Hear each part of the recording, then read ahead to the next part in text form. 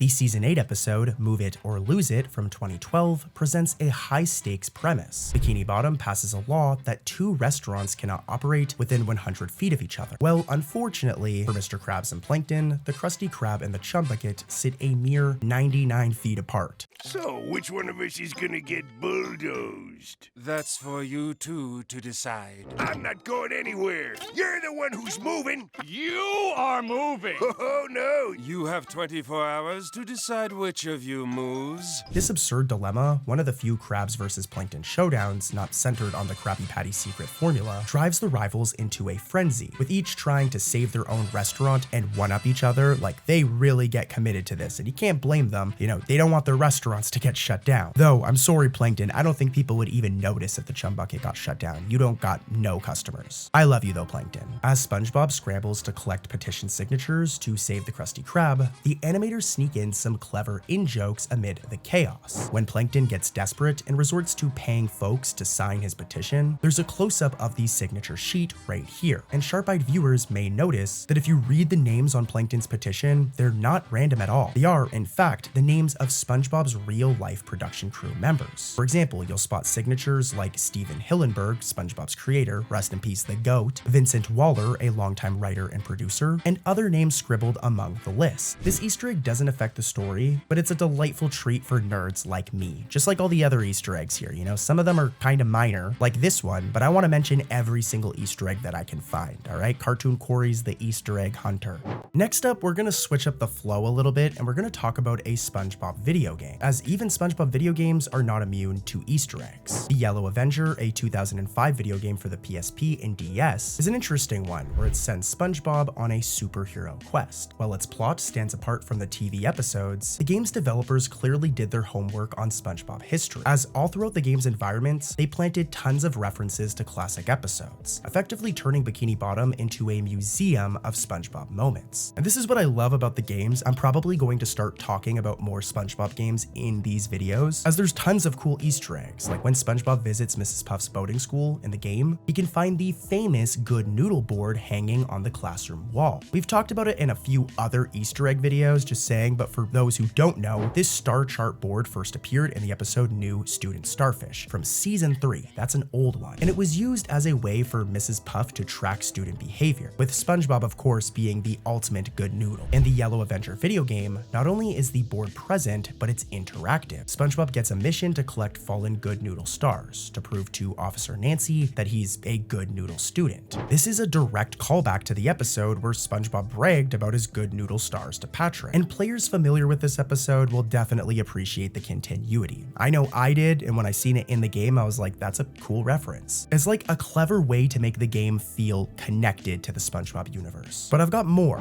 Entering Squidward's house in the game yields another treat, as there's a pixelated picture on Squidward's wall that on close inspection is actually a screenshot from one of my favorite episodes, Just One Bite. And this episode, as some of you probably know, it's revealed that Squidward has never ever eaten a Krabby Patty before. What a psycho. But once he tries one, he realizes that he loves them. But it doesn't make any sense. The Krabby Patty is an absolute good. Are you sure?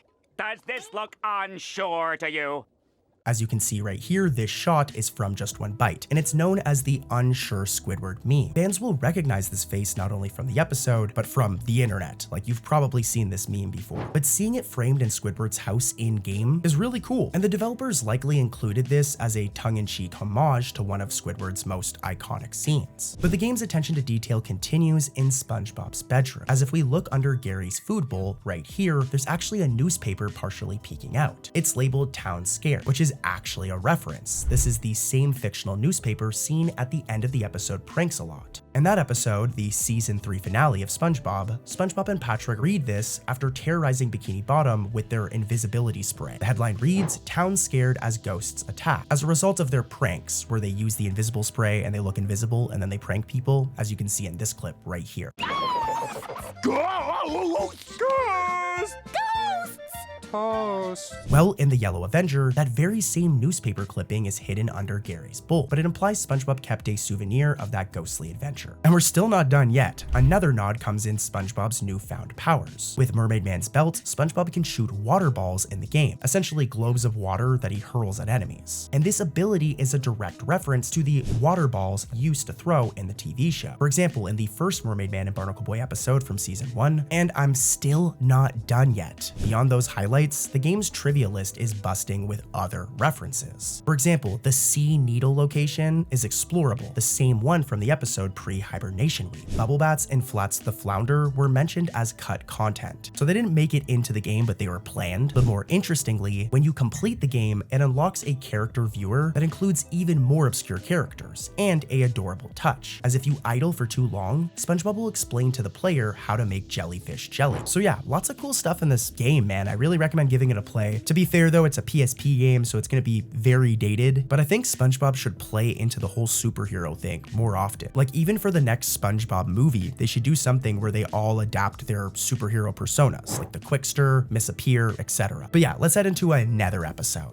Our next episode is a really good one from season 9. Like I can't even believe that this episode released all the way back in 2016, which was 10 years ago, but the episode is Lame and Fortune. And this is a SpongeBob episode with an unusual premise. Fortune cookies and Bikini Bottom start accurately predicting the future, which Plankton naturally tries to exploit. And I mean, I can't blame him. Imagine if you could get a fortune cookie and know your entire future. That'd be very convenient. Well, as SpongeBob and Plankton duel with fortunes, the episode slips in numerous visual gags and callbacks that reward hardcore SpongeBob nerds just like me and you. I mean, if you clicked on this video, you're just as much of a SpongeBob nerd as I am. But yeah, early on, Plankton gets accidentally squished under a customer's boot.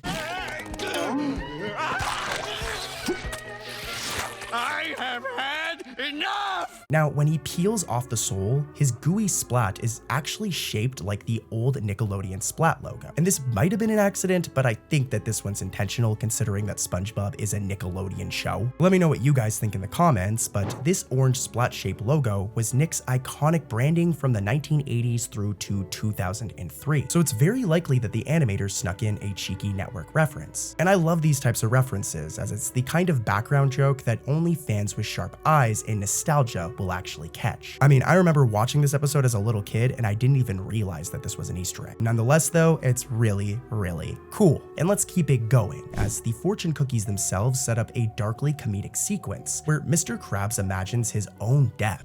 You will die. Oh, I'll miss you, Daddy! But I really can't wait to spend all your hard-earned money on shoes! Me money! In Mr. Krabs' daydream of his funeral, the show slips into very deep-cut references, or I guess you'd call these cameos. First is Grandpa Redbeard Krabs, the old pirate grandfather of Mr. Krabs. Redbeard hasn't been seen since the 2008 episode Grandpappy the Pirate, nearly a decade ago. In that episode, he came to visit, and Mr. Krabs pretended to still be a swashbuckling pirate, just to impress him, as Redbeard thinks that Mr. Krabs should be a pirate. He doesn't want him to own a restaurant. What kind of ship are you running here? Just a second.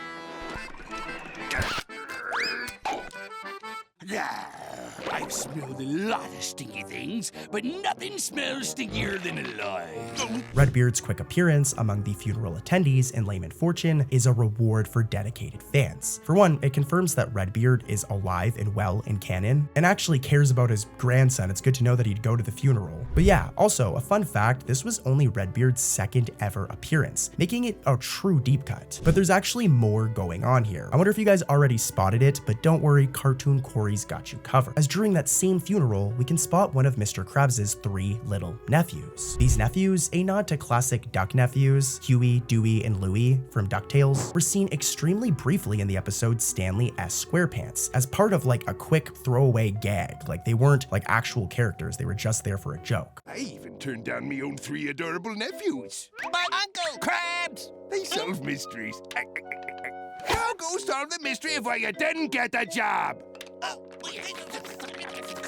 In Layman Fortune, one nephew, I don't know what happened to the other two, can be seen right here, and it's such a blink and you'll miss it Easter egg that casual viewers would probably have no idea who this kid is. This was one of the character's first appearances in like 9 years, proving that somebody on the crew remembered that one-off joke and decided to include it. But let's keep it moving. As Plankton pursues the fortune cookie scheme, there's another sly cameo. In the chum bucket, we see a large green sea cucumber's leg among the crowd of customers, lured in by Plankton's fake fortunes. Well, that leg turns out to belong to Kevin C. Cucumber, the pompous leader of the Jelly Spotters Club from one of my favorite episodes and a classic banger episode, I'm Your Biggest Fanatic.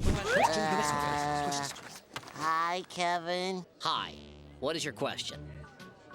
Hi, Kevin. Kevin hadn't actually appeared in the main series since that season 2 appearance, so this was technically his first return in nearly 15 years. The show only gives us like a quick shot of his lower body for some reason, I don't know why, but we know it's him because of staff confirming it, but also if we do a side-by-side, we can tell it's his legs. At the time Layman Fortune premiered, this cameo was a huge deal. Kevin was a fan favorite jerk character who many thought was long forgotten, but since then he does have more regular appearances, with him even being like a main character on Camp Coral. But yeah, at the time, this was a really cool Easter egg. Fittingly, Layman Fortune was also a milestone for the series production. This episode debuted a new HD opening sequence, and with it, a new technique, as it's actually the very first time a SpongeBob episode used a CGI model of Bikini Atoll, the tiny palm tree island seen in the show's opening, in place of the old filmed footage. For years since 1999, the opening shot of the island was a real static image shown at the start of each episode. But by 2016, with the transition to high definition, Nickelodeon switched to a crisp computer-generated island model for the intro. This meant Layman Fortune's premiere featured a subtle visual change, with us getting this cool 3D shot of the island. Now, the reason was likely to modernize the look of the show, and it definitely accomplished that.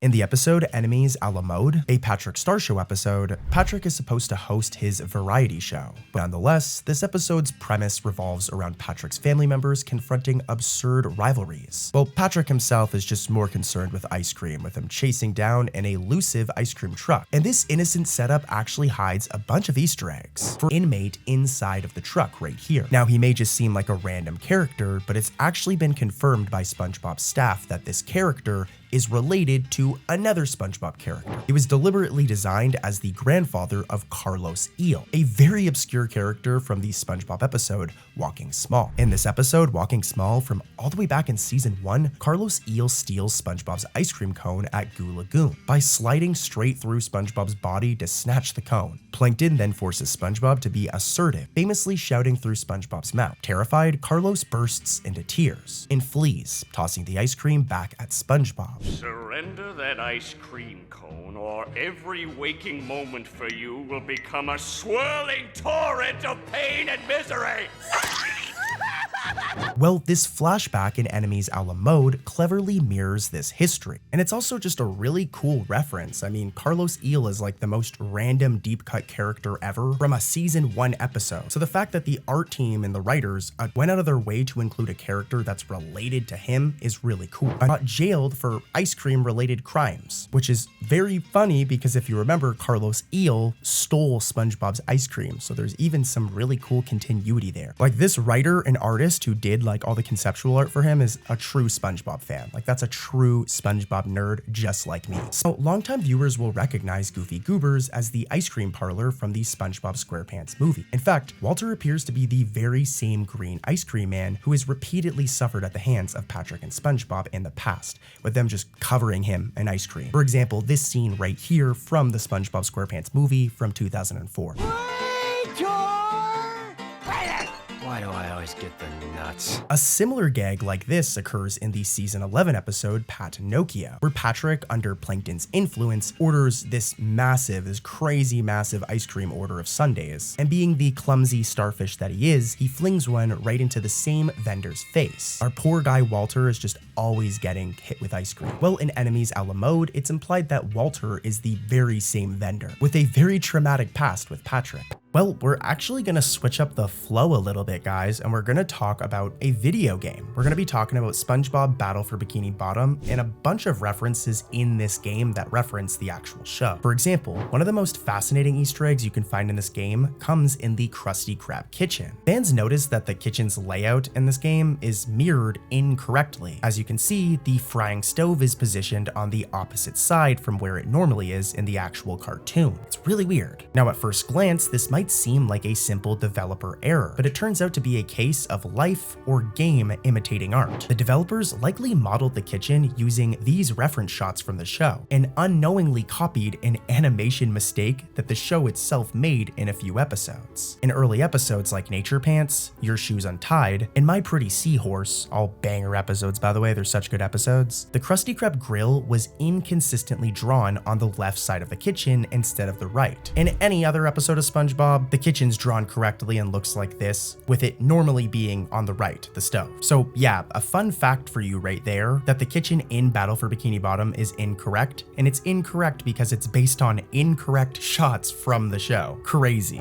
Our next episode is called The Other Patty. When a shady new restaurant called the Flabby Patty threatens the Krusty Krab, SpongeBob becomes determined to get Mr. Krabs and Plankton to set aside their rivalry and work together. If you work together, the Flabby Patty recipe would be yours. Okay, fine. We'll work together. Yeah, I don't see that working out. In this episode, SpongeBob pointedly reminds the two feuding restaurateurs of something fans learned in the special episode years in the past, Friend or Foe, with him saying the following line. There was a time when Plankton and I were best friends.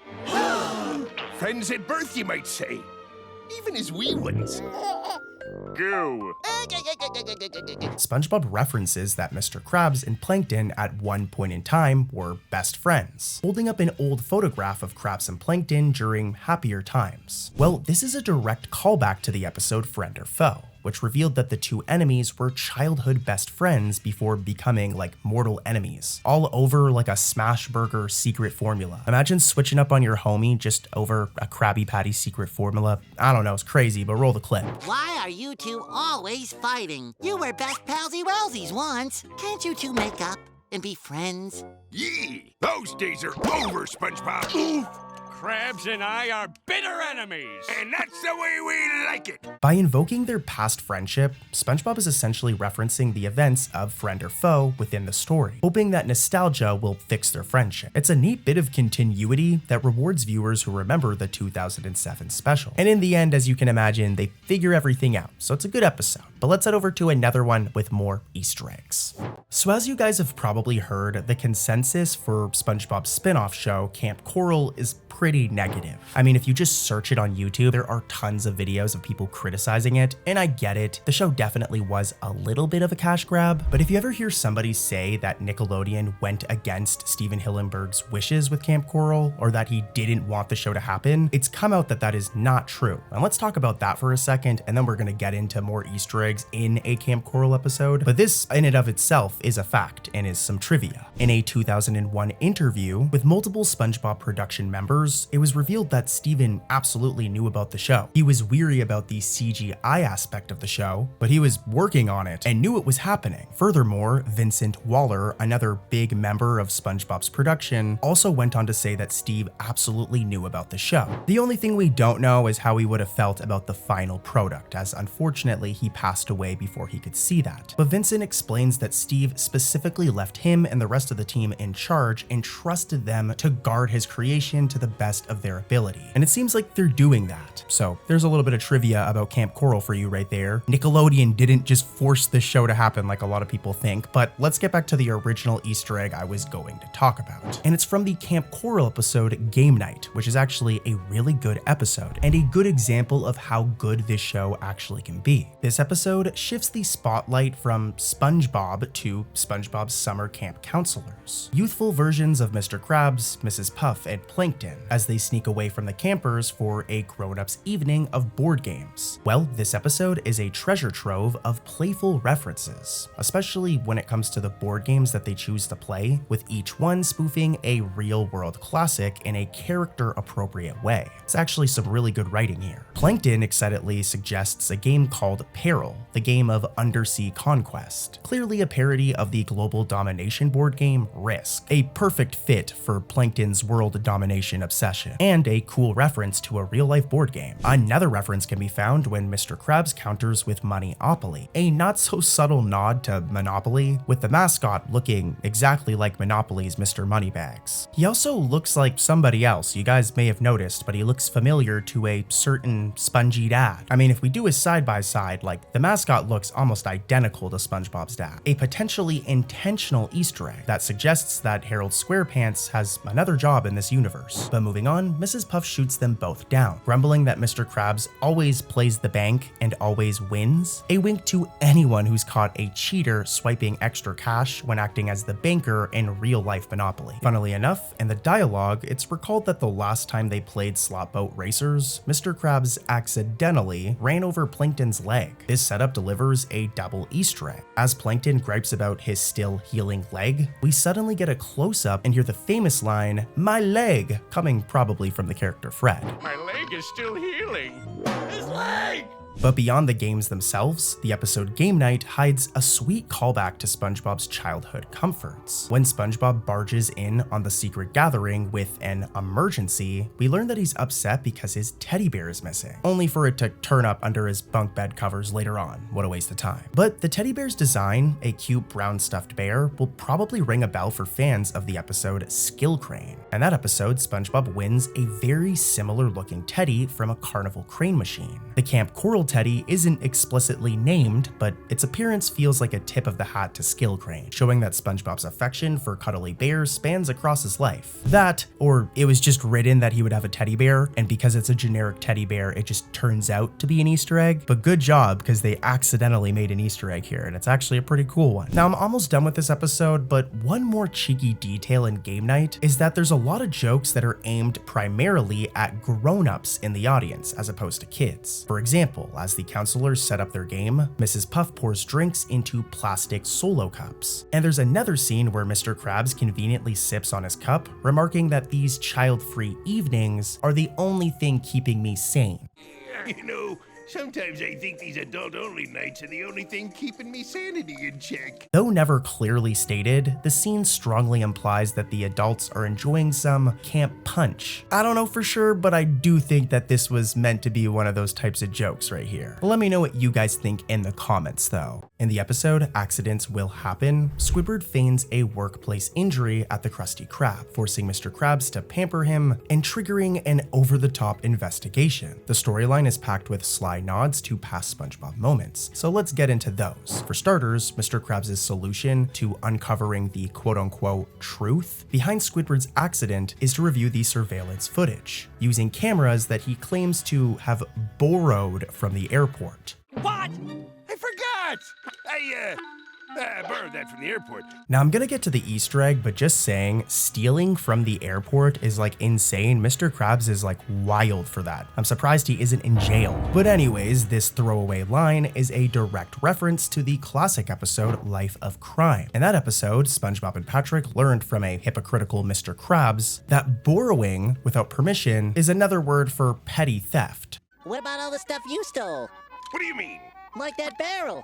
Oh, that's where I rent me pickles from. Are you renting the barrel too? No, Then you bought it. no. Then isn't that stealing? All that stuff is, borrowed. Here, Mr. Krabs hasn't changed a bit. He still acquires things like security cameras through borrowing, echoing that earlier gag, and potentially making for a reference. I mean, at the very least, it's a clever bit of character consistency, but this also could have totally just been a coincidence. You know what I mean? Like, one of the writers it just could have been an accident, who knows? This next Easter egg, though, was definitely intentional. It comes when Squidward demands that Mr. Krabs pops the barnacles on his back as part of his treatment. The sight is so gross that customers in the Krusty Krab recoil and abandon the restaurant. And as they flee, you can hear one customer disgustingly ask, "Is that the secret ingredient?" While another one mutters, "Hold the special sauce, man." This dark little joke plays on the show's long-running gag about the mysterious Krabby Patty secret formula, and it's very meta that they're acknowledging it more. I know Plankton wanting to steal it is a big plot point. You don't hear other characters reference the secret formula very often, or question what's in it, but let's keep it going. Patrick Star contributes his own goofy reference during the investigation scene. When SpongeBob brings in Patrick for expert help, Patrick babbles nonsensically, saying the following. I needed help investigating the accident. Right, buddy? Breakfast, Green Finland. Did that sound familiar? As him saying Finland is actually like a direct reference to one of my favorite episodes. Who remembers the character Doodlebob from the episode Frankendoodle? Such an iconic episode. Well, in that season 2 episode, Patrick was struck by a bowling ball dropped on his head by Doodlebob and said something very similar.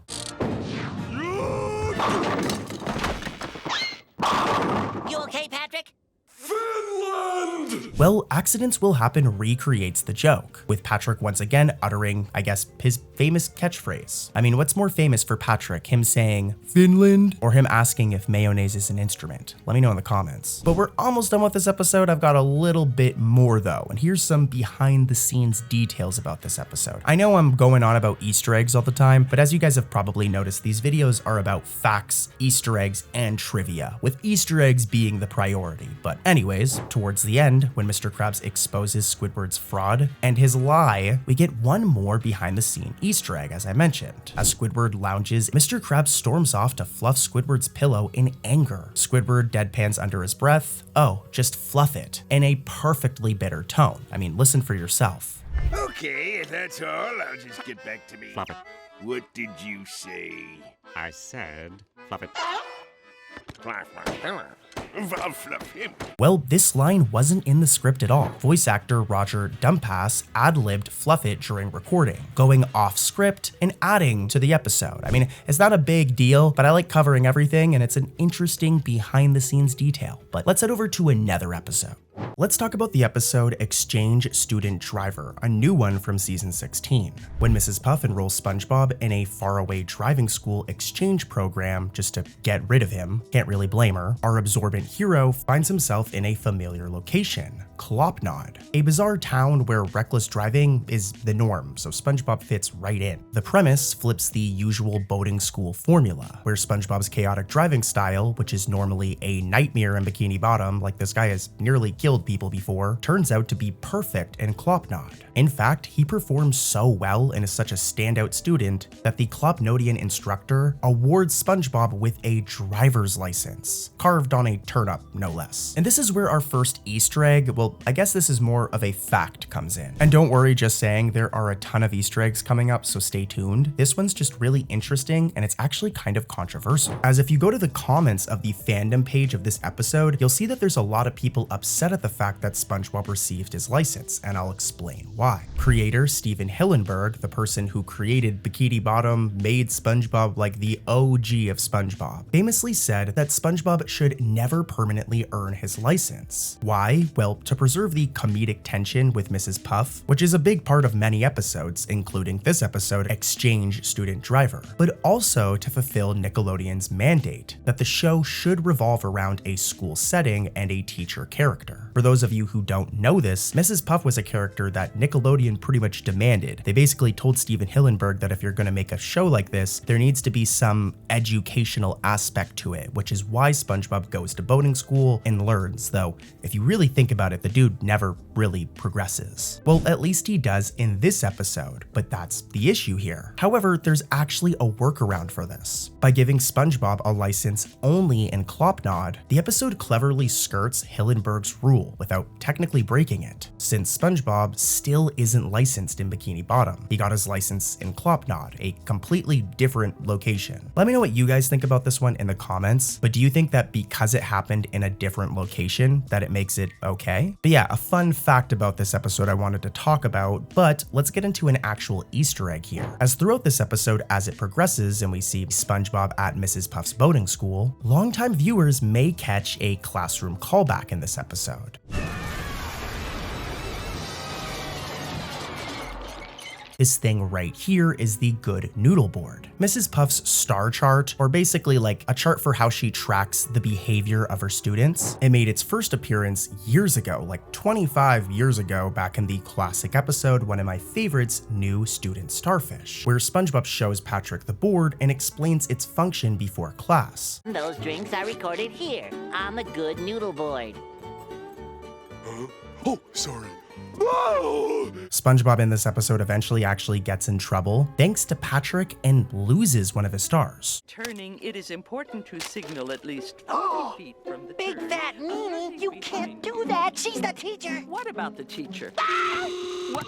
As if I really look like this. Well, it's really cool to see it pop up again in this episode, and it shows that whoever wrote this episode knows their stuff. They're a real SpongeBob fan. As there's been other episodes that have shown Mrs. Puff's classroom, like the classroom at the boating school, and the good noodle board is not there. So this was intentional. Also, just saying, I don't normally do this, but if this Easter egg sounds familiar, it's because there's a very similar one in another episode that I covered recently, where the good noodle board popped up again. So yeah, just saying, this was a new Easter egg. Moving on though, I've got some more Easter eggs for you guys in the form of character cameos. And of course, all the cameos here are characters that are pretty rare. We're gonna be covering more cameos in other episodes in this video, so stay tuned. But let's get into it. As I mentioned, Mrs. Puff sends SpongeBob on like a boat driving exchange student thing, where he's being sent to Clopnod. And we get this scene where we see the travel there with a map. And there are a bunch of deep cut references on here. And I'm very proud, as they're ones that the SpongeBob fandom wiki hasn't even found yet. For one, just as the boat is approaching no man's land, we'll see right here that these are the trench monsters from the 2004 SpongeBob SquarePants movie. Now you might not see it right away because there's just eyes, but this is specifically a reference to when SpongeBob and Patrick are walking through right here, and as you can see, there's all of these different eyes. Also, they're very clearly like on the map in trenches, so yeah, this is a subtle reference right here, but it's definitely a reference. However, the next two are way more blatant. For example, just passing no man's land, we can see the Cyclops character from the same 2004 SpongeBob movie. This character right here, we can see that his leg or his boot is put down on the no man's land area of the map. Pretty cool. And if you were questioning the last two, here's one that absolutely confirms it. In that 2004 SpongeBob movie, we were introduced to Maximus, this character right here. And what I really want you to pay attention to is the small traffic light at the top of his head acting like a lantern of a glowfish. As if we go back to that same map part, look, Maximus is right here. The colors are slightly off, as you can see in this side by side, but the reason we know for sure is that traffic light on top of his head right here, which basically reaffirms the other two Easter eggs I was mentioning of the trench monsters and of the Cyclops, who also all appeared in that original 2004 SpongeBob SquarePants movie. I imagine that whoever, like the production team around this episode, exchange student driver, one of them probably worked on the movie or something in the past, but who knows. One other thing I want to talk about real quickly, and then we'll head into more Easter eggs in another episode, guys. Stay tuned because I've got some of the coolest Easter eggs coming up. But here's some behind the scenes stuff about this episode. As remember how I said SpongeBob got his license on a turnip? We actually got to see the process of how this came to life, with Shane Richardson, Hannah Hong, George N, and Amy L sharing these drawings online, where we can see the first process of the photo, the second process of the photo, then we can see the shot in the episode where it's blank, and then finally this shot where we can actually see the driver's license text. And fun fact, these were originally painted before being scanned in with the lines drawn digitally. So some really cool stuff right there, but let's head over to another episode. Next up is the episode Squidward's Sick Days from season 13. And in this one, Squidward Squidward ends up faking being sick just so he doesn't have to go to work, which is very Squidward. He's a very lazy guy sometimes. Just as you can imagine, this doesn't go as planned, and Mr. Krabs sends a certain somebody to look after Squidward. Oh, you are in no condition to be alone. That's why I brought you some help. Take one of these and call me in the morning. The doctor is in. Now, there's actually quite a few Easter eggs in this episode, but for them to make sense, I gotta give you guys some context. So at the start of this episode, it's Squidward at work, and as you can see, he isn't having a very good time. Everyone's yelling at him, but it turns out that this is a nightmare. However, during the nightmare, he actually makes a certain face that is a reference to an older episode. For example, take a look at this clip right here. This face right here that Squidward makes when he screams is almost identical to this face that he made in the episode Graveyard Shift.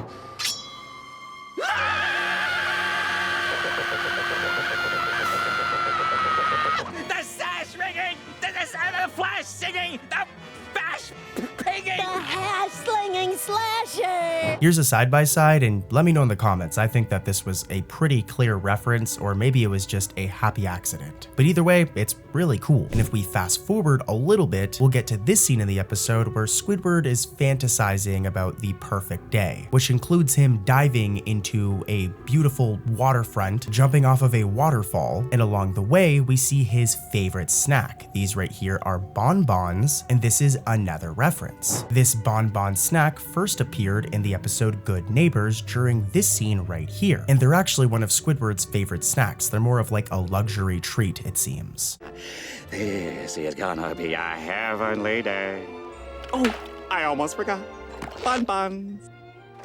Hello there, heaven's little wonder. So yeah, it's cool to see them in Squidward's daydream. He really likes bonbons. I wanna try a bonbon right now. But before I can do that, I gotta finish this video, so let's do some more Easter eggs from this episode. Well, before an Easter egg, here's a very weird fun fact I found out while researching this video, and that's that in the original storyboards for this episode, SpongeBob was going to paint a painting and give it to Squidward, and it was going to feature SpongeBob and Squidward standing behind a heart of love. Now, this was drawn by storyboard revisionist Dylan Houston King, and when he posted it on Instagram, he included a certain tag, that being SquidBob, which is actually a reference to the character shipping of SpongeBob and Squidward, which pretty much features SpongeBob and Squidward in a romantic relationship. So I'm just pointing out that one of these storyboard artists literally referenced this, not in the show, but on their personal Instagram. So I thought I'd point that out. It's kind of funny. But back to the Easter eggs, as throughout this episode, SpongeBob helps, quote unquote helps. He doesn't really do a good job, but he tries to help Squidward feel better. And by the end of the episode, when he returns to work, Squidward goes through a bit of a transformation, as look.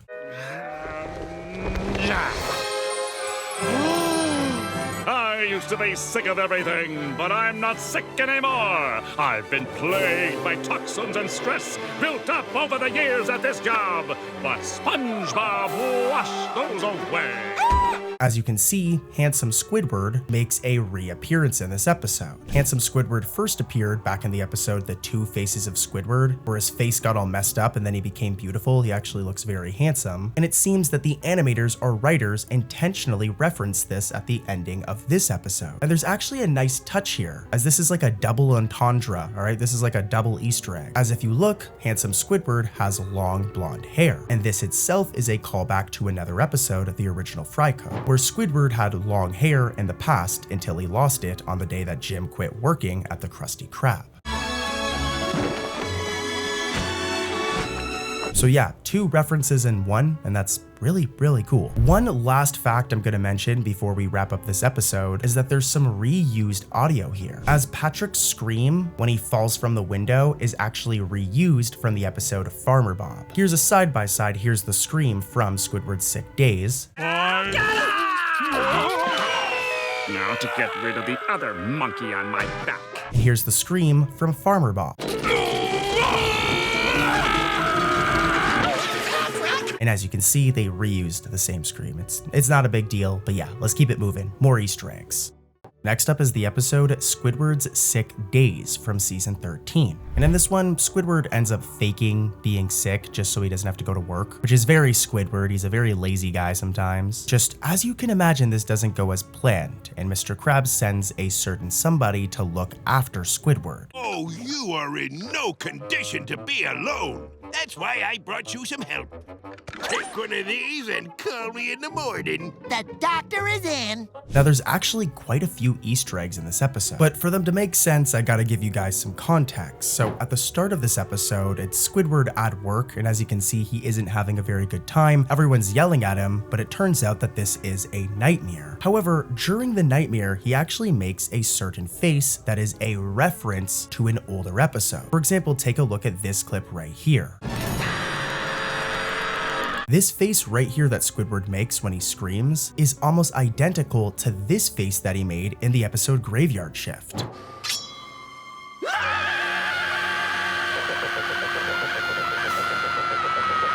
The sash ringing! The flash singing! The bash pinging! The hash slinging slasher! Here's a side-by-side, and let me know in the comments. I think that this was a pretty clear reference, or maybe it was just a happy accident. But either way, it's really cool. And if we fast forward a little bit, we'll get to this scene in the episode where Squidward is fantasizing about the perfect day, which includes him diving into a beautiful waterfront, jumping off of a waterfall, and along the way, we see his favorite snack. These right here are bonbons, and this is another reference. This bonbon snack first appeared in the episode Good Neighbors during this scene right here, and they're actually one of Squidward's favorite snacks. They're more of like a luxury treat, it seems. This is gonna be a heavenly day. Oh, I almost forgot. Bonbons.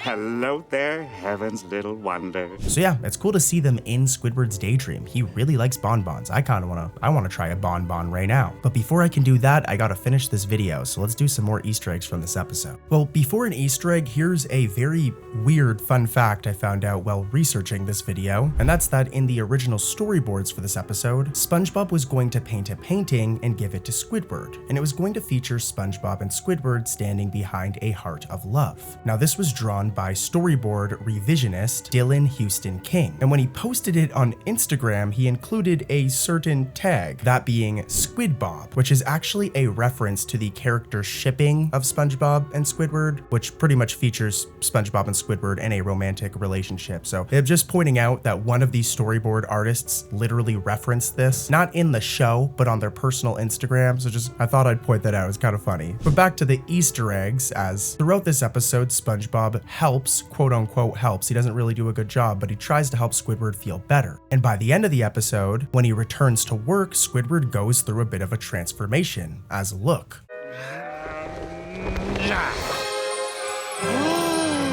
I used to be sick of everything, but I'm not sick anymore. I've been plagued by toxins and stress built up over the years at this job, but SpongeBob washed those away.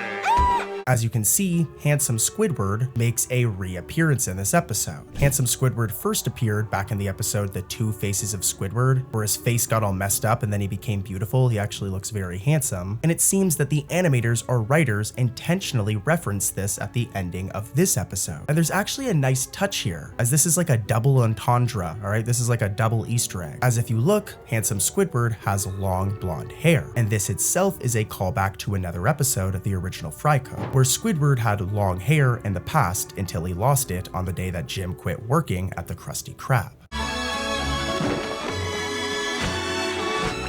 So yeah, 2 references in one, and that's really, really cool. One last fact I'm gonna mention before we wrap up this episode is that there's some reused audio here, as Patrick's scream when he falls from the window is actually reused from the episode Farmer Bob. Here's a side-by-side, here's the scream from Squidward's Sick Days.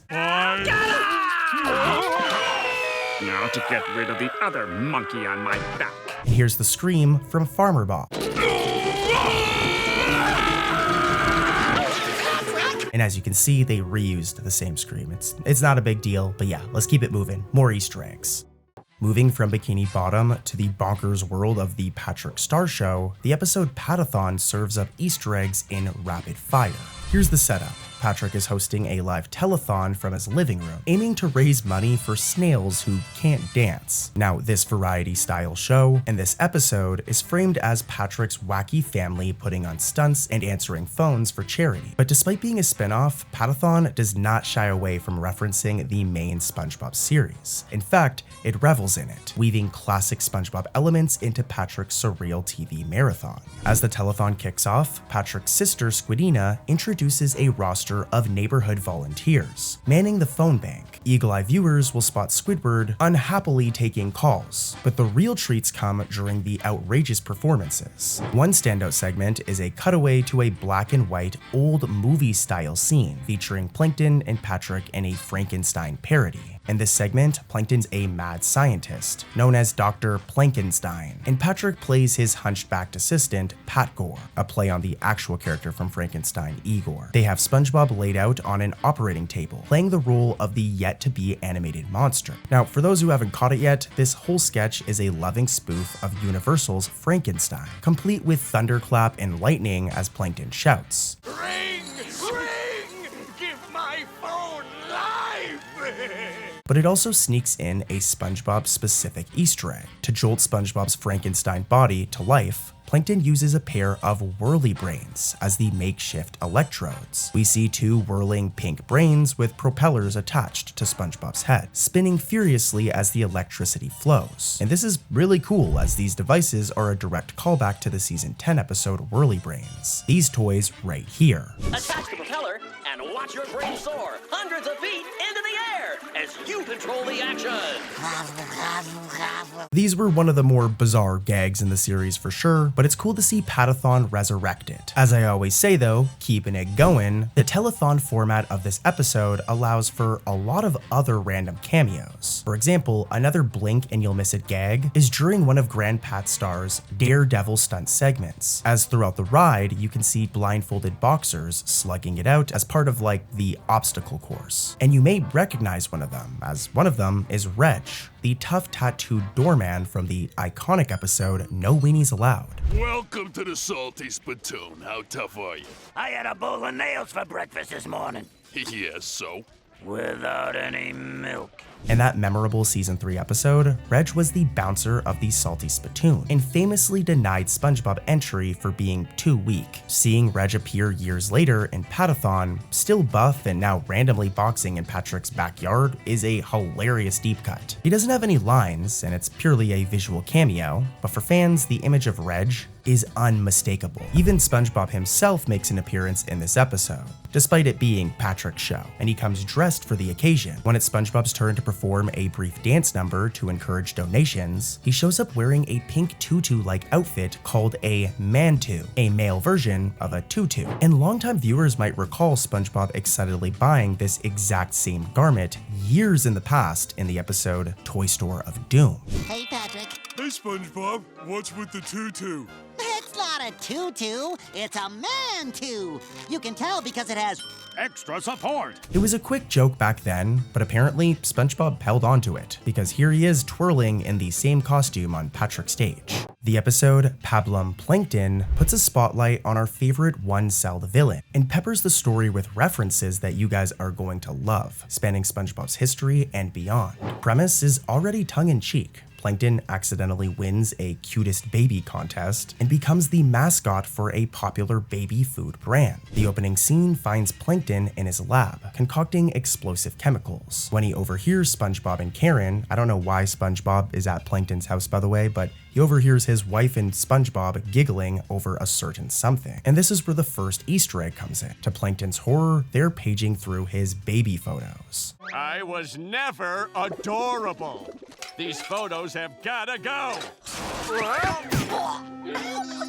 You were such a cute baby. Now, here's the thing. This image and all of these different images of baby Plankton that Karen shares are drawn in the exact same way that baby Plankton was drawn back in the season 5 episode Friend or Foe, making for some really cool continuity here, especially considering SpongeBob is a show that is very lazy with continuity sometimes. In other scenarios, they probably would have just done an entirely new design, but if you look at side-by-sides right here, you'll see that it's like almost identical, meaning the animators deliberately pulled from Friend or Foe's character model. title sheets. It's possible the artists reused it as a handy asset, but I don't know, it also kind of feels like an intentional Easter egg to me. Pretty cool, but let's keep it rolling and continue this episode. Plankton, of course, is mortified by the baby photo display, but the humiliation isn't over. SpongeBob, endeared by Plankton's cuteness, enters one of those baby pictures into the baleen baby food contest. Shockingly, Plankton wins the contest. Actually, it isn't very shocking, I'm being rude. Look at these baby photos. He's a cute baby, but he wins the contest without even knowing it. And suddenly, he's thrust into fame, with him becoming the new face of the baby food brand. Blipping butt cracks! I say baleen baby!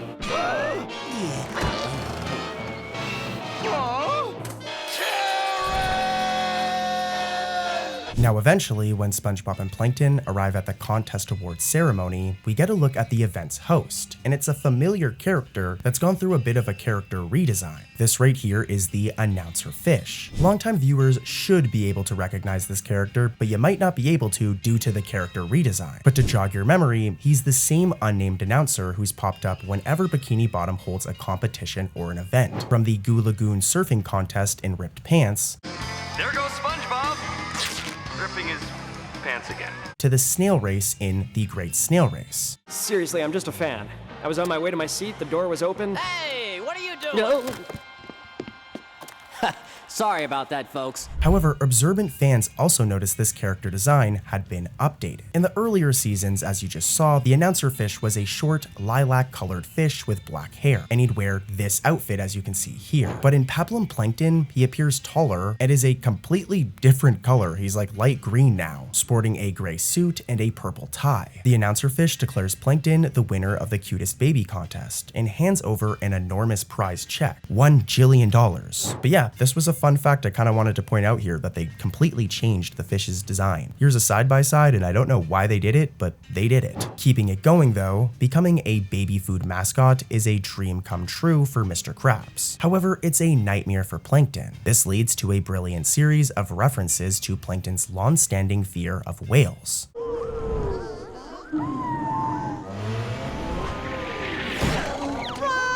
Now you're probably asking, Cartoon Corey, how is this an Easter egg? This is just a random thing that Plankton's scared of whales. It isn't actually very random. This is actually like a running character trait of Plankton. Fans will recall that Plankton is terrified of Pearl, Mr. Krabs' whale daughter, and whales in general, a character trait that we first seen in One Course Meal from season 7, where Mr. Krabs realizes that Plankton is for some reason scared of Pearl and takes advantage of this, dressing as a whale and scaring Plankton any chance that he gets.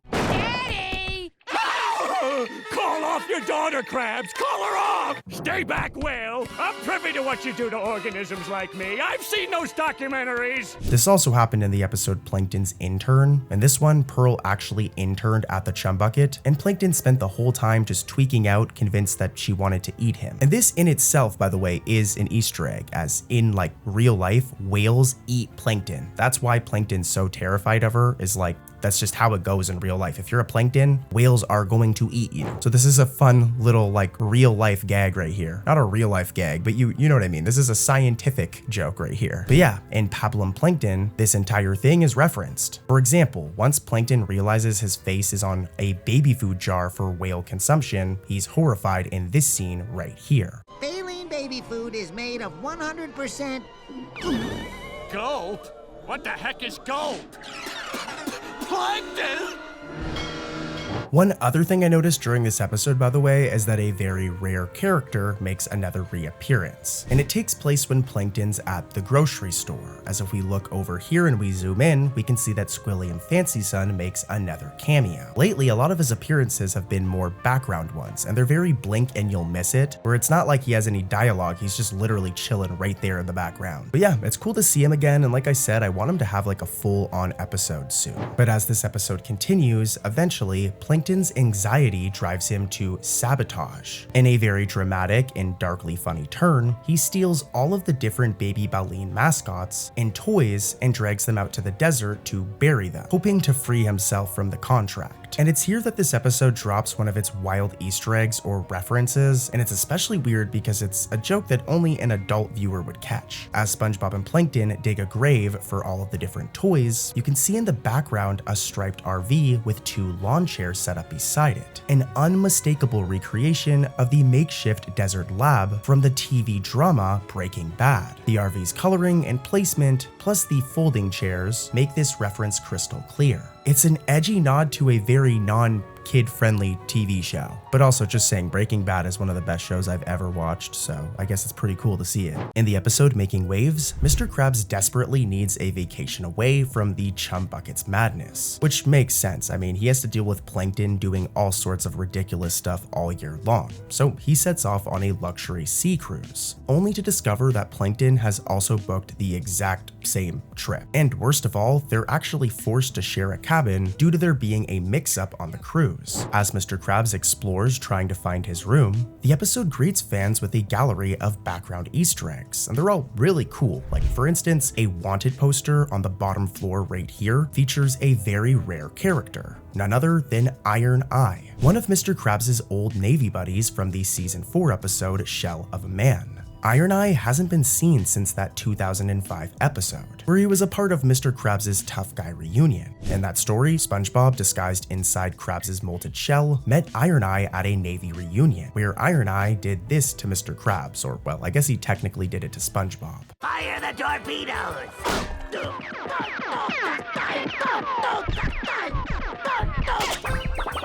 Later in the episode, Iron Eye also revealed that his intimidating metal eye was actually made of formica, while he and the other macho sailors confessed their own insecurities. Well, seeing Iron Eye's face on a cruise ship poster in Making Waves is a deep-cut reference, especially for nerds like me, who watched the show growing up, as it playfully implies Iron Eye might be up to no good, hence the wanted part. It'd be cool to see what the dude's been up to after nearly 2 decades off screen, but let's head over to another Easter egg. Real quick though, guys, I just want to say I'm one of the only non-AI SpongeBob sleep channels on YouTube, so please subscribe. I'm like a real person. This is my real voice. You can actually probably hear that I'm kind of sick right now. I just played a show. Here's a picture from my concert. That's me right there. So my voice is a little shaky, but please subscribe. I'm more showing that so you guys know I'm a real person. I'm not one of those crappy AI cartoon channels. So yeah. And if you're wondering why I sound so sick, that's why I got sick after the show. But anyways, back to the Easter eggs. Entering the cabin hallway, Mr. Krabs fails to notice a pair of creepy grinning toddlers holding hands in the corridor. And if they look familiar, that's because they are. Longtime viewers will recognize this spooky duo as a nod to the toddler from the episode Escape from Beneath Glove World. In that season 12 episode, SpongeBob and Patrick encountered a little boy, notably the youngest inmate in Glove World's underground jail, who kept wandering off and leading them on a chaotic chase throughout the crazy theme park.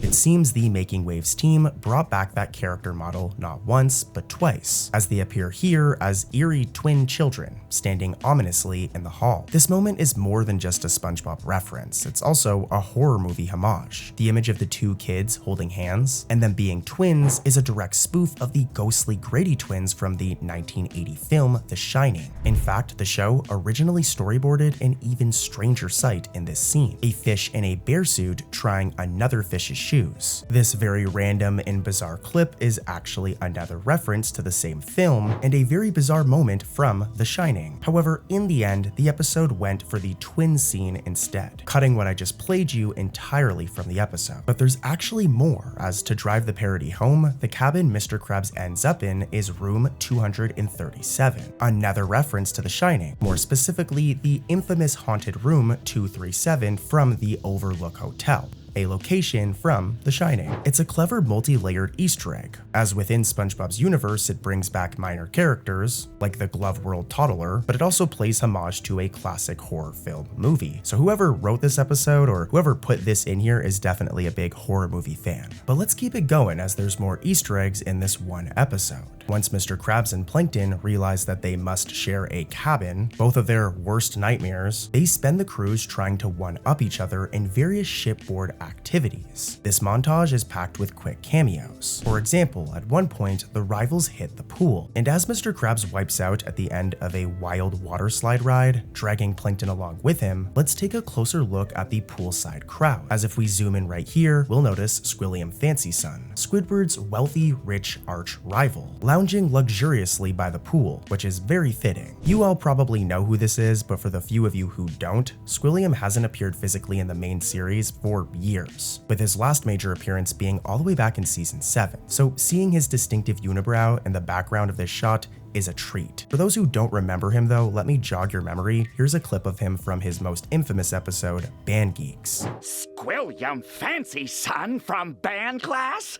I hear you're playing the cash register now. Yeah, that guy. And honestly, he needs to appear again. I think he does actually in season 16. But for now, let's stay on track of this episode making waves because I've got even more Easter eggs. As later, when Mr. Krabs and Plankton attend the ship's dance club party, yet another veteran character makes a subtle comeback. In the throbbing neon atmosphere, we can see a DJ Fish spinning records in the background. This guy right here, I'm zooming in, and older fans will actually recognize him as the DJ from the Thug Tug scene in the original 2004 SpongeBob SquarePants movie. DJ, time for the test. This tall sunglasses wearing DJ was ordered by the Thug Tug's owner, Victor, to crank up the Goofy Goober song in an attempt to expose any bubble blowing babies in the bar. More specifically, SpongeBob and Patrick. Now, for the most part, the DJ's only appearance had been in this movie, but that was only until now. As in Making Waves, he's finally been incorporated into the series, with him being seen in this scene right here.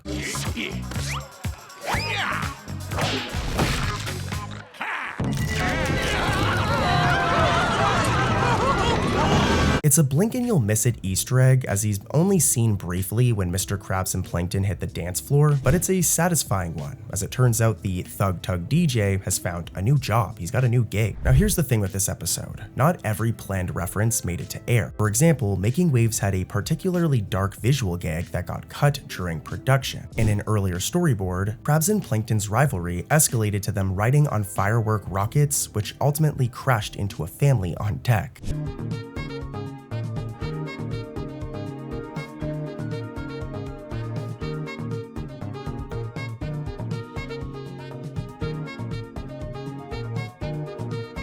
I mean, considering that they could have literally just killed that family, this joke was deemed too morbid by Nickelodeon and was removed from the final episode. It's very understandable, but let's head over to another episode, guys. I've got more Easter eggs in another episode. The Patrick Star Show spinoff is in meta humor. In Late for Breakfast, Patrick misses his family's breakfast and scrambles to fill his belly and airtime by hosting a cooking segment on his makeshift variety show.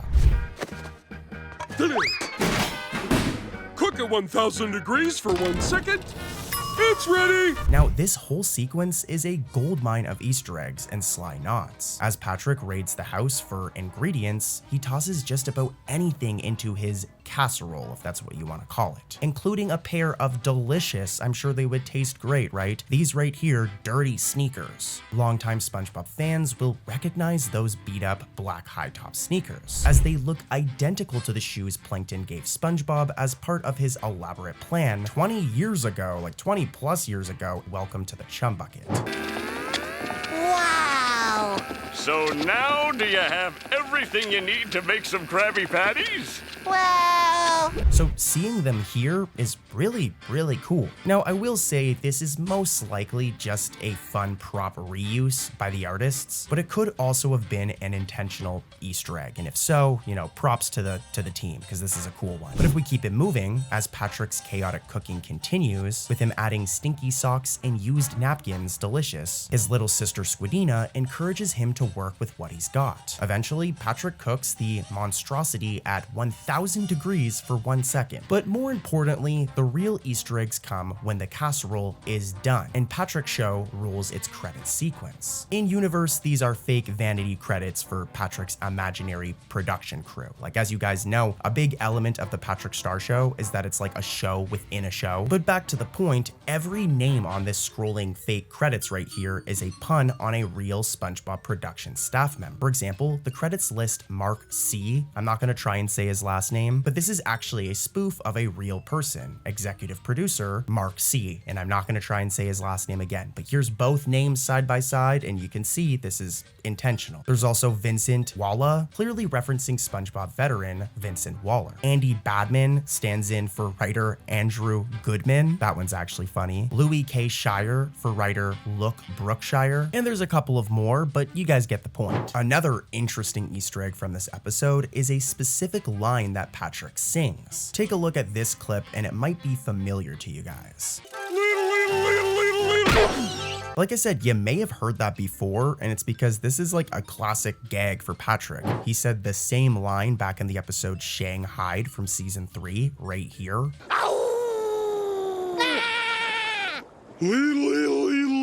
And he also says a similar thing in the episode You Don't Know Sponge. If we fast forward to this scene right here, and I'll play the clip. Oh, it's Patrick! Our next episode is Sanitation Insanity. In this episode, Mr. Krabs' penny-pinching ways lands the Krusty Krab in trouble with the law, forcing him, or rather Squidward and SpongeBob, to clean all of Bikini Bottom's trash. Now, we're gonna get into the Easter eggs and trivia, of course, but I gotta be honest with you, Mr. Krabs is definitely in the wrong here. I mean, look at just how nasty the Krusty Krab is in the start of this episode. Get in the bed! Filthy trash! Trash juice! Hey, maybe we should use another garbage bag, Mr. Krabs. This one's kind of full. Forget it, boyo! I'm not paying for another garbage bag! You know, I used to fantasize about being able to try a real Krabby Patty, not like a fast food collab version, but a real one from the Krusty Krab. But after this episode, I'm good, I don't want one. But anyways, what starts off as a riff on Keep Bikini Bottom Beautiful, another littering themed episode, quickly turns into a chaotic adventure with a garbage truck mech. Along the way, Sanitation Insanity crams in nods to past SpongeBob episodes and broader pop culture overall. For example, early in the cleanup, SpongeBob uses his porous nature to his advantage. Oh, all this fresh air feels great in my holes. Now, if that sight and that sound feel familiar, it's because it's deliberately a reference to the episode Spongehenge, where wind blowing through SpongeBob's holes produced music that attracted jellyfish.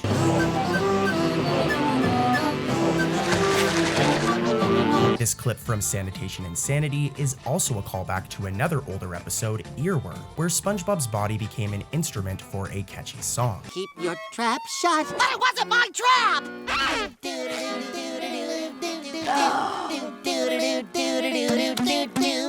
In fact, the brief melody SpongeBob whistles here in Sanitation Insanity is actually a familiar song. And you guys should already know, I mean, come on, it's the SpongeBob theme song itself. But as the trash collection escalates, the garbage truck SpongeBob and Squidward use actually transforms into like a full-on robotic transformer, sprouting arms and legs in parody of Transformers. This was confirmed by the production team. It's really cool. I mean, even the transformation sequence is a nod to Transformers. And supposedly, according to the team, it's also meant to be a reference to the Megazords from Power Rangers. I gotta say, seeing a mundane garbage truck become a literal robot battle monster is really cool. And there's more going on here. During the Robo Rampage, the show slips in a cameo that made any veteran fan cheer, including me. I'm a nerd and I was very happy. As the garbage bot smashes through various locations, one scene shows a shady-looking used boat dealership. And if you look closely, there's a familiar character here. If you guys didn't recognize him, the salesman right here is actually the same con man fish from Chocolate with Nuts. This character, also known as Incidental 118C, is famous for swindling SpongeBob and Patrick by faking an injury in that season 3 episode. No self-respecting candy bar salesman would be caught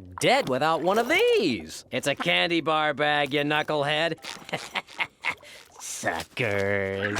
Well, in Sanitation Insanity, he appears in New Grift, selling boatmobiles to an unsuspecting customer named Carl, only to have SpongeBob's runaway trash truck demolish his entire inventory. It's a perfect little Easter egg reimagining the con man as a sleazy used car or boat salesman, which is actually like spot on for his character. Set in the Camp Coral spin-off series, Squizzery is a campfire side adventure that teams up a young Squidward and Patrick Patrick. The title itself hints at a parody. It's a riff on the Stephen King story Misery. Fittingly, Squidward breaks his ankles and is stuck being cared for by Patrick, which is very similar to the Stephen King story itself. But don't worry, we're not going to be talking about that boring stuff. The episode strands Squidward and Patrick in the woods, forcing the unlikely pair to survive together overnight.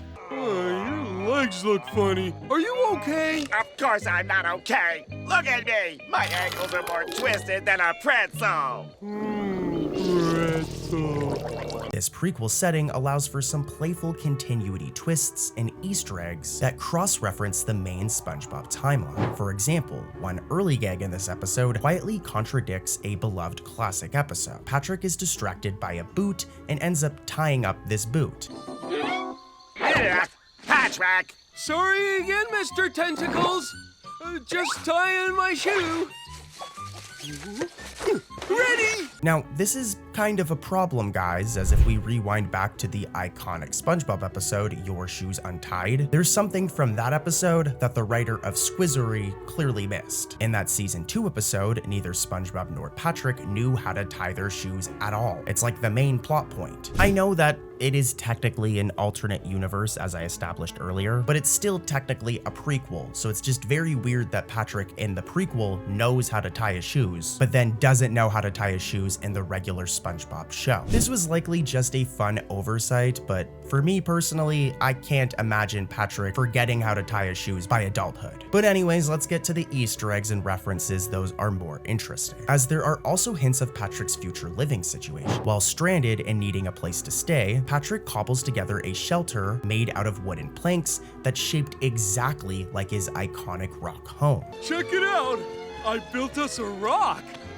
You built a rock Uh-huh. out of logs, Yep. right next to an actual rock. Correct. This is a really cool bit of continuity and a cool reference to the original SpongeBob show. But keeping it moving, meanwhile, Squidward's misery in the woods gives rise to a brilliant pop culture reference. As Patrick cheerfully prevents Squidward from escaping, for Squidward's own good, of course, according to Patrick, Patrick responds to Squidward's orders with a deadpan line that may be familiar to some nerds out there. Just leave me alone! I'm afraid I can't do that, Mr. Tentacles. Until you're all better, I'm going to do everything for you. See? This is actually a direct parody of Hal 9000's famous line where he says the following. Open the pod bay doors, Hal. I'm sorry, Dave. I'm afraid I can't do that. So yeah, this is a reference to 2001: A Space Odyssey, a really cool reference for sci-fi fans. But visually, Squizzery keeps the Easter eggs coming. We're not done yet. At one point, a completely out-of-place landmark appears during Squidward and Patrick's trek back to camp. The Brooklyn Bridge can be glimpsed in the background right over here. It's a surreal blink and you'll miss it detail, implying the camp might be nearer to the surface world than we thought. But more likely, it's just a funny gag. Once the pair finally return to Camp Coral at sunrise, with Squidward tied to Patrick's back, they stumble into the boys' cabin. And this is where we can find some more Easter eggs, but we need to keep our eyes peeled, okay? For a split second, we can see SpongeBob inside reading this Mermaid Man and Barnacle Boy comic book, which makes perfect sense in this timeline. Of course, young SpongeBob would be a huge fan of superheroes, especially the Mermaid Man and Barnacle Boy series. And there's a few more things here, alright? When everybody leaves and Squidward and Patrick dance, we can see the camper rules list right here, and one amusing rule reads, all jazz must be smooth. This is also a reference. It's a wink to the SpongeBob episode Smooth Jazz at Bikini Bottom, the episode where Squidward obsesses over smooth jazz legend Kelpie G. So nice to be surrounded by such kindred spirits. You can say that again. It's a rare treat to mingle with true diehard smooth jazzes. You said it, lady! I've been a diehard since 10 this morning! Clearly, even as a kid, Squidward is already enforcing jazz standards in their shared space, with him demanding that any jazz in his dorm must be smooth. Very funny. The episode Bunny Hunt is a later season gem loaded with background Easter eggs and continuity nods, all wrapped in a silly plot about a wild sea bunny infestation. The episode finds Squidward's garden overrun by a cute but destructive sea bunny named Bunny Wunny, leading to to ever-escalating chaos. Like, this bunny is a troublemaker. But let's get into the Easter eggs, as longtime viewers will recognize Squidward's backyard setting from an earlier episode. At the climax, dozens of bunnies swarm and even pop out of a wooden shed behind Squidward's house. And it might just seem like some random shed, but that shed is a blink and you'll miss it reference to another episode, The Curse of Bikini Bottom from season 7. In that episode, a shed randomly appeared in Squidward's yard for a gag. Let's go look for something to do in Old Man Squidward's shed! But it isn't actually a part of Squidward's actual house layout. If we look at other episodes and we see his backyard, the shed isn't there. So its reappearance here years later is a delightful continuity nod for fans who remember the one-off structure. The interiors of SpongeBob's pineapple in this episode are also a treasure trove of callbacks. When SpongeBob temporarily adopts the Sea Bunny, we see his living room shelves decorated with familiar mementos. Notably, this ball right here, which is Gary's toy ball, which is actually from an episode, Gary's New Toy. Okay, that's just creepy. Gary, I think you need to spend some time away from this ball.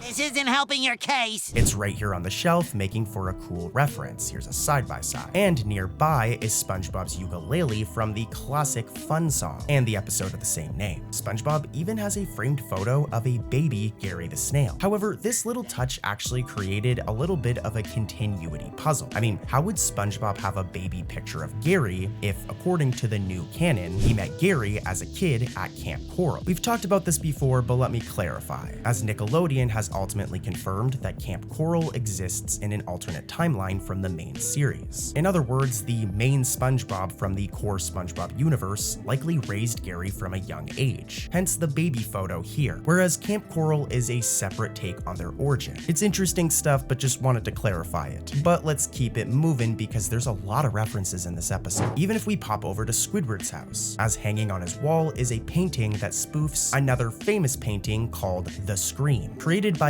Edvard Munch. I hope I said it correctly. I'm sorry, Edvard Munch, if I said your name wrong. Just this time, as you guys can see, it has a more Squidward touch to it. Here's a side-by-side. Even more surprising, though, is the cameo of an extremely obscure character. This human supervillain with a clam on his head appeared once in the very first Mermaid Man and Barnacle Boy episode, back in 1999. Oh no! The raging whirlpool! But after an 18-year absence, he actually shows up again in this episode, on a comic book cover that SpongeBob shields from Bunny Wunny's destruction. It's a blink and you'll miss it detail, but a really cool one that's also pretty rewarding to fans that know their SpongeBob lore. I mean, clearly some of the SpongeBob staff are just as obsessed with SpongeBob lore as I am, as Clamhead Candy Cat's inclusion, however brief, acknowledges the depth of the Mermaid Man universe, and is a treat for any of the nerds out there that remember all of the different villains from SpongeBob. But Bunny Hunt doesn't just reference SpongeBob's past. It throws in a bit of real-world culture too. Squidward, ever the sophisticated squid, drops a couple of French phrases during this episode. And if you were ever wondering what he said, I got you covered. At one point, he exclaims, "Sacre bleu," when speaking to a wooden dummy, a mild, old-fashioned French curse equivalent to the word damn it. Later, during a melodramatic funeral for his garden, Squidward sighs, "C'est la vie," meaning that's life in French. Some more fun facts for you guys right there. And I guess it's canon that Squidward can speak French, which is kind of fitting to his character. It's also kind of a smart way to sneak in a swear. Damn it is kind of like an edgy word, and you don't see a lot of characters from kid shows saying it, so it being in French was a way for Nickelodeon to sneak it in. At least that's my theory. A game theory. And let's head over to another episode. The episode Teacher's Pests from season 11 has a ton of Easter eggs. In this boating school episode, Mr. Krabs and Plankton are forced to attend Mrs. Puff's class, alongside their favorite person, SpongeBob, after a road rage incident. The premise sets up plenty of nods to past SpongeBob lore, so let's get into that, as I know that's what you guys clicked on the video for. Early on, Mrs. Puff shows an instructional boating safety video that pretty much gives tips and is a guide on how to drive a boat. And if this seems familiar to you, it's because this entire tutorial video is very similar similar to another video we got in another episode, Season 5's Boat Smarts. That entire episode, Boat Smarts, is about Mrs. Puff hosting a boating safety documentary that stars SpongeBob and Squidward. So it might not be a direct reference here, but they're very similar. They have the same like vignette effect on, and it's really cool. But if we keep it moving, there's even more Easter eggs. When class begins, SpongeBob excitedly introduces something special, with him explaining how students earn gold star stickers for good behavior. Did you know that every time you do something good, Mrs. Puff gives you a star sticker? Stickers? I'm an adult. I don't care about stickers. If you're a true SpongeBob fan, then you know that this is a direct callback to the iconic episode, New Student Starfish, where SpongeBob was the star pupil with a whopping 74 stars to his name across the episode. And those drinks are recorded here on the Good Noodle Board. Huh? Oh, sorry. In a funny bit of continuity error, here, SpongeBob has 0 stars on the board. But to be fair, this might be good continuity. It might be because it's been so many years since New Student Starfish. Maybe the board got reset. Plus, there's still boating school episodes, but we don't see SpongeBob in boating school like we used to, so maybe that's why. But nonetheless, SpongeBob has 0 stars in this episode, despite having a bunch back in New Student Starfish. But yeah, let's keep it moving. Mr. Krabs and Plankton become immediately obsessed with this reward system and begin competing by showering Mrs. Puff with fruit to earn stars. Oh, is someone hungry? Ta-da! Ooh, a grapefruit. How about some melon?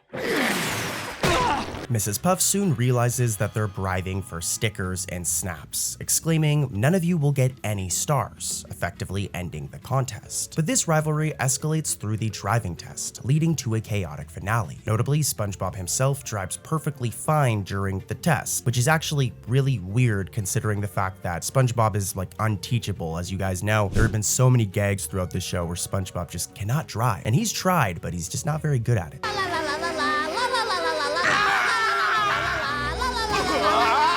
But yeah, I wanted to point this out because this is a really funny inconsistency. But let's get back to the Easter eggs, as there's a ton during the mayhem. When Mrs. Puff has had enough of Mr. Krabs and Plankton's antics, she uproots an entire apple tree and whacks them with it, shouting a very specific line. You want stars? I'll give you stars. So this one's really weird, but this line is actually a sneaky reference to the video game Resident Evil 3 Nemesis, in which protagonist Jill Valentine says the exact same phrase before defeating the final boss. You want stars? I'll give you stars. This is a very surprising deep cut, an M-rated game quote tucked into a SpongeBob episode. But hey, it suits Mrs. Puff like pretty well considering she's a crazy character. I guess whoever wrote this episode, or somebody on the art team, or just somebody is a fan of Resident Evil and found a way to sneak it in. They were probably in the middle of a Resident Evil 3 playthrough and were like, I'm just gonna find a way to put this in SpongeBob. The scene even shows cartoon stars circling the dazed Plankton's head. Teacher's Pet also plays with long-term continuity, but they also made a little bit of a mistake. Weirdly enough, Mr. Krabs and Mrs. Puff act like complete strangers in this classroom setting, despite having met and fallen in love back in Krusty Love, and having dated for 16 years as of the episode Whirly Brains. Mrs. Puff, we've been dating for 16 years now, so I was sincerely hoping that today might finally be the day that... Yes, Eugene? That I steal a little kiss? Oh! There's no on-screen explanation for this memory lapse, and was most likely an oversight by newer writers, who maybe didn't know this bit of SpongeBob lore. But hey, I'm an old school fan and I could not help but notice. The episode is packed with visual callbacks as well. In the background is a very familiar billboard. This right here is the Barnacle Chips billboard, representing the cholesterol-free snack from the iconic episode Chocolate with Nuts, which is where this billboard made its first appearance. Eat Barnacle Chips, they're delicious. They are most certainly not delicious. Not the way I use them. This exact same billboard also appeared in a later episode, Burst Your Bubble. You got on the freeway by mistake! Look out! So So its inclusion here, making a third appearance, is a clear wink from the staff to eagle-eyed viewers like myself. This isn't just like a random billboard, I want to make this clear. This is 100% an Easter egg or reference from the production team, and it's really cool. But later, when a driving mishap fuses SpongeBob, Plankton, and Mr. Krabs into one grotesque body, Plankton ends up occupying one of Mr. Krabs' eye sockets. Mr. Plankton, you were in a horrible boat accident. It's a miracle that you're alive. However, there were some complications. Hey, what's all the screaming up there? Forget class. Now we can be together forever. And this might not be a direct reference, but it's a bizarre sight that's directly reminiscent of a gag in another episode. The episode being The Other Patty, where the two rival restaurateurs also combined into a single being.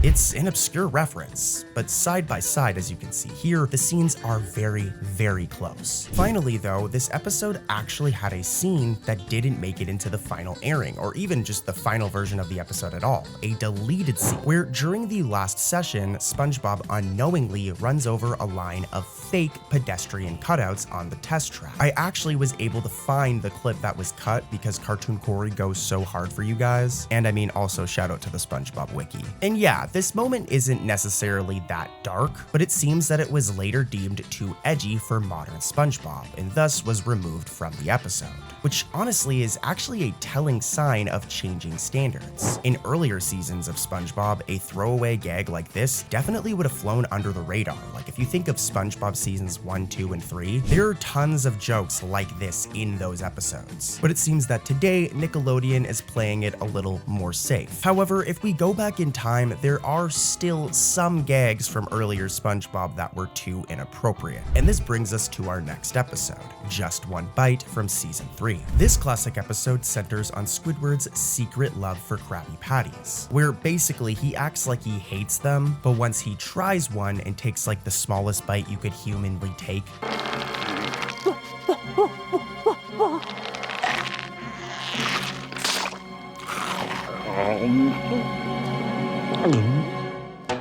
yeah, that was the smallest bite ever. But after this, Squidward becomes addicted to Krabby Patties. And this episode, Just One Bite, is actually famous amongst fans for a scene that vanished after its original airing. This is another deleted scene. The deleted scene in question occurs during Squidward's midnight break-in. In the uncut version, shown only during the Totally Twisted telly premiere back in 2001, Mr. Krabs had set up a booby trap in the Krusty Krab for intruders to prevent people from breaking in when the stores close. But instead of a regular alarm system, he does something pretty crazy. Squidward sneaks through the door only to have a bucket of gasoline tip over and drench him. And what happens next is pretty crazy considering this is a kid's show. Hey, this isn't water. This is gas.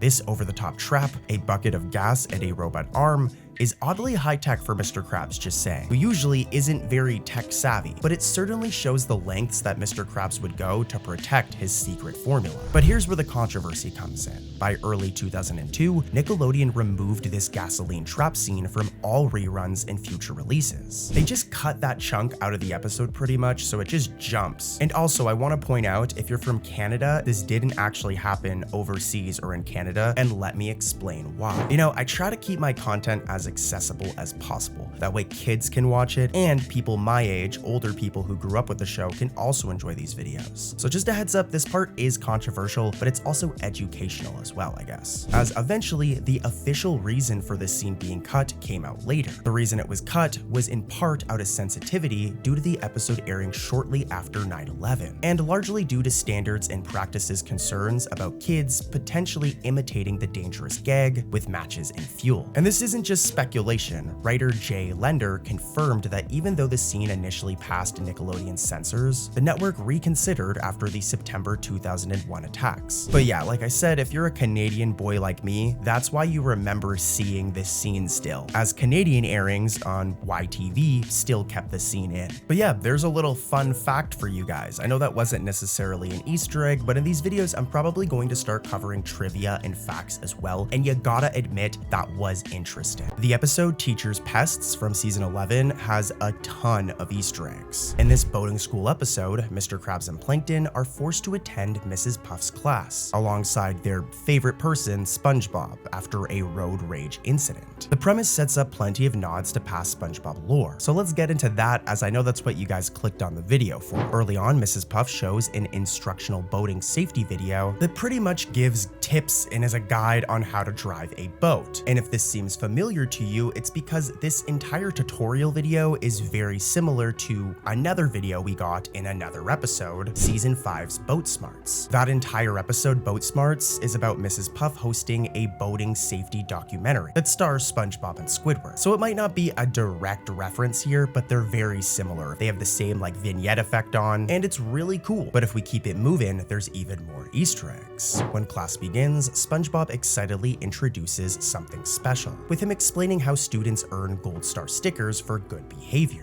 Did you know that every time you do something good, Mrs. Puff gives you a star sticker? Stickers? I'm an adult. I don't care about stickers. If you're a true SpongeBob fan, then you know that this is a direct callback to the iconic episode, New Student Starfish, where SpongeBob was the star pupil with a whopping 74 stars to his name across the episode. And those drinks are recorded here on the Good Noodle Board. Huh? Oh, sorry. In a funny bit of continuity error, here, SpongeBob has 0 stars on the board. But to be fair, this might be good continuity. It might be because it's been so many years since New Student Starfish. Maybe the board got reset. Plus, there's still boating school episodes, but we don't see SpongeBob in boating school like we used to, so maybe that's why. But nonetheless, SpongeBob has 0 stars in this episode, despite having a bunch back in New Student Starfish. But yeah, let's keep it moving. Mr. Krabs and Plankton become immediately obsessed with this reward system and begin competing by showering Mrs. Puff with fruit to earn stars. Oh, is someone hungry? Ta-da! Ooh, a grapefruit. How about some melon? Mrs. Puff soon realizes that they're bribing for stickers and snaps, exclaiming, "None of you will get any stars," effectively ending the contest. But this rivalry escalates through the driving test, leading to a chaotic finale. Notably, SpongeBob himself drives perfectly fine during the test, which is actually really weird considering the fact that SpongeBob is like unteachable. As you guys know, there have been so many gags throughout the show where SpongeBob just cannot drive. And he's tried, but he's just not very good at it.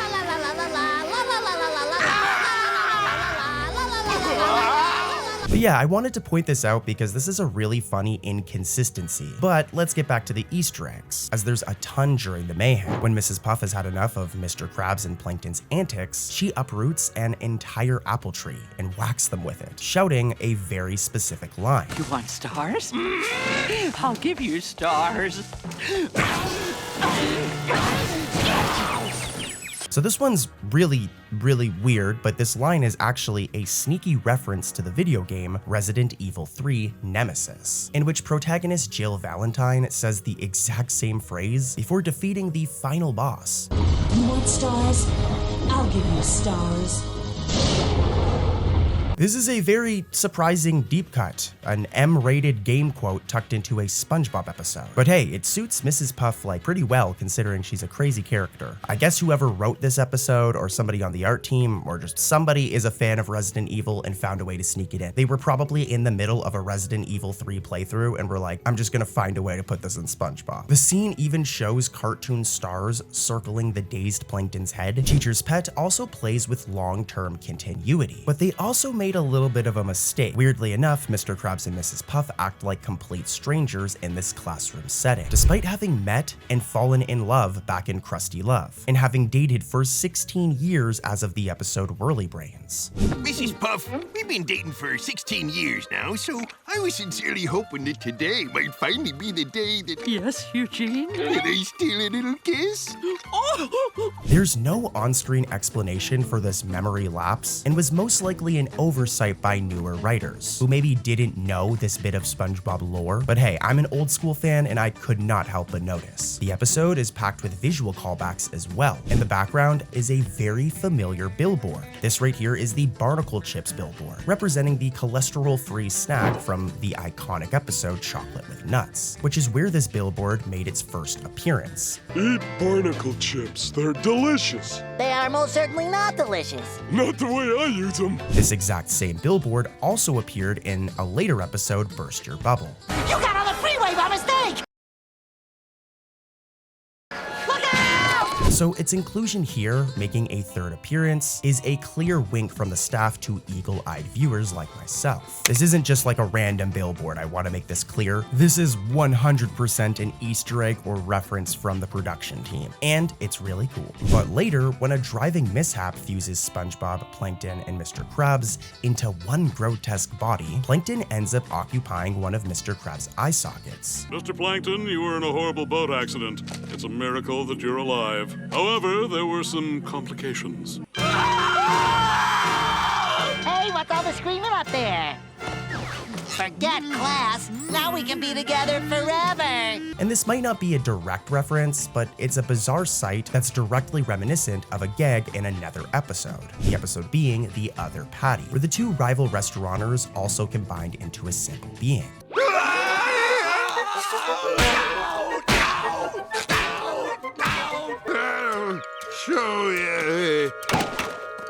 It's an obscure reference, but side by side, as you can see here, the scenes are very, very close. Finally though, this episode actually had a scene that didn't make it into the final airing, or even just the final version of the episode at all. A deleted scene, where during the last session, SpongeBob unknowingly runs over a line of fake pedestrian cutouts on the test track. I actually was able to find the clip that was cut because Cartoon Corey goes so hard for you guys. And I mean, also shout out to the SpongeBob wiki. And yeah, this moment isn't necessarily that dark, but it seems that it was later deemed too edgy for modern SpongeBob, and thus was removed from the episode, which honestly is actually a telling sign of changing standards. In earlier seasons of SpongeBob, a throwaway gag like this definitely would have flown under the radar. Like if you think of SpongeBob seasons 1, 2, and 3, there are tons of jokes like this in those episodes. But it seems that today, Nickelodeon is playing it a little more safe. However, if we go back in time, there are still some gags from earlier SpongeBob that were too inappropriate. And this brings us to our next episode,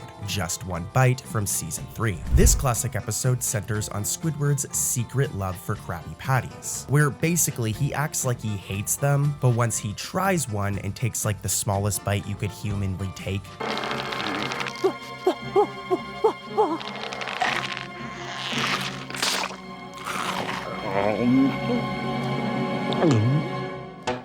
yeah, that was the smallest bite ever. But after this, Squidward becomes addicted to Krabby Patties. And this episode, Just One Bite, is actually famous amongst fans for a scene that vanished after its original airing. This is another deleted scene. The deleted scene in question occurs during Squidward's midnight break-in. In the uncut version, shown only during the Totally Twisted telly premiere back in 2001, Mr. Krabs had set up a booby trap in the Krusty Krab for intruders to prevent people from breaking in when the stores close. But instead of a regular alarm system, he does something pretty crazy. Squidward sneaks through the door only to have a bucket of gasoline tip over and drench him. And what happens next is pretty crazy considering this is a kid's show. Hey, this isn't water.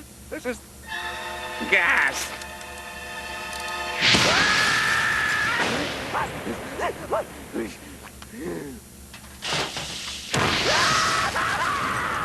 This over-the-top trap, a bucket of gas, and a robot arm is oddly high-tech for Mr. Krabs, just saying, who usually isn't very tech-savvy, but it certainly shows the lengths that Mr. Krabs would go to protect his secret formula. But here's where the controversy comes in. By early 2002, Nickelodeon removed this gasoline trap scene from all reruns and future releases. They just cut that chunk out of the episode pretty much, so it just jumps. And also, I want to point out, if you're from Canada, this didn't actually happen overseas or in Canada, and let me explain why. You know, I try to keep my content as accessible as possible. That way kids can watch it, and people my age, older people who grew up with the show, can also enjoy these videos. So just a heads up, this part is controversial, but it's also educational as well, I guess. As eventually, the official reason for this scene being cut came out later. The reason it was cut was in part out of sensitivity due to the episode airing shortly after 9/11, and largely due to standards and practices concerns about kids potentially imitating the dangerous gag with matches and fuel. And this isn't just speculation. Writer Jay Lender confirmed that even though the scene initially passed Nickelodeon's censors, the network reconsidered after the September 2001 attacks. But yeah, like I said, if you're a Canadian boy like me, that's why you remember seeing this scene still, as Canadian airings on YTV still kept the scene in. But yeah, there's a little fun fact for you guys. I know that wasn't necessarily an Easter egg, but in these videos, I'm probably going to start covering trivia and facts as well, and you gotta admit that was interesting. It's stand-up comedy night in our next episode at Camp Coral, with a legendary joke-telling sea kraken, the Wise Kraken, headlining a show for the campers. This episode, Wise Kraken, doubles as a tribute to SpongeBob's comedic past, both in content and in cheeky references. For one, the outdoor comedy venue is dubbed the Comedy Canteen, which immediately rings a bell, at least for me. It seems to be a sly spin on the comedy crab from the classic SpongeBob episode Squirrel Jokes. In that episode, Mr. Krabs briefly turned the Krusty Krab into a comedy club called the Comedy Crab.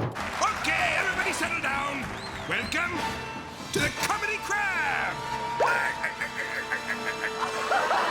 Here at camp, the Comedy Canteen serves as a similar role. There's a bunch of other similarities between the Comedy Canteen and the Comedy Crab, and it's been theorized that originally it was supposed to be the Comedy Crab. However, I think that the writers forgot that this is a prequel show and that the Comedy Crab wouldn't have existed yet technically. So they had to do a swap and turn it into the Comedy Canteen. This is something I've read on Reddit, but I don't know if this is actually true or not. And to be honest with you, it sounds like a stupid fan theory, so. But before we move on to another episode, here's a fun fact about this one. So as you guys know, Lady Upturn recently has become more of a regular character on the show. She originally was like a one-off character, but since Camp Coral, even in regular SpongeBob like season 13, season 14, 15, and 16, Lady Upturn is in a ton of episodes. There are some episodes where she's like a prominent character, and sometimes she's even the antagonist. And it all started with this episode, as this is the one that introduced her main catchphrase, "I am offended." Why did that sea captain flush the toilet? Why? Because it was its duty! I am offended! Oh! It's not that big of a deal, but it's cool to see that this is where the catchphrase originated from. Next up is insecurity guards. In this one, SpongeBob and Patrick become watchmen at the Bikini Bottom Museum of Everything, and their security antics wreak havoc on the exhibits. But throughout all the museum chaos, a refined figure from SpongeBob's past is hiding in plain sight. If we look at this one scene early on, the camera pans across a crowd of museum goers. And if you're a true SpongeBob fan, you should be able to catch who's in this shot. Roll the footage. Now, rule number 1 of guarding is don't let visitors touch stuff. No touchy, no feely. Aye, aye. For those of you who don't know or missed it, this guy right here is Monty P. Moneybags. And if we rewind all the way back to season 2, there was the episode Artist Unknown. Monty P. Moneybags is a wealthy art collector, and Squidward wants to impress him. But as you guys can imagine, this does not go very well. Good day, sir. My name is Monty P. Moneybags. The world-famous art collector? One and only. I'm on a shopping spree, buying art for my new museum. Your search is over. How about this one? I call it bold and brash. More like belongs in the trash. Sorry, I must have missed that one. Auntie Moneybags hasn't appeared in an episode in like 20 plus years. His last and only appearance was back in 2001's Artist Unknown. So to see him again in season 12, silently touring a museum as a background character is a deep cut Easter egg that really caught my attention. And there's more. If we head back to the 2004 SpongeBob SquarePants movie, we were introduced to this version of King Neptune. And as you guys know, his crown was a major aspect of that episode, with it hiding his baldness. This thing was very important to him, but it seems that even years later, it's still missing as a look. Hey, Patrick, I think that guy's trying to touch that painting! If we pause right here, we can see that it's still missing, and it can be found in the museum as one of the things that the robbers stole. This is a really cool Easter egg. I mean, that movie came out in 2004, so considering that this episode came out in 2019, it shows that the writers were really paying attention. Also, a fun fact, in this episode we were introduced to this painting right here, and we would not see it for a long time after this. It seemed that originally it was going to be exclusive to this episode and security guards, but if we fast forward years later to the Camp Coral episode, Revel Revolution, it actually appears in this scene right here. No one wakes us up like you, and I should know. I'm your biggest fan. Yeah, I go. I have all your albums. Here's a side-by-side, and that's definitely the same painting, right? Let me know what you guys think in the comments. On top of that painting, there's a couple of other paintings in this episode that seem to be references. For example, this one painting here with Mr. Krabs and the Krabby Patty, it's actually a reference to the creation of Adam, a painting made by Italian artist Michelangelo. What you doing? I'm cleaning centuries of dirt from this priceless painting. Going too slow! I think I know how we can speed things along.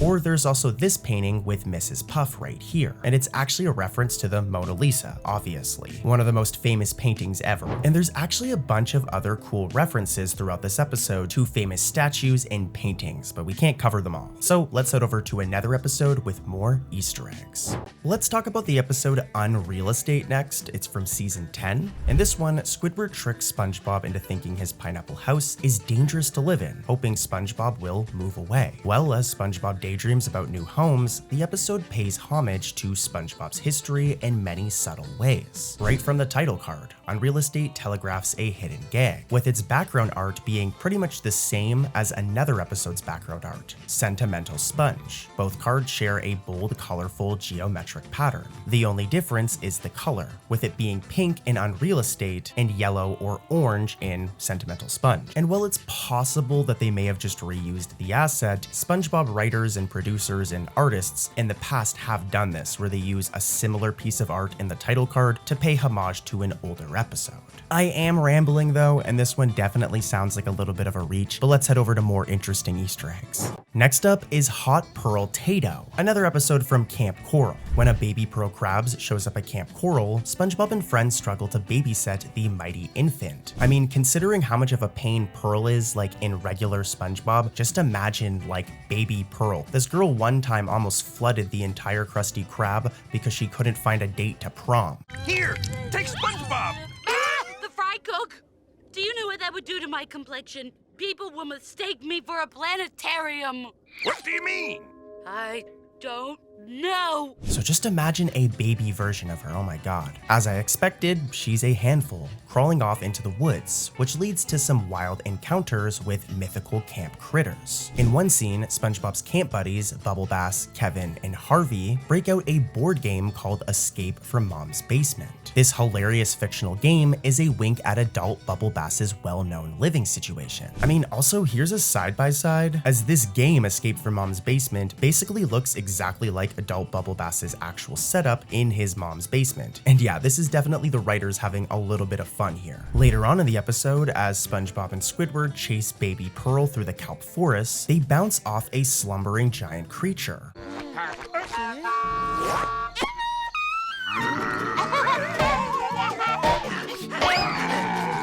And this thing should be familiar to you guys. It's a sea moose, also known as a moose snail. Now, eagle-eyed fans may recognize this beast, as it first appeared in the main series episode, A Cabin in the Kelp, blocking the Gal Pals road trip.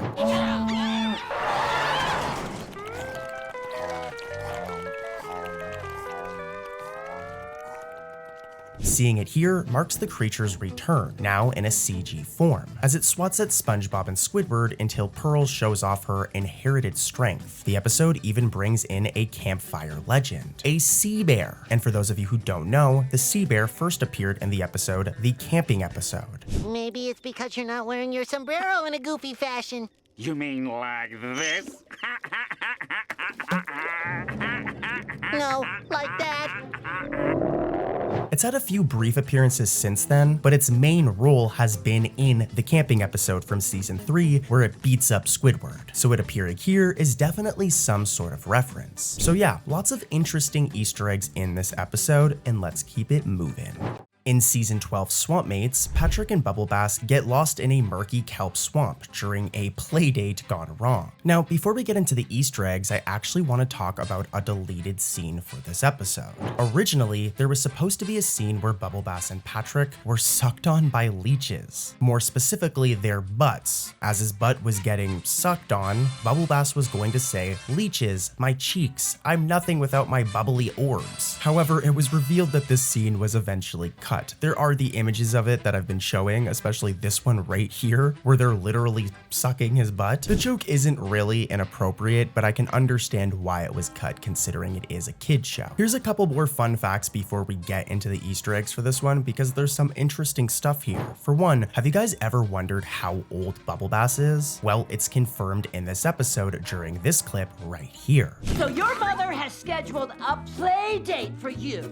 I'm not 23 anymore, Mother. You'll just have to cancel it. Well, if Bubble Bass isn't 23, then that means he's 24. So yeah, if you've ever wondered his age, yeah, he's 24. He kind of reminds me of myself, a grown man collecting collectibles and liking nerd stuff. But okay, Easter eggs, and here's the first one. If we go back years in the past to season 3, there was the episode Mermaid Man and Barnacle Boy 5. And this episode's really cool because it's like an Avengers style SpongeBob episode where SpongeBob, Patrick, Squidward, and Sandy team up with Mermaid Man and Barnacle Boy to form an Avengers-style team, with them each getting their own superhero moniker. SpongeBob is the Quickster, Sandy is Miss Appear, she can turn invisible, Squidward is Captain Magma, and Patrick is the Elastic Waistband. Together, they're the International Justice League of Super Acquaintances, and they report to the Chief, this guy right here. Our sources last saw Evil harassing teenagers up at Makeout Reef. You know, Makeout Reef?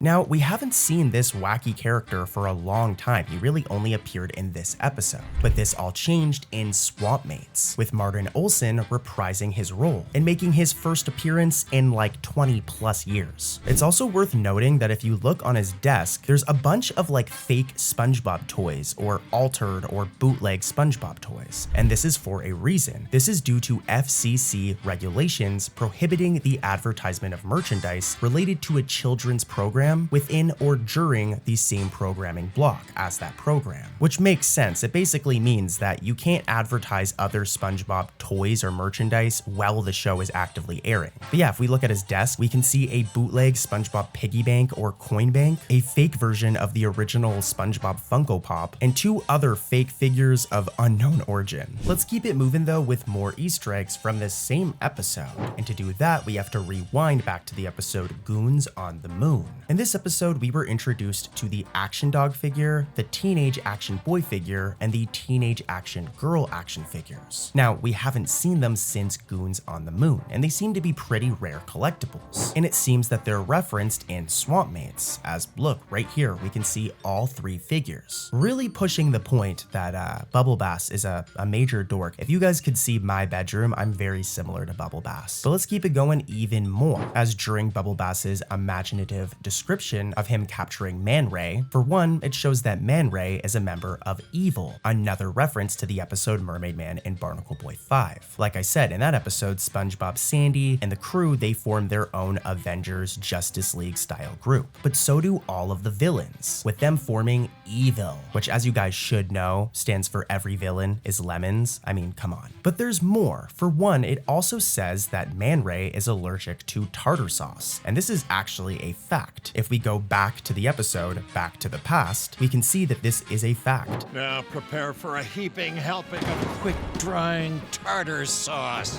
And last but not least, it also shows that Man Ray hates the tickle bouts, and this is another direct reference, this time to Mermaid Man and Barnacle Boy 3. More specifically, this hilarious scene where Man Ray just cannot stop laughing. Frequency rising! Belt out of control! Belt up too high! Tickling my DNA! Make it stop! In this episode, Midnight Snack Attack, Plankton schemes to turn his fellow campers into mindless mutants with a secret midnight snack experiment. The mini-villain imagines using the campers as the first step in a quest for world domination, but it's the tongue-in-cheek references that truly feed fans. Early on, Plankton monologues about his plan, with him saying the following. First, I'll take over this camp, and then go to college, get my bachelor's degree in world domination science, and then take over the world! This is a hilarious over-the-top line that riffs on classic cartoon villains, but also winks at Plankton's own academic pretensions. Karen dryly suggests he might need a certain secret formula to succeed, prompting Plankton to scoff, "Secret formula? Don't be ridiculous." There must be some simple way to world domination. Maybe an equation, a theory. A secret formula? Secret formula? Don't be ridiculous. I think the reference here is pretty clear. As you guys know, in regular SpongeBob, like the original SpongeBob SquarePants show, Plankton's #1 goal is to get the Krabby Patty secret formula. And this is a clear reference to that. What's really funny here is Plankton doesn't even know it yet. He doesn't know that that's his life goal. I'm sure if future Plankton could hear younger Plankton saying this, he'd give him a good schmack in the head. And there's actually more when it comes to this episode. Another interesting Easter egg that, to be honest with you, at first I was like, is this actually an Easter egg? But it is if you really think about it. So if we go to the movie, we can see that Plankton has this filing cabinet right here, which is kind of why I wasn't going to include this one, like it's just a random file cabinet, but there is some good continuity here because if you look in Midnight Snack Attack, when we look at Plankton's laboratory in this episode, look, the same filing cabinet appears right here. And yeah, it's the same thing. So I guess this is a reference. I don't know if it was actually intentional, but it's a reference. Normally I find a lot of these Easter eggs myself. This one's from the wiki, so if you don't agree with it, blame the wiki. But also, I love the SpongeBob wiki. Shout out to the moderators. Next up is an episode filled to the brim with Easter eggs, and that's Plankton Gets the Boot from season 10. After an argument with Karen, he insulted her screensaver, Plankton finds himself kicked out of his own house, and throughout this episode we see him couch surfing at SpongeBob's place, which is kind of crazy, you know, like Plankton's tried to do a lot of crazy stuff to SpongeBob. Like one time he literally invaded his body and controlled him like a robot, but SpongeBob doesn't care, he's a chill guy, and still lets him sleep over. Now this is where the Easter eggs come in, as during this scene right here where the pair are eating popcorn, dude, there's like 15 plus Easter eggs in this one scene. So let's dive into all of them. First things first, who remembers Whirly Brains? SpongeBob and Patrick buy these things at the Bikini Bottom toy shop after watching an advertisement in that same episode, Whirly Brains, and it's usually used to play pranks on other Bikini Bottomites. Found him! Yep, that's him! Hi, Squidward! Well, if we look at that shot from Plankton Gets the Boot, they're right here. We can also see Pretzel Pals, which is another cool reference. It actually references the episode Buried in Time, specifically this scene right here. Roll the clip. It's our favorite game! Pretzel Pals! Also, if we rewind to the episode Have You Seen This Snail?, there was this Mermaid Man and Barnacle Boy paddle ball set. Well, it reappears years later in that same shot from Plankton Gets the Boot. And there's more. If you guys remember, there was an episode in the past where Patrick makes his own board game. It was called Patrick the Game. Welcome, gamers, and behold! My game. beautiful. Well, Patrick the Game appears in this episode right here. And there's some more board games. For example, if we go back to the episode Arg, Mr. Krabs played this board game right here. The Flying Dutchman's Treasure Hunt. Based on a real treasure map. This right here is the Flying Dutchman's Treasure Hunt, and it seems that the writers haven't forgotten about it because it's right here in Plankton Gets the Boot. And you guys may have noticed eels and escalators right here, which needs no introduction. This board game is iconic, and if you're a SpongeBob fan, you know exactly where it's from. But let's keep it moving, there's more. We can see this Mermaid Man action figure right here, which also appeared in the episode Mermaid Man vs. SpongeBob in this scene, and in the episode Toy Store of Doom. And we're still not done yet. There's the Pin the Tail on the Seahorse, which, to refresh your memory, is from this scene in the episode Opposite Day. Happy birthday! Happy birthday cake! Happy birthday! Pin the tail on the seahorse! It also appeared in the episode Party Pooper Pants right here as well. So really cool to see it appearing in Plankton Gets the Boot. If we look over here, we'll see Rocky Road, which made its original appearance in Goodbye Krabby Patty. But more importantly, if we look over here, guys, there's a Krusty Krab pizza, which references the iconic episode Pizza Delivery. And for those who don't know, it also appeared in this scene in the episode I Heart Dancing.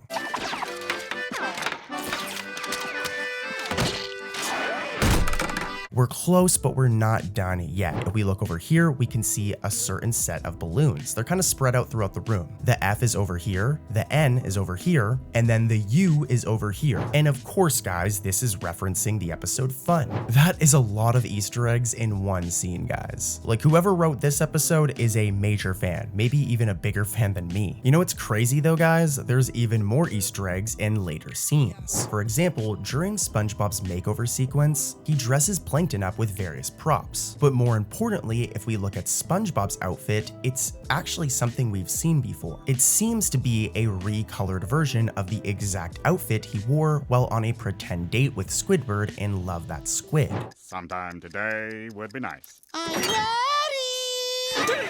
Nap time.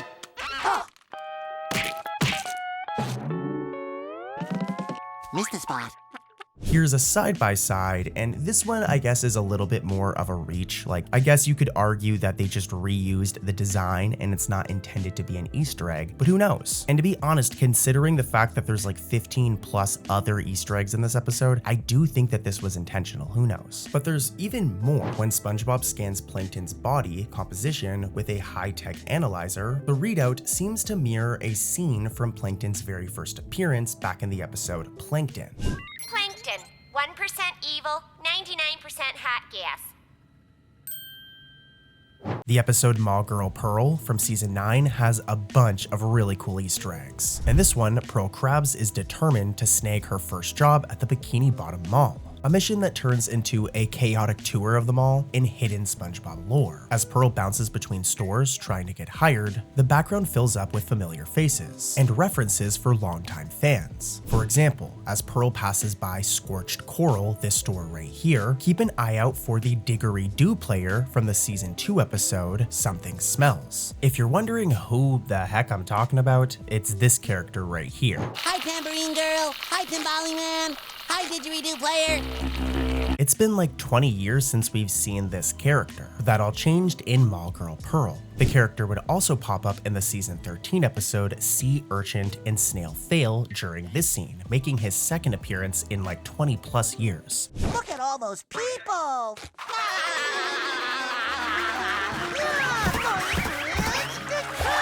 I know he seems like a random background SpongeBob character, but he's a very rare character. Heading back over to Mall Girl Pearl, there's other random characters that pop up in the background that we have not seen in a long time. Other rare characters. For example, Carl, the overzealous manager from the episode Selling Out. Hi, gentlemen, I'm Carl. I'll be your new manager. New manager? I think you'll find working at the Krabby-O Mondays to be both a learning experience and an enjoyable one. Yeah, that guy right there, he's spotted twice at the mall. Once outside the Bangles and Dangles store, and later in the food court right here. Carl's cameos nod to his infamous stint running Krabby-O Mondays in season 4, so it's pretty cool to see him pop up again, even though it's also very random. But there's more. At one point, we see this graffiti door during the fight between Pearl's bullies and the crazy grandmother. As we can see right here, we can see Squidward smells and Krabs is a blank, a direct throwback to this scene from the SpongeBob episode Sailor Mouth. Squidward smells. Good. Krabs is, Do you kiss your mother with that mouth? well, sometimes, but not recently. Even SpongeBob himself only shows up in a blink and you'll miss it moment. He has just 3 quick cameos, which is kind of crazy that he was making cameos in his own show, but I guess it makes sense. This episode is all about Pearl. And there's more background cameos as well, by the way. If we look over here, we can see Mermaid Man, Barnacle Boy. If we head over to this scene, we can see Bubble Buddy. And if we take a look right here, we can find the health inspector from the iconic episode Nasty Patty. I'm going to need you to bring me one of everything on the menu. Excellent choice, my darling.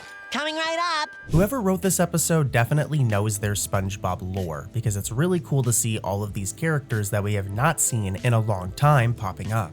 Our next episode is Cabin of Curiosities. On a dark and stormy night at Camp Coral, SpongeBob and Patrick stumble upon a creepy cabin filled with even creepier kid campers. In one of them is a familiar fiend from SpongeBob's past, or I guess his future, albeit in a pint-sized form. Cabin of Curiosities plays out like a kid-friendly horror homage, as our heroes meet a gang of monster kids in the woods. You are either very brave or very foolish to venture into this dark domain. Foolish! Definitely foolish! Jake? Yes, we are. My name is Predatori. That is my web. I spun it this morning. The star of these odd campers is Kid Ferrazzu, who, as his punny name definitely implies, is the child version of the iconic SpongeBob character and just classic horror character in general, Nosferatu. It's crazy that Nosferatu is like literally like a canon SpongeBob character. Like, he's appeared on screen many times in the show. I mean, I guess this one technically isn't actually an Easter egg if Nosferatu is a regular character now. Camp Coral is a prequel show and shows a lot of the characters' younger forms, so I guess it makes sense that we would see Nosferatu's kid form, but I do think that this overall is a cool little homage at the very least. It turns out that Patrick Star sometimes needs a break, or so he decides in the episode Patrick's Staycation. Feeling overworked from his grueling routine of sleeping and snacking every day, probably just chilling at home in his rock playing Fortnite. This guy has no life. I love Patrick, but seriously, I've watched almost every episode of the show, and Patrick is one of the laziest characters ever. But yeah, despite being the laziest character ever, Patrick longs for a vacation, but he can't afford one. Going on vacation's really expensive. You gotta pay for your flight, you gotta book a hotel, it's pricey. So enter SpongeBob, ever the problem solver, who comes up with the idea to give Patrick a luxury staycation right at home. As I always say, don't worry, I'm gonna get to the Easter eggs soon, I just gotta explain all this, that way they make sense. Now eventually, we get a scene where Patrick plans his fake vacation, and it takes place at the Bikini Bottom travel agency, and it hides a fun visual reference. So, you'd like a vacation? Oh, great! Another thing for me to do. Yes, he'd like a vacation. It all depends on your budget. On the travel agent's wall, SpongeBob and Patrick admire a framed photo of a fancy cruise ship. But this isn't just any old cruise, it actually foreshadows the very cruise ship that'll appear in this episode's sequel episode, Walking the Plankton. That's the same ship. Walking the Plankton's like the next episode after Patrick's Staycation, so this is an interesting Easter egg. It's not what we would normally cover, but it's interesting. In Walking the Plankton, Plankton lures Mr. Krabs onto a luxury ocean liner as part of a scheme. So the travel agency's glamorous cruise poster is effectively an Easter egg planting the idea. It's a clever bit of continuity between the back-to-back episodes, and it's something that SpongeBob's never really done before. There isn't usually continuity between episodes like this, so yeah, it's interesting. This next episode finally brings Gary the Snail to Camp Coral, and with him comes a barrel of references spanning the SpongeBob universe. In our next episode, Camper Gary, SpongeBob discovers his pet snail has stowed away at camp. Rather than send Gary home, SpongeBob disguises him as a new camper to keep him hidden from the staff, particularly from Mrs. Puff, who turns out to hate snails, which is kind of weird because she literally has a snail in the episode The Sponge Who Can Fly. Like, SpongeBob helps save her snail, so this is a little bit of a continuity error, but anyways, the premise of this episode alone parallels a classic SpongeBob plot. It's essentially the summer camp equivalent of My Pretty Seahorse, where SpongeBob hid his pet seahorse Mystery at the Krusty Krab. SpongeBob, thanks for finally getting rid of that horse. You're welcome, Mr. Krabs. It worked, girl. I'll just keep you back here until Patrick finishes that stable I asked him to build. Years later, in Camper Gary, we see SpongeBob do something very similar to that scene from My Pretty Seahorse. As a matter of fact, the entire plot of this episode is very similar, which a lot of people think is a reference. Here's another Easter egg though. Of course, Gary eventually runs loose, and Mrs. Puff goes into full monster hunter mode, chasing the beast snail haunting the camp. She doesn't even realize that it's Gary and actually thinks that there's a real threat here. But in a very funny twist, during the chaos, Mrs. Puff offhandedly mentions the following line, and if you listen closely, this is a reference. Mom always said I'd go out like this. Oh well, better than being dragged back to prison. As you heard right there, Mrs. Puff refers to being dragged back to prison. And this is a reference to the fact that Mrs. Puff has gone to prison many times in original SpongeBob. For example, in No Free Ride, she goes to jail. So it's very in character that even years before original SpongeBob in the prequel show, she had already been to jail. It seems to be a running theme in her life. There are some more Easter eggs in this episode, and I'm gonna rapid fire them. They're really cool. For one, if you look closely in SpongeBob's bunk, there's this poster right here of Mermaid Man on the wall. We also see a jar of mayonnaise amongst SpongeBob and Patrick's belongings, perhaps a wink at the famous "is mayonnaise an instrument" joke, since what camper packs mayo for a trip? Only Patrick would do that, I mean, come on. And if you look closely right here, we can find canned bread again. We've talked about this in a previous Easter egg video, and if you guys remember back in the episode Squidville, okay, where Squidward moves to go and live in like a town where it's all people exactly like him, he finds one of his favorite things that he's always been looking for. Canned bread! This town is great! So yeah, this is a really cool Easter egg and shows that whoever wrote this episode knows their lore. This is like a deep cut of a reference, canned bread, really cool. Let's keep it moving though. Our next episode is Call the Cops from season 11. This episode flips the script by putting SpongeBob and Mr. Krabs on the other side of the law. Plankton actually gets himself arrested after yet another failed formula theft, and the secret formula is locked up at the Bikini Bottom police station as evidence. To retrieve it, Mr. Krabs convinces SpongeBob to go undercover as police officers and infiltrate the station, a recipe for hilarious antics. Have you got a license to sell these cookies? Officer SquarePants, I don't think we ought to. Let me handle this, Officer Mr. Krabs. I don't have a license. Yeah, that's what I thought. As soon as they step into the station lobby, the background art delivers clever gags. For one, there's a framed photo of a donut on the wall, poking fun at the classic trope that cops love donuts, but right beside that is a wanted poster bearing a very familiar face, that of the Tattletale Strangler. I love references like this. Fans will remember this villain from SpongeBob Meets the Strangler, a legendary iconic episode, and apparently the Bikini Bottom PD is still on the lookout for him. The fact that his wanted poster appears here is a continuity nod, as if the events of that episode have been filed in police records. And the station's back room holds another Easter egg for the observant. Pinned up on the wall is a wanted poster for another iconic SpongeBob villain. Roll the clip and I'll let you guys catch it. You can interrogate the suspect. I don't know how to interrogate. Then just ask questions. Come on, you guys gotta know this one. That's Dennis, the fearsome hitman from the original 2004 SpongeBob SquarePants movie. Name's Dennis.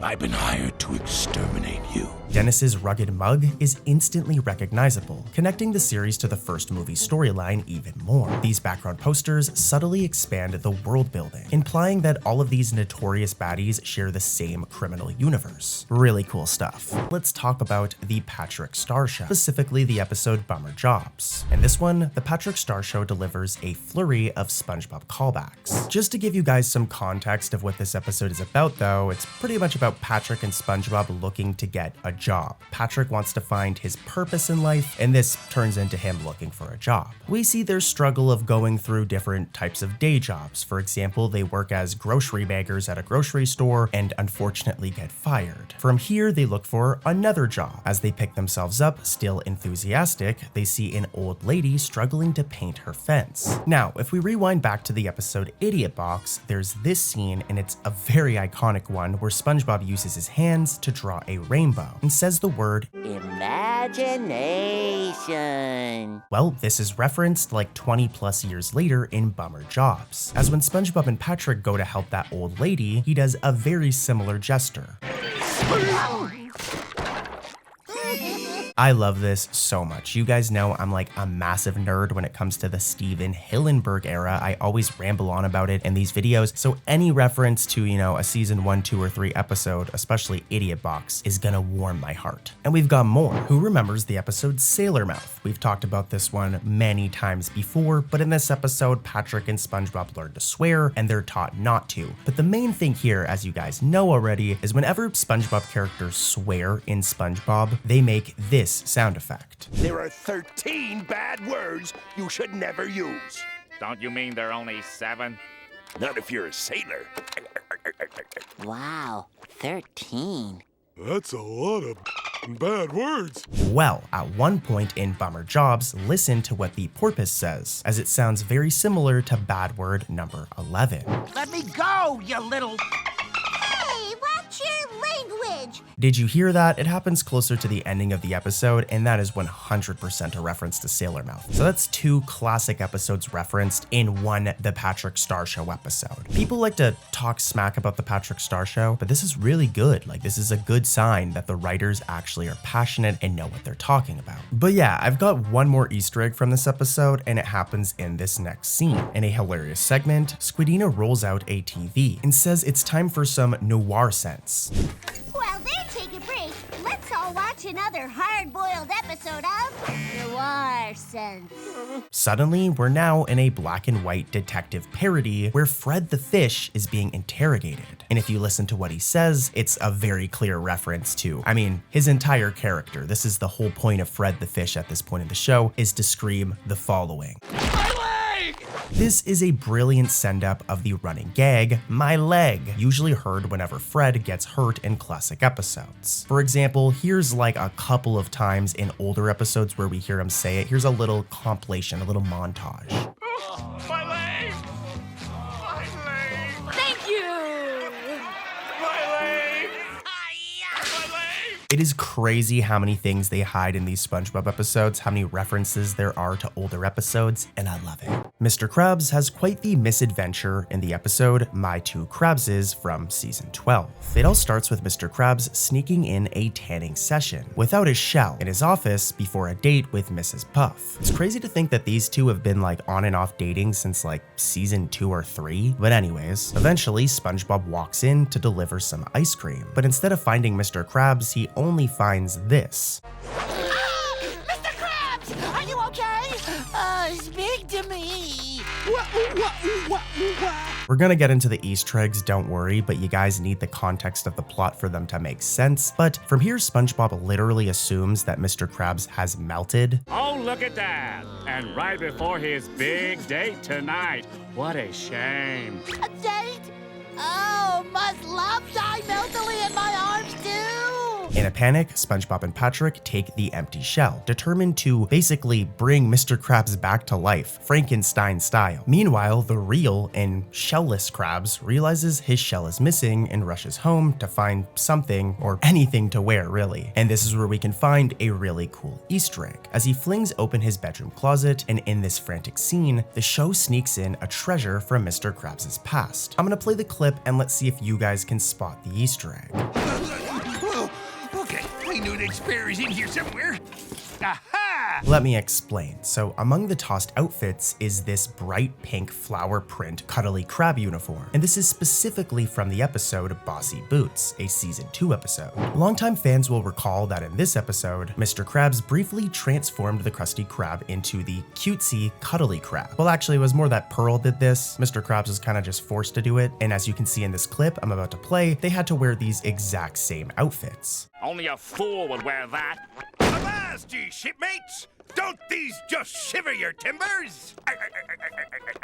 Seeing this ridiculous attire resurface here, only to be deemed unwearable by Mr. Krabs, is a delightful Easter egg. It confirms that Mr. Krabs hung on to the old uniform, and it adds a layer of irony to his wardrobe scramble. But the closet gag doesn't stop there. Mr. Krabs also tosses out a chicken costume, the same one that SpongeBob once wore in the episode Cephalopod Lodge. Here's a side-by-side, and yeah, I think that that's a reference. And we've got more. Let's head over to another episode. So the continuity of SpongeBob's universe definitely gets like messed up a little bit in this next episode, Kitchen Sponge. Or maybe it was fixed, depends on who you ask. In this Camp Coral episode, young SpongeBob volunteers to help Plankton, who runs the camp's mess hall. And the goal is for him to help Plankton improve his menu. Disaster strikes in a scene that is very similar to the show's very first episode, Help Wanted. Plankton's kitchen is overrun by a ravenous swarm of fish campers.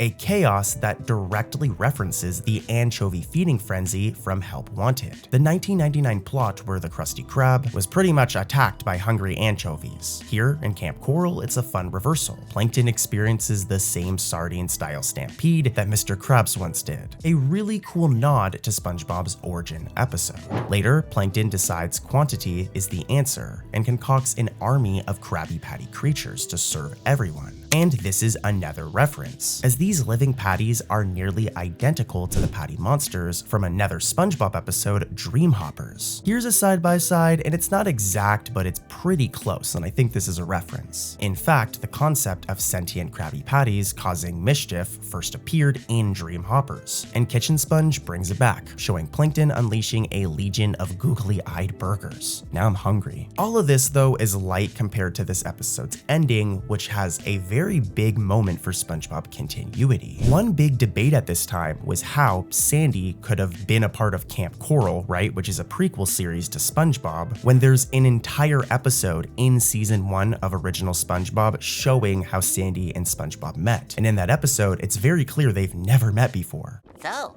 what's your name? Sandy? Well, in the climax of Kitchen Sponge, when SpongeBob inadvertently invents the Krabby Patty's secret formula and nearly changes history, Sandy steps in by literally calling her future self. In a sci-fi twist, adult Sandy appears via video to her younger self, congratulating her on a successful plan to keep the formula out of Plankton's hands. Affirmative, little cheeks. This is Big Cheeks, receiving you from the future. The formula burned up before Mr. Plankton could nab it. Now it can be safely rediscovered in the future. I knew sending you to Camp Coral was the right thing to do. Okay, so this is important. That clip right here implies that Camp Coral exists in an alternate timeline, where Camp Coral is still canon and is still a prequel, but because it's in an alternate timeline, it explains how SpongeBob meets adult Sandy in the original SpongeBob show, but also already knew her back in Camp Coral. This is a very complicated one. I hope you guys got it, but yeah, it's really cool. By having future Sandy orchestrate the events, the show winks at viewers and suggests the following. The original series and Camp Coral now diverge into separate universes. It's pretty cool, but as you guys know, let's head over to another episode. Next up is the episode In Search of Camp Nudist. In this episode, SpongeBob and friends hear a rumor of a secret nudist camp in the woods. Yes, you read that right. So the group set off on a curious quest to find it. SpongeBob, Patrick, and Sandy tromp through the forest in search of the fabled Camp Nudist, while camp counselors Mr. Krabs and Squidward chase after them in a panic. I mean, they definitely don't want a bunch of kids stumbling onto naked campers, right? As the hike wears on, Squidward grows exhausted, and this is where we could find an Easter egg. In a dramatized moment, Squidward collapses and wheezes for Camp Master Krabs to go on without him, and what follows is a cheeky nod to SpongeBob's own theme song. Mr. Krabs shrugs and immediately marches ahead while whistling this. Roll the clip. You'll have to go on without me. Okay. What? Hey, don't leave me alone out here! It's a blink and you'll miss it Easter egg that longtime viewers instantly recognize, as Mr. Krabs just sang the SpongeBob SquarePants theme song, or at least a very similar version of it. I'm gonna keep these clips short just because I don't want to get destroyed by copyright, but here's like 2 seconds of the SpongeBob theme. Who lives in a pineapple under the sea? And if you listen here, Mr. Krabs plays pretty much the same thing. I'm gonna play it again. Here's like 2 seconds of that. Wait, hey! Really cool, but let's head over to another episode. Just a little reminder that if you're still awake, you should be sleeping. And if you're still awake, you might as well grab your phone and subscribe to us. Please do it. I'm trying to hit 10K and we're really close. So if you enjoy my videos, I'd really appreciate it. At least I'm not like all those other crappy AI SpongeBob channels. I'm a real person. I'm gonna be doing my face reveal soon. This is my actual voice. Blah, blah, blah, blah, blah, blah, blah, blah, blah, blah, blah. There's no AI. All right, go and make AI do that, but I'll do it on camera soon to prove it. But make sure to subscribe, guys. I love you. And back to the video with some more Easter eggs. Our next episode is the Donut of Shame, a very short episode from season 5. This bite-sized episode opens with Patrick groggily waking up on SpongeBob's ceiling after what appears to have been a wild night of partying. Who knew that Patrick got so crazy, man? Like, dude was probably staying up all night eating ice cream. Would you like another spot of tea, Ms. Nibsy? Oh, you would? From here, Patrick notices SpongeBob still asleep, clutching a delicious-looking donut. A beautiful specimen of donuthood, as Patrick pretty much calls it. Ever impulsive, Patrick liberates the pastry from SpongeBob's hand and sneaks it home for himself. And this is where we can find some Easter eggs, or well, some references. The animators slip in a sweet nod to the show's early days. I'm gonna roll the clip and let's see if you guys can spot it. A beautiful specimen of donuthood. A donut this nice deserves to be served on fine china.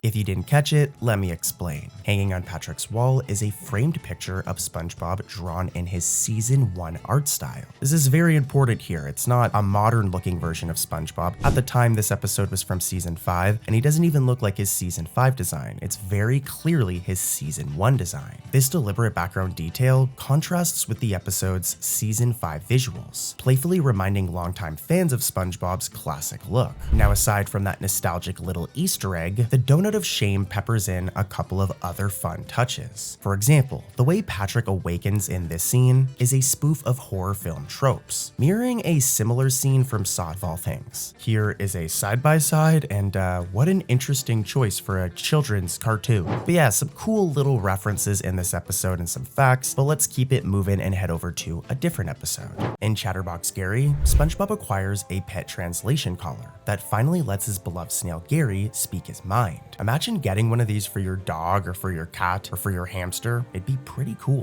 Hello there, Papa Bob. Now, we're gonna get into the Easter eggs. I know that's what you clicked on this video for, but I gotta give you guys the context. That way they make sense. SpongeBob excitedly shows off Gary's new voice to his friends, but when they visit Squidward's house, the real fun begins. Gary surprises Squidward by complimenting his interior decor, revealing that he's actually a really classy snail, you know? He's got a sophisticated sense of design, as Squidward puts it. Come, Papa Bob. Let's get out of here before this bad taste rubs off on us. Oh, gee, do you have to? Don't be sad, Squidward. We'll be back soon. From here, this is where we get to our first couple of Easter eggs, and they're really, really cool, as this leads to a gallery of in-jokes adorning Squidward's walls. And eagle-eyed fans can definitely spot some of these portraits here and the references that they're referring to. For example, this one right here of handsome Squidward, referencing Squidward's briefly beautified form from the episode The Two Faces of Squidward. Squidward, you're even more handsome now! If we keep it moving, in another framed piece, Squidward is shown grappling with a sea bear. And this one is a very specific reference. Like, I really like this one. This one's really cool. It kind of brought back some nostalgia for me, as if we rewind to the episode, the camping episode, where SpongeBob, Patrick, and Squidward all go camping. There's this scene where Squidward refuses to heed SpongeBob and Patrick's anti-sea bear precautions. And yeah, this happens. No, like that. Here's a side-by-side, and yeah, this is a really cool callback. If we head back to Squidward's gallery, there's even this painting of a very specific sculpture. It's right here, I'm circling it, and it's a reference to Squidward's sculpture from the episode Are You Happy Now? Again, here's a side-by-side, and yeah, this one's also really cool. And there's more, so let's keep it going. For example, this image right here references the episode Not Normal, specifically this scene, or how about this one? This one references the episode Gone. Here's a side-by-side with the episode Gone and the picture or the portrait, and as you can see, this is a reference, really cool. There's like 3 or 4 more, but I'll let you guys talk about them in the comments. What other portraits here are references to older SpongeBob episodes? To be honest, you shouldn't even be answering this because you should be sleeping, but if you aren't sleeping, it's okay, you can answer this one, but then go like right back to sleep.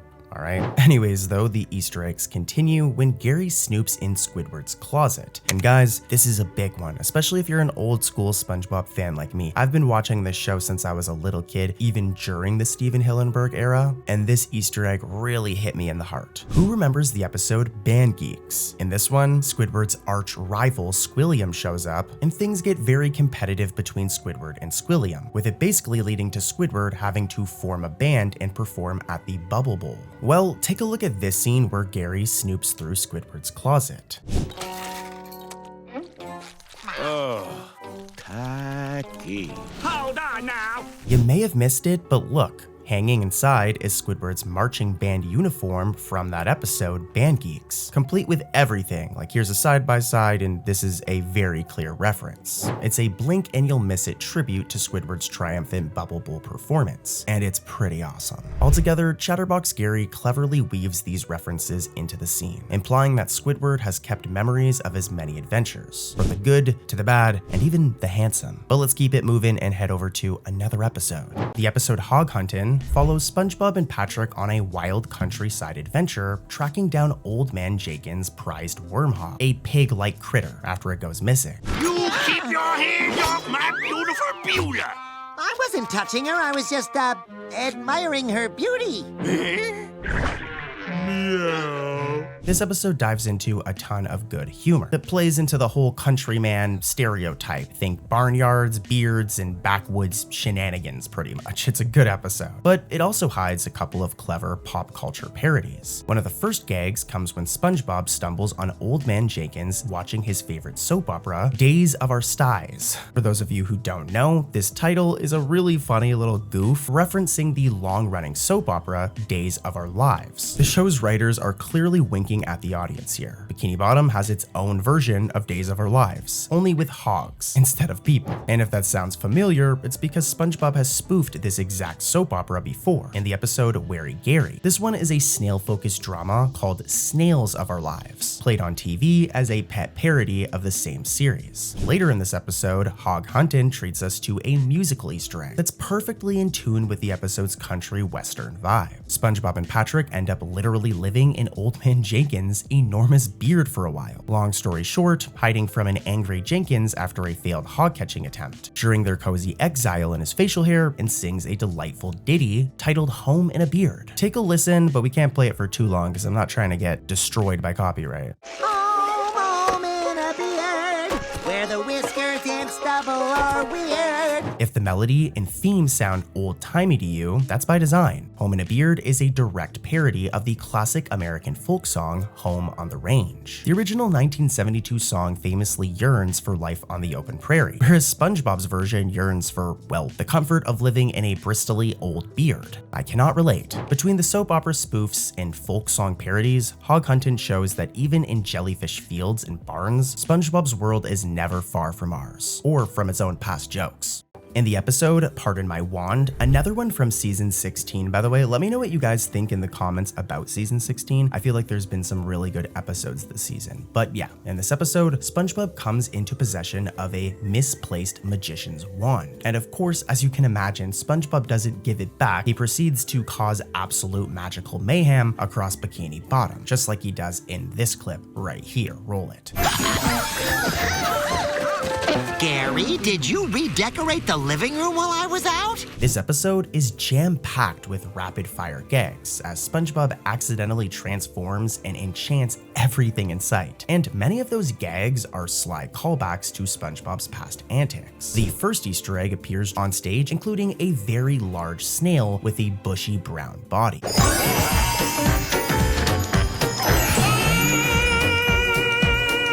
Longtime fans may recognize this creature as the elephant snail from the episode Don't Feed the Clowns, a one-off character from that episode. In that episode, the elephant snail was a circus animal that roared like an elephant and balanced on a beach ball.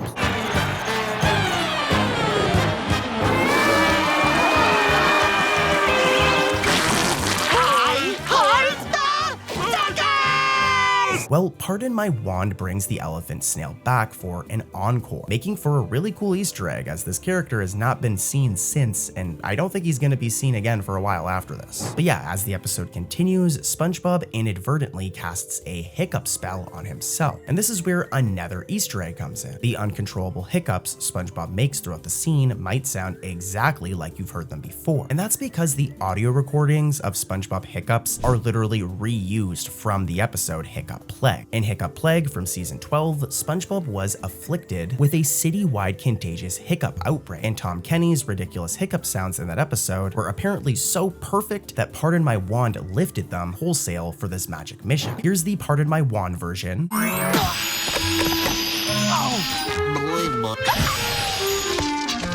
And here's the Hiccup Plague version. And yeah, as you notice, they're like literally the exact same sound. Again, this might be a reference, but this might also just be the team being lazy. Tom Kenny is very old now, guys. He's aging, and honestly, if you even listen to his voice in the most recent SpongeBob movie, you can hear the age. So I imagine that they save certain sounds that he has to make so he doesn't have to redo them when he comes into the studio. That's just my theory, but who knows? As SpongeBob gleefully skips through town wielding the unruly wand, Pardon My Wand turns into a rapid montage of magical callbacks. For example, SpongeBob accidentally transforms a couple's boatmobile into a gigantic orange sea snake. If it seems familiar, it's because that very same slithery creature appeared in the season 14 episode Squiddy Box, when Squidward's imagination turned against him. If we look at a side-by-side, I'd say that these two are the same snake. They're the same color, and yeah, I think it's the same character. But the surprises continue as SpongeBob prances past familiar locals. For example, he skips by the exact same bench from the episode Something Smells. Here's a side-by-side, and yeah, I think they're the same. I mean, this old bench is drawn and placed exactly as it was in that season 2 episode, making it a little piece of SpongeBob history plunked into the background. Moments later, SpongeBob twirls past the ice cream parlor from the episode Hall Monitor. Here's another side-by-side, and it's definitely the same. And yeah, longtime viewers have seen this ice cream shop multiple times now. It's where SpongeBob caused mayhem as a hall monitor, and where Patrick got severe and comical sunburn back in the episode Sun Bleached. So its presence here further cements the idea that all these episodes share one connected lived-in world, a point that I've been pushing for the past couple of videos. Finally, Pardon My Wand caps off its reference parade with a brilliant deep cut. In the mayhem, SpongeBob accidentally shrinks Squidward, very similarly to the way he did back with Mermaid Man's belt. But yeah, this leaves Squidward tiny in his own garden. As if on cue, the same cockroach from the episode Mermaid Man and Barnacle Boy 4 appears, towering over mini Squidward and proceeding to rough him up. Huh? Why is everything all tiny? This is a direct homage of Mermaid Man and Barnacle Boy 4 from season 3, making for another really cool reference. Another spooky episode is Curse of the Were-Doodle. This Halloween special brings back one of SpongeBob's scariest creations, Doodlebob. But honestly, Doodlebob's one of my favorite characters. Like, he's awesome. Take a look at this funny clip from his original episode.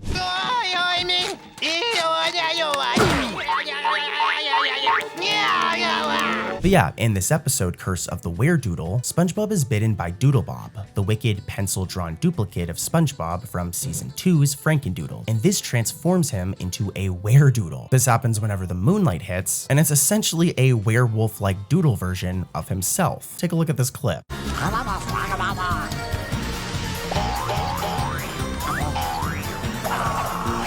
As a tribute to his pencil-drawn roots, the episode is overflowing with references to Frankendoodle, and even a recent Doodlebob cameo, making it a gold mine for fans of SpongeBob lore. Once SpongeBob's Weredoodle side starts wreaking havoc, the homages come fast and furious. For example, take a look at the way the Weredoodle repeatedly body slams Mr. Krabs in this scene right here.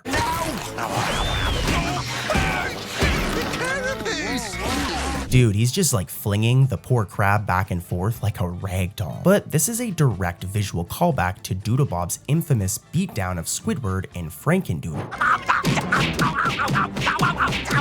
Doodleboy, stop!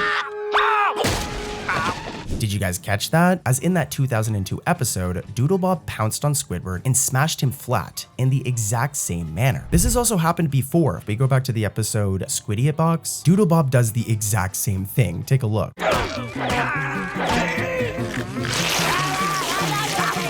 Yeah, really cool references here, guys, and there's more. Let's keep it rolling. As the Weredoodle's next rampage moment is another scene ripped straight from Frankendoodle.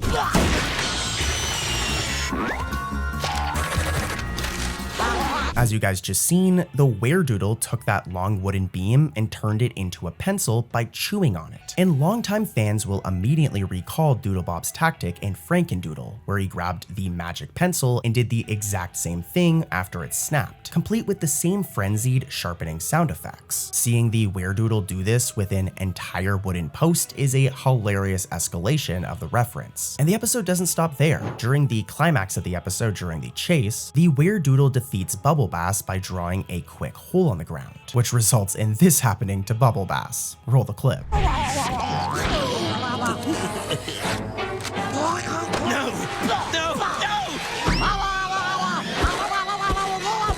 This trick is a carbon copy of Doodlebob's strategy from Frankendoodle, of course, where the villainous Doodle sketched a pit to trap SpongeBob and Patrick. In Curse of the Weredoodle, the context has changed, with Bubble Bass being the unlucky victim this time. But the visual gag is an instant hole, complete with the scribbled edges and Bubble Bass's shocked expression as he drops through the hand-drawn void. This episode, Curse of the Weredoodle, is very good. So many cool Easter eggs in it.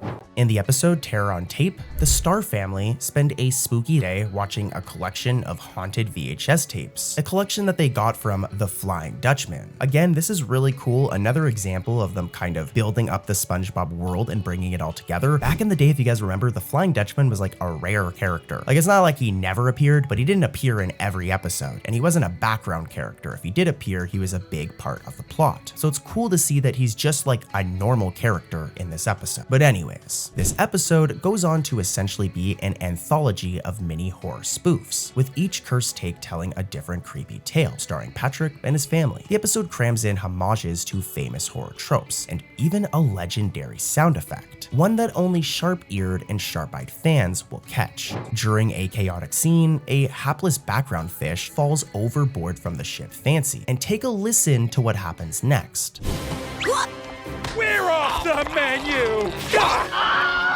If you've heard that little scream before, it's because it's a very iconic sound effect, the Wilhelm scream. This scream, a classic stock sound effect used in countless films since the 1950s, is a beloved inside joke among sound editors and movie buffs. And hearing it pop in Patrick's haunted tape is a treat for fans. But yeah, its appearance in Terror on Tape is both a cheeky nod to horror cinema and a self-aware gag about the rarity of that scream in the series. But let's keep it going, there's more. Each cursed tape Patrick watches is a send-up of a different horror genre, and the episode's artists take the opportunity to reference a beloved horror anthology film. Slayground is presented in a vivid, stylized color scheme that horror fans might find familiar. In fact, the color design of the Slayground, with its lurid reds, deep blues, and comic book style shading, is directly inspired by the 1982 horror comedy film Creepshow. Creepshow, directed by George Romero and written by Stephen King, used bold comic book panel visuals and dramatic lighting to emulate old EC horror comics. And Terror on the Tape lovingly imitates that look. In Slayground, when Patrick and Squidina explore a cursed playground, the frames occasionally freeze into drawn comic panels with saturated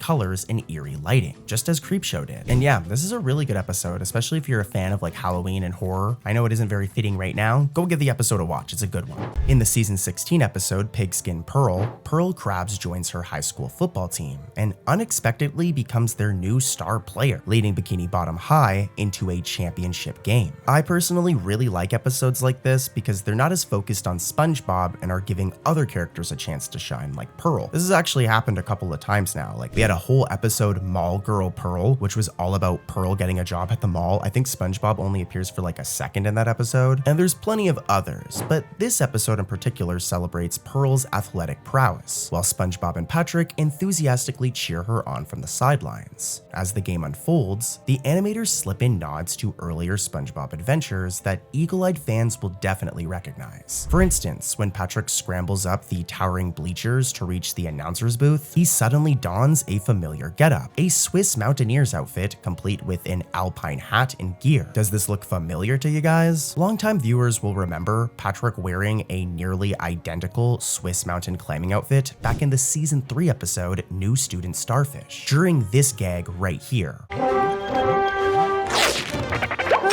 in, SpongeBob! It seems the Pigskin Pearl team gave Patrick's old costume a bit of a redesign here, but the homage is definitely clear. Another fun reference comes via Pearl's fearsome opponents in the episode. I mean, just listen to this clip right here and listen to what they call the rival football team, like the team's name. The New Kelp City Delinquents. Their entire team has been held back in school for decades. As you just heard, the rival football team is called the New Kelp City Delinquents, a team name that in itself is an Easter egg. New Kelp City is a location introduced in the special SpongeBob episode, Whatever Happened to SpongeBob, also known as Who Bob What Pants, which is actually a much cooler title. But yeah, this is the first time we heard of New Kelp City. Citizens of New Kelp, come out of the shadows!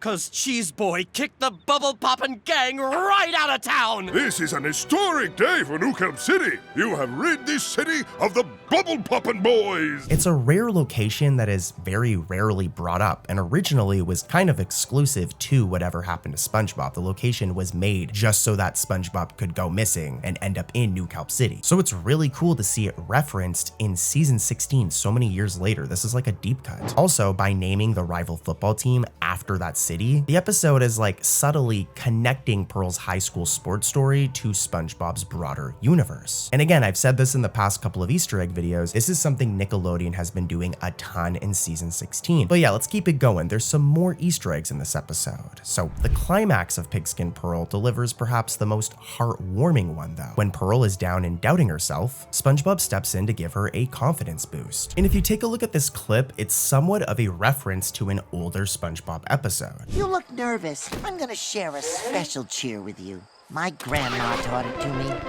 When days are tough and things go bad, grandmas help you not feel sad. Remember to just be you. As you just seen, SpongeBob performs a sweet cheer that Grandma SquarePants taught him, advising Pearl to just be you when times are tough. Well, this entire scene mirrors an older scene from the episode Rock Bottom. Now, they're not identical, but it's more the fact of SpongeBob quoting something from his grandmother. Take a look at the clip and you'll see what I mean. I guess Grandpa SquarePants was right.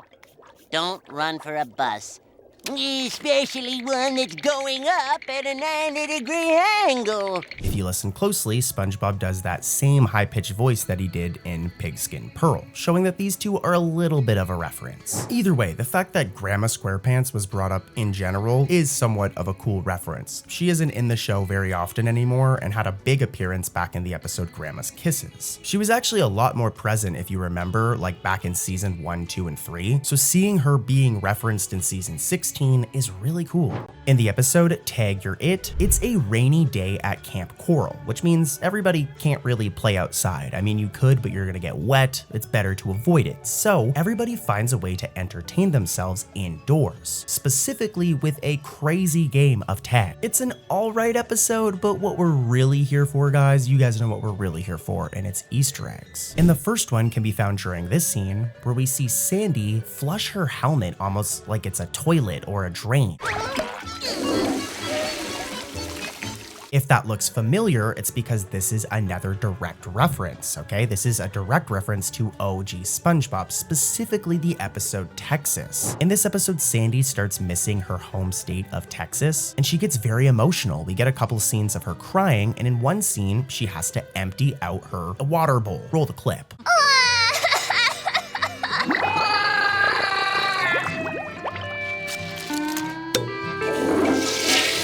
This is kind of like a deep cut reference, and it's cool to see that the creators of Camp Coral also knew to include this type of stuff. And there's more in Tag Your It. I really like this one, but if we go to the point in the episode about 13 minutes in and 40 seconds, if we pause at the right frame, you'll notice that there's a jar of mayo on Patrick's shelf. And this is most likely a reference to him asking if mayonnaise is an instrument in Band Geeks. Patrick seems to have some sort of obsession with mayo, which is also why it might be there. But yeah, who knew that Camp Coral actually had some cool Easter eggs like this? Next up is the episode The Jellyfish Kid, and this is actually the very first episode of Camp Coral, a 3D animated SpongeBob spin-off that I'm sure a lot of you guys are familiar with. I'm not the biggest fan of this show, I'm not gonna lie. I think the Patrick Star Show is much better, but you're not here for my opinion, you're here for Easter eggs, and there are some really cool references in this episode. For one, if we take a look at this scene and we pause at the right frame right here, we'll notice that there's this photo on Mr. Krabs' drawer. And if we zoom in, we'll see that it's him holding Pearl as a baby. Now, if this shot looks familiar, it's because this photo is a direct reference to an older SpongeBob episode. If we rewind all the way back to the episode Selling Out, we can find this exact same photo right here. Let's do a side by side. Yeah, this is a reference, and a really cool reference. Like I said, I'm not a big fan of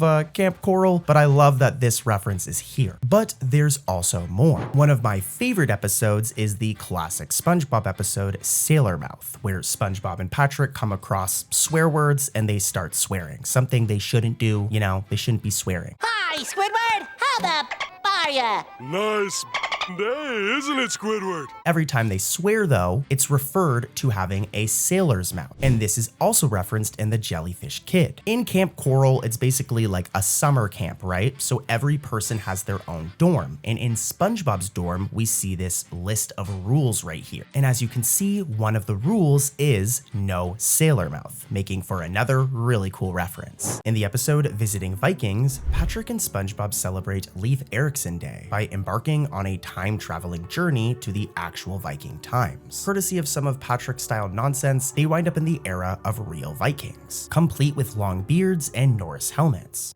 Who are you? We are from the future, where you are a fearsome Viking warrior. But it looks like we got here a little early. So I guess it's up to us to mold you from Meatball Boy into a real Viking warrior.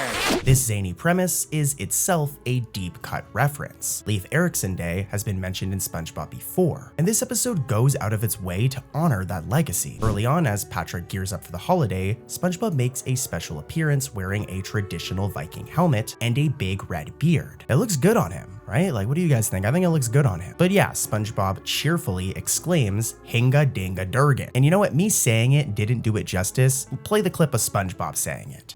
Hi, SpongeBob, hi! Happy Leif Erikson Day! Hinga-dinga-durgan. Now, longtime fans should instantly recognize this costume and catchphrase from the classic Season 2 episode Bubble Buddy, as we get a very similar scene. This is 100% a reference. In Bubble Buddy's opening, SpongeBob wished everyone a happy Leif Erikson Day, and to do this, he dresses up in a very specific outfit and says something very, very specific. Roll the footage. Hey, everybody! It's Leif Erikson Day! Hinga-dinga-durgan. As you guys just seen, SpongeBob dresses up as a stereotypical Viking while uttering that same goofy Norwegian phrase, Hinga dinga durgan. This is another one that's connecting the universes, as this episode, Visiting Vikings, is technically a The Patrick Star Show episode, but what was just referenced is from old school SpongeBob, thus connecting the two shows even more. I know I keep on rambling on about that, but it's clear that like Nickelodeon is being very intentional about this. I might do a whole video just on this topic. When Patrick's mother, Bunny, leaves the Star family home for a week in the episode Cleanin' House, she leaves to claim an inheritance in Klopnod, the location we were talking about earlier. And when she does this, chaos quickly erupts in her absence. Each member of the household is tasked with cleaning a different part of the now filthy house before their mom gets home. And it makes for a good plot, but I know what you guys are actually here for, and it's the Easter eggs, as there are a bunch of visual references and nods to SpongeBob's lore in this episode. Here's the first one, roll the clip. Hey, I was Who's eating that? So as you can see right here, I'm looping it, but Patrick can be seen eating a chocolate bar. But this isn't just any old chocolate bar, guys. Take a look at it and then take a look at this scene and it might seem a little familiar.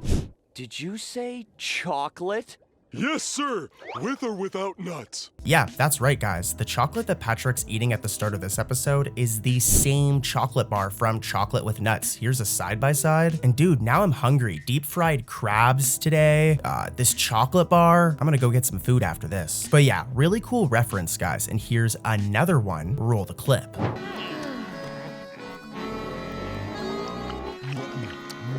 Alright, so let me explain. As you can see, there are 3 disgusting cockroaches right here, and they may seem a little bit familiar to you guys, as their design resembles the one that we seen back in the episode, Mermaid Man and Barnacle Boy 4. Okay, and here's one more from this episode, and you all should right away get this reference. Roll the clip. She says she's coming back home. Home? We gotta get the place clean before Bunny gets back. I ain't doing any cleaning. We'll start with your filthy mouth, Dad.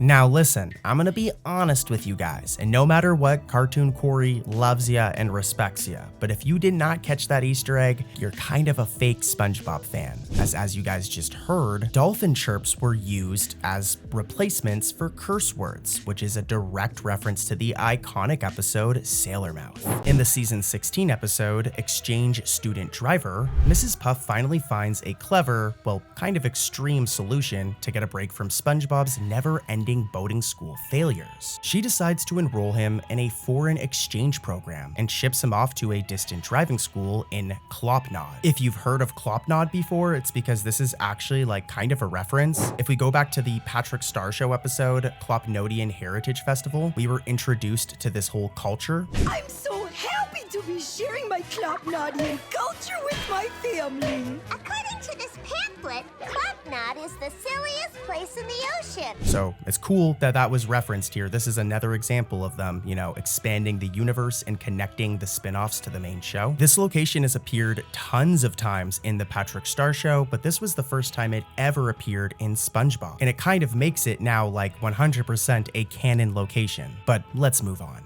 The episode Go Fetch stands out in SpongeBob history as the first fully CGI animated episode of the series, and it uses unique visuals to drive into a simple, sweet adventure. Gary's favorite red ball bounces into a deep, monster-filled trench, and SpongeBob loyally plunges in after it. Good thing this huge pile of lost balls broke our fall.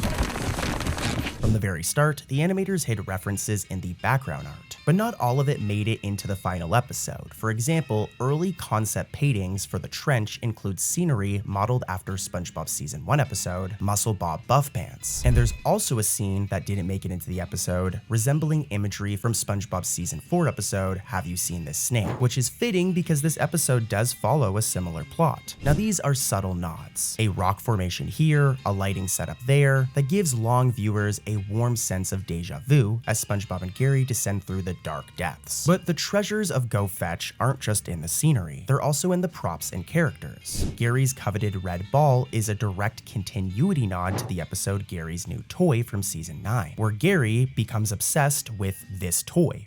Go and get it.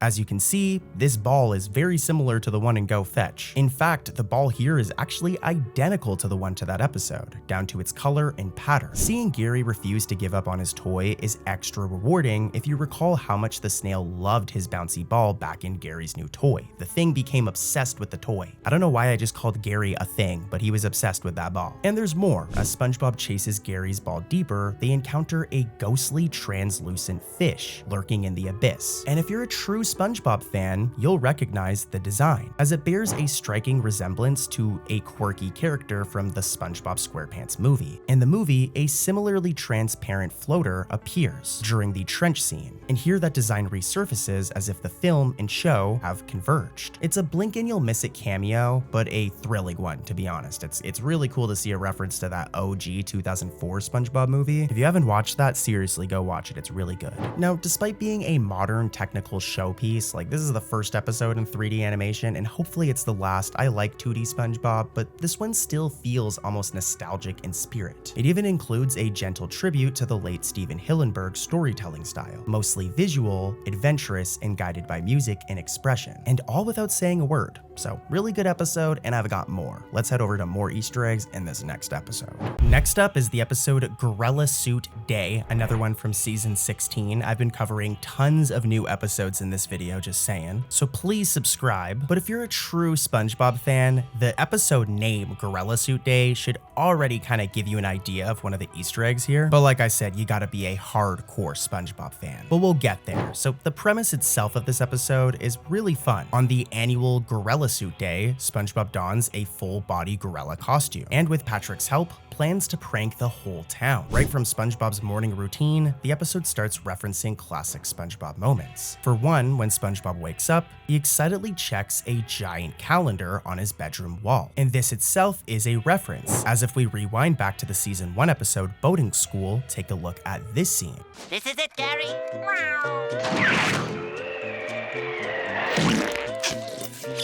The big boating exam is today. I've never felt so capable! Here's a side-by-side, and yeah, those are the two exact same calendars. So a cool Easter egg there again, but let's keep it moving. SpongeBob then enthusiastically swings on a vine and launches himself into the calendar to mark the date, which is also another direct homage to Boating School, as you guys just saw. The only difference this time, and I'm showing it side-by-side and looping them, is that he's imitating Tarzan instead of using his bed as a catapult.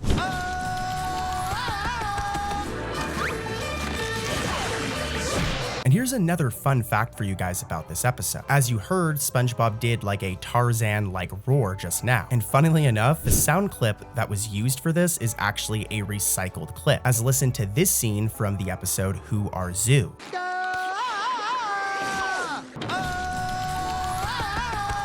Yeah, the animators or the editors were feeling kind of lazy, and they used the exact same sound effect and recycled it in this episode. Also, the whole gorilla suit thing seems to be somewhat of a reference to the episode I Had an Accident, as at the end of that episode, Patrick dresses up in a gorilla outfit. We're not done with this one yet though. As SpongeBob struts around in his gorilla outfit, eagle-eyed viewers might notice a familiar design. The gorilla suit he wears looks identical to the one he briefly tried on in the season 6 episode Boating Buddy.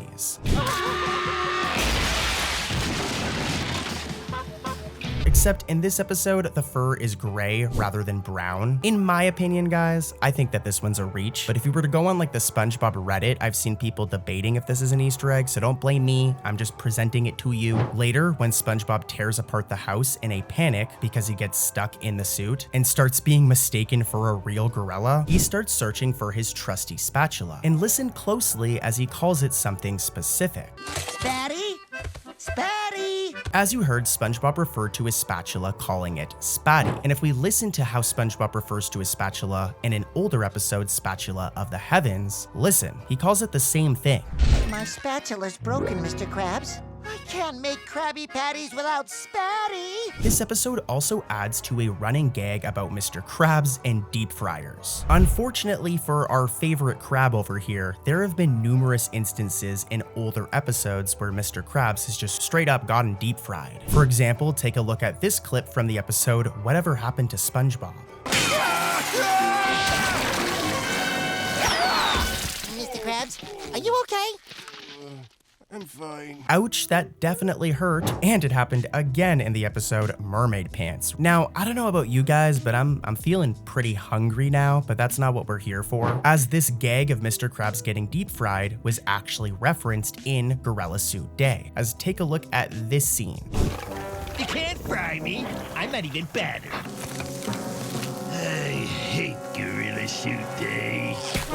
Hey, at least it happens off camera this time, but that sounded like it really hurt. Turns out though that Mr. Krabs isn't the only person to get hurt in this episode. For one more final meta gag or reference, Squidward ends up getting physically squashed by a rampaging real gorilla that appears. which is a callback to the episode I mentioned earlier, I Had an Accident, where something very similar happens. By the end of the episode, the town is in chaos, but fans are treated to a treasure trove of references. From SpongeBob's calendar shenanigans to Mr. Krabs getting deep fried, this episode's a good one with lots of Easter eggs. I recommend it. The episode Heart of Garbage, another one from season 16, plunges Bikini Bottom into dystopian chaos when Squidward's home becomes ground zero for an ever-growing mountain of trash. Ew. Like, look at this. I can smell it from here. It reminds me of SpongeBob's breath back in the episode Something Smells. It also reminds me of something else, but we'll get to that in a moment. In a storyline that is part parody, part homage, Squidward accidentally angers the garbage men and ends up literally trapped in garbage for 6 months. The trash goes in the truck, not on my lawn. Just put the garbage where it's supposed to go. Dude, imagine being trapped in garbage for that long. Oh my god. Just imagine how bad Squidward smells right now. But more importantly, guys, this is actually a reference to something. This riffs on Joseph Conrad's Heart of Darkness and its famous film adaptation, Apocalypse Now. The entire episode functions as a playful underwater echo of that classic tale. And I mean, just look at the plot. SpongeBob and Patrick must venture through a garbage jungle to find Squidward, much like Marlowe taking a journey up a river to find Kurtz. You made it this far, but you still must pass the booby traps up ahead. Please!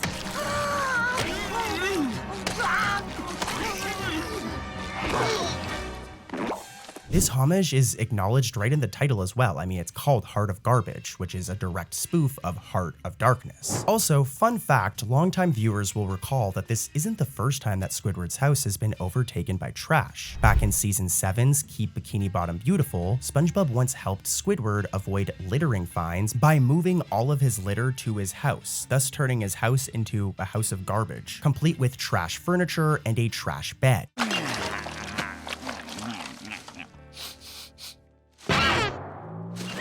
I don't think that bed would be very comfy, guys. Like right now, you're probably in bed watching this video. Imagine if you were in that garbage bed, you would not be getting any sleep. But anyways, Heart of Garbage hilariously encapsulates that concept. But instead of a one-off slight gag, the entire interior of Squidward's real house becomes a sprawling garbage labyrinth that SpongeBob and Patrick have to navigate. In the episode Laundro Madness, SpongeBob and Squidward take a mundane errand, washing clothes at the laundromat, and turn it into a wacky monster movie that gleefully cleans up on references. The episode brings back The Wash, the same Bikini Bottom laundromat that Mr. Krabs, SpongeBob, and Patrick visited during their night out in Midlife Crustacean. Hello, gang. SpongeBob's back. Let's party! Any party next door? Wait a minute. This is a laundromat. I guess the writers in season 16 really like this episode, Midlife Crustacean. It's a good episode, man. Remember when Mr. Krabs stole his own mom's underwear? That's a story for another day, but let's keep it moving. Die Hard fans will remember that in that season 3 episode, the trio's big evening of fun ended up turning into doing laundry at the wash. As you guys have seen in my more recent videos, and even in this one, this seems to be a big trend in recent seasons, is them taking locations or characters from older episodes and making them a part of the world of SpongeBob instead of them just being one-off locations. For example, this wash place was just a one-off location in Midlife Crustacean, so it's cool that they're making it like a part of the lore. But let's keep it moving. As the episode progresses, and after an intense cycle, SpongeBob triumphantly presents Rube's freshly cleaned hat, and in that moment, he strikes a familiar pose. His face is the spitting image of the goofy, anticipatory grin he showed in the Krusty Krab training video episode, when waiting for the narrator to reveal the secret formula. It's the same wide-eyed, toothy face full of excitement, and fans of that classic training spoof will instantly recall SpongeBob quivering with that exact same expression. Here's a side-by-side, and yeah, like you can see it. This is a really cool reference, but of course I've got more. The mundane soon turns monstrous as an overloaded washing machine comes to life, assembling itself into a sudsy giant. Informing its body, it grabs odds and ends from around the laundromat, and one of those items had SpongeBob fans cheering: Patrick's high-heeled boots. Oh yeah. The washing machine yanks a pair of women's stiletto boots, and we see that they're the exact same that Patrick donned in this iconic scene from the original SpongeBob SquarePants movie.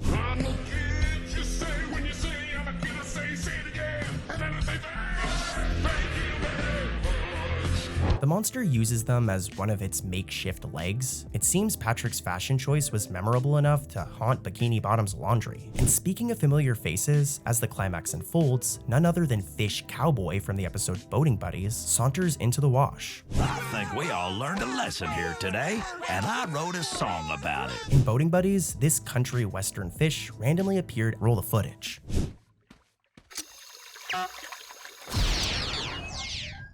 I never will understand these city folk. Laundro Madness brings him back for an encore, as at the end, as everyone celebrates defeating the laundry monster, this cowboy strums a guitar and sings a twangy tune called Wash and Dry. It's the same character and same gag, now hilariously repurposed for a laundromat victory song. It's an Easter egg that could easily fly under the radar, but for those who remember the random cowboy singer, it's a really cool surprise to see him return. It's random, but it's really cool. Finally though, the showrunners couldn't resist one more tongue-in-cheek reference. Throughout the episode, a bright orange and blue detergent box is visible right here, and its design and color scheme are unmistakably evoking from the famous Tide laundry detergent brand. And I mean, come on, this one's obvious.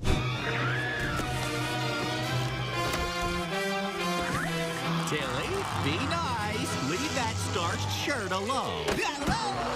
By the end of this episode, the laundromat is saved, Squidward's shirt is clean, albeit with some battle scars, and the audience is left marveling at how many jokes and references were put in this episode. I mean, from bringing back the wash, an old location we haven't seen in years, to referencing SpongeBob's first movie, Laundro Madness is a great episode with lots of nostalgia.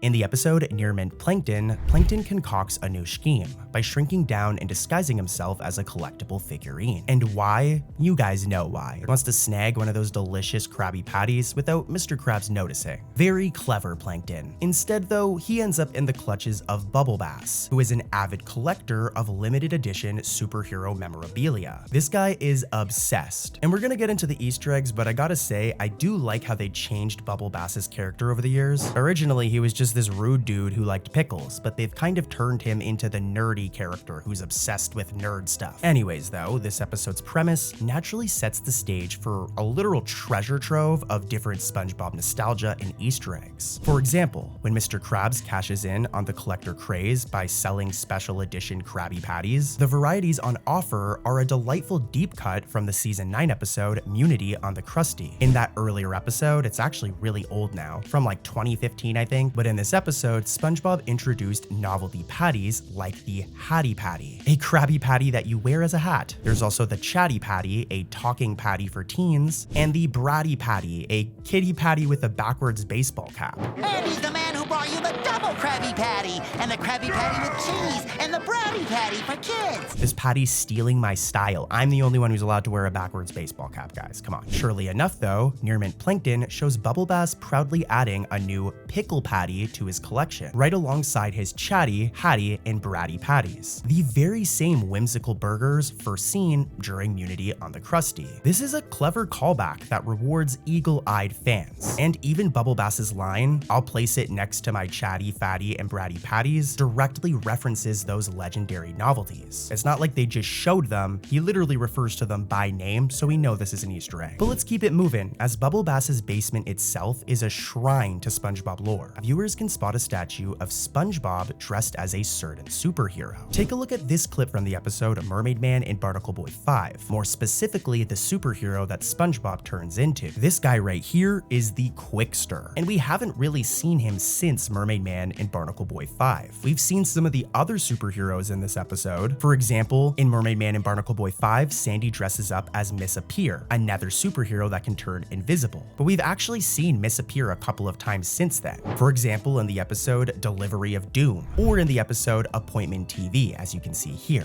But the Quickster, we haven't seen this character for a long time, but that all changed in Near Mint Plankton, as look, amongst Bubble Bass's collectibles, there's this statue of SpongeBob dressed dressed up as the Quickster. This blink and you'll miss it background gag firmly anchors the episode in SpongeBob's wider universe. And who knows, maybe we'll see the Quickster again in the future. I would love to see another episode where they all dress up as superheroes, but I've got more, and the Easter eggs are gonna get even crazier as we go. That way, if you guys are still awake, you haven't fallen asleep yet, at least I can keep you guys entertained. But you should be asleep already, bro. What are you doing? You got work or school tomorrow. Go to sleep. I love you. I'm trying to support you here. But anyways, here's the next episode. Next up, we're gonna talk about the episode Slumber Party Stars. And here's the thing, this is actually like technically the Patrick Star Show episode, but the reference is to OG SpongeBob, and it's really, really cool. For it to make sense though, we have to go back in time a little bit, guys, and go back to the episode Sailor Mouth. Can you believe that this episode is like 20 plus years old? It's from season 2. And in this episode, we see SpongeBob and Patrick play a very specific game, Eels and Escalators. Hooray! Escalators! Now, this game has popped up multiple times in other episodes over the years, but even in season 16, it's still popping up. As look, in Slumber Party Stars, the die that Cecil holds up is the exact same one from Eels and Escalators. Here's a side-by-side, and yeah, what a cool Easter egg, right? These ones are awesome. Another cool reference in this episode is what Patrick is seen wearing during the scavenger hunt scene. Some of you guys may be too young to catch this reference, but Patrick is actually wearing Elmer Fudd's hat. He was a character from the Looney Tunes, and here's a side-by-side, and yeah, it's like pretty much the exact same hat. But let's head over to another episode. Let's talk about the episode SpongeBob and Patrick's Timeline Twist-Up, which is a very ambitious time travel episode that celebrates SpongeBob's history. More importantly though, this episode has a lot of Easter eggs, like almost like 15 different Easter eggs in one episode. So let me take a breather.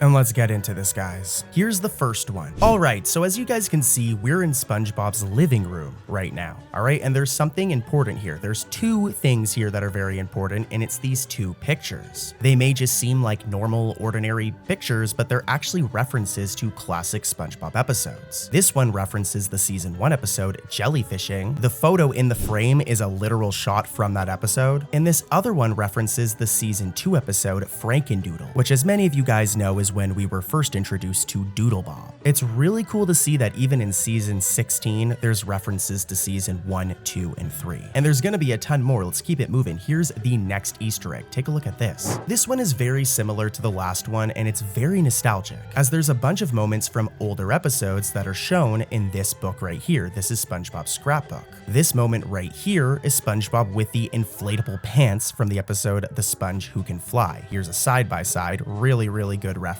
And this other one is showing SpongeBob and Patrick doing their iconic performance at the Bubble Bowl. This happened in season 2's Band Geeks, and here's another side-by-side. Oh, also, listen to what Grandpat says right here. I was gonna play the stock market and invest in goofy goobers.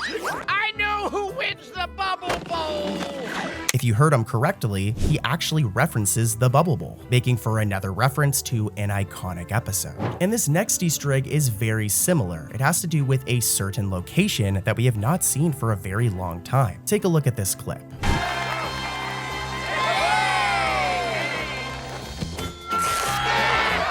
If you're confused on what's going on here, I don't blame you, as this location hasn't appeared for like over 20 years. But this place right here is the Comedy Crab, and it's a stage show where comedians perform basically. And if you remember, it's where SpongeBob performed making fun of Sandy in this clip right here from the episode Squirrel Jokes. Roll the footage. And what's up with that squirrel fur? I guess fleas need a home too, huh? Squirrel fur! Now that is a really, really cool reference. It's awesome to see a location like pop up again, especially when we haven't seen it for so long. It might not seem like a big deal, but these types of things help build the world of SpongeBob when we know that there's all of these locations within Bikini Bottom. But anyways, I'm rambling, and here's the next Easter egg. Roll the clip. Hey, Squidina, the bus is here!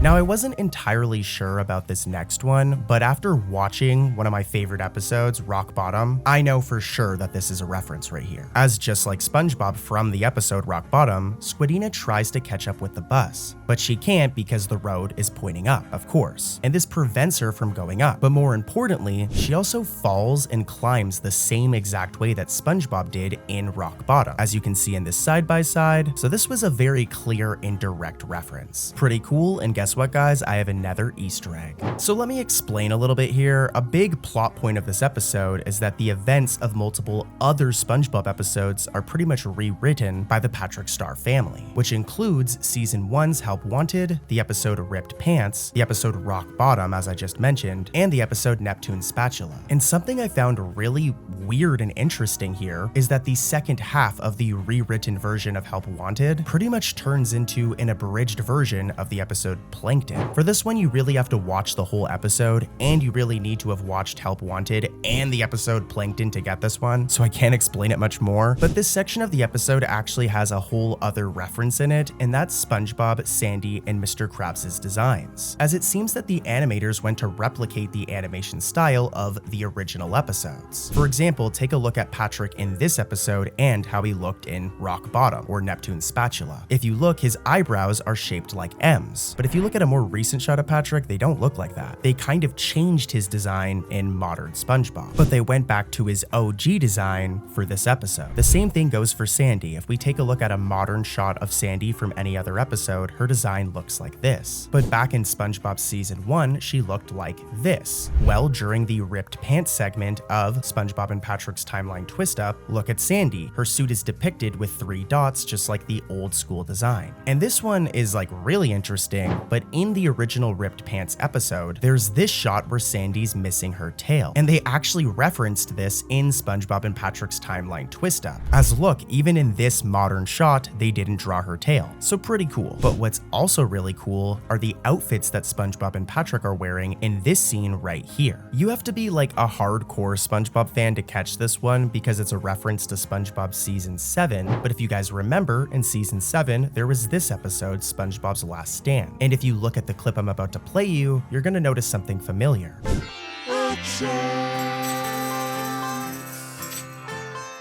Yeah, those are the same outfits we just saw in SpongeBob and Patrick's Timeline Twist-Up. So even 10 plus seasons later, they're still referencing this, which is very, very, very cool. And I have another reference like this that's very similar that can be found in this next scene right here. It takes place during the Rock Bottom part of the episode.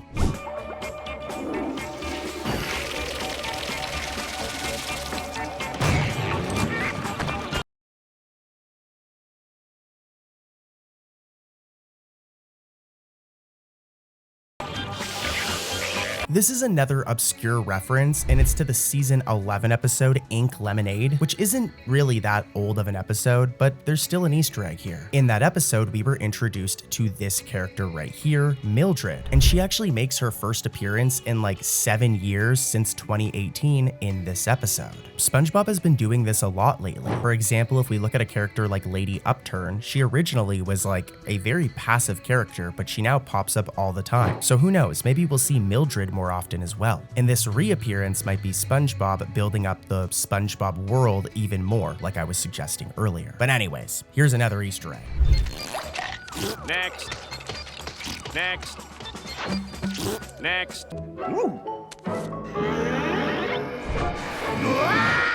If you're confused, some of these characters right here, this guy, we've seen them before. They're not just regular rock bottomites. If we rewind back to the Season 11 episode, The Night Patty, in this episode, SpongeBob and Patrick decide to do something we haven't really seen before. After a trip at Glove World, they decide to grab a bite to eat at the Krusty Krab, but it's nighttime.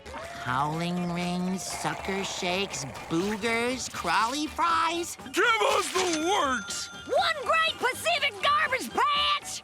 Order up!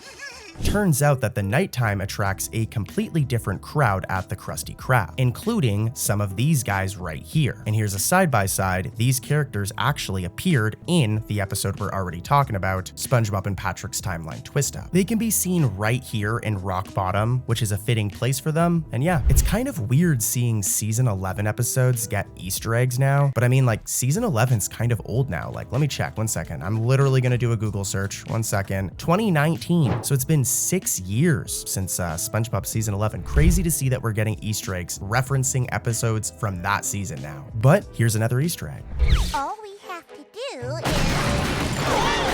I can't believe it, ain't Scradina? I was just starting to remember I had a sister. So as you guys just heard, Patrick just said, I was just starting to remember I have a sister. And if this sounds familiar, it's because Patrick has said this exact same line before. And to find it, we have to go all the way back to season 2. See, this is where I expect Easter eggs. Those seasons are old enough where I understand there being Easter eggs. But yeah, we have to go back to season 2, more specifically the episode Something Smells. As a listen, Patrick says like the exact same line in this episode. Oh my gosh, if my sister finds out, oh wait, I don't have a sister. It's pretty cool to hear him say the same thing like 20 plus years later, and I could ramble on about that, but we got more cool Easter eggs to cover. So here's the next one. Roll the footage. Let's get you in bed, mister, and fix you up. My kingly docket is incredibly full today.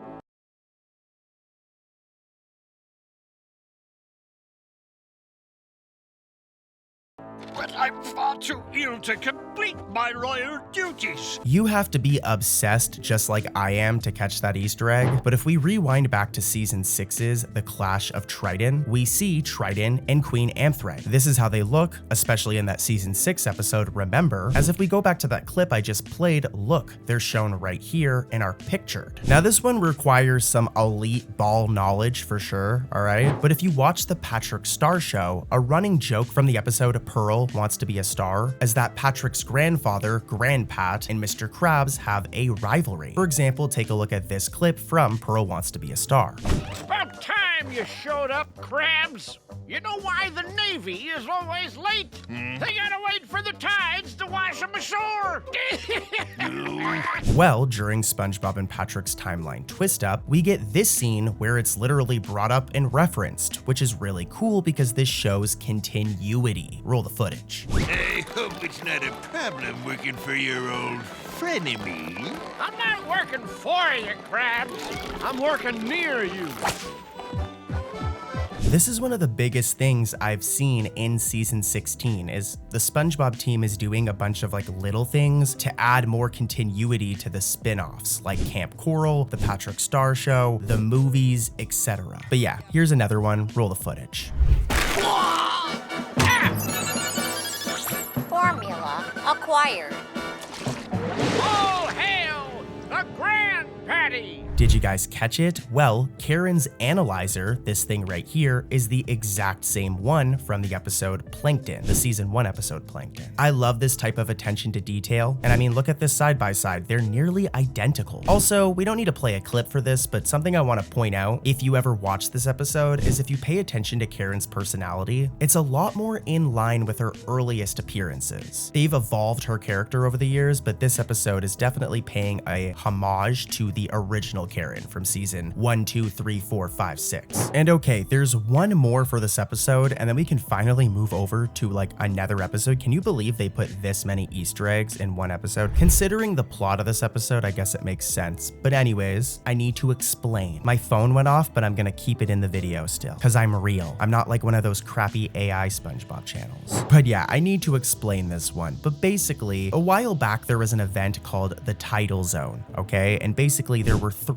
episodes from SpongeBob season 13 where the Patrick Star Show and the SpongeBob regular cartoon had a crossover. More specifically, Grandpat, who would go through this wormhole right here to different times. Sweet Neptune, have I found From the beginning of the universe? Now, if you pay attention during this episode, SpongeBob and Patrick's timeline twist up, I feel like I've said that 1,000 times already, but in this episode, whenever the Star Family travels through time, that exact same wormhole animation is reused. And I think this is how it's going to be forever now. I think whenever there's a time travel storyline in SpongeBob, they're always going to use this exact wormhole animation. But anyways, that one was kind of boring. Hopefully it was so boring that you're sleeping right now. You should be sleeping by now. But let's head over to another episode, guys, and I've saved some of the crazier Easter eggs for later on. That way, if you're still up, I still keep you guys entertained, all right? The episode SpongeBob Trash Pants turns a simple beach cleanup into a high-speed spectacle, brimming with references to SpongeBob's past. The episode finds SpongeBob volunteering to rid Goo Lagoon, Bikini Bottom's beach, of litter. And in doing so, he essentially becomes a one-sponge sanitation army, complete with a snappy uniform. Trash, trash, everywhere trash. Picking up flotsam and jetsam.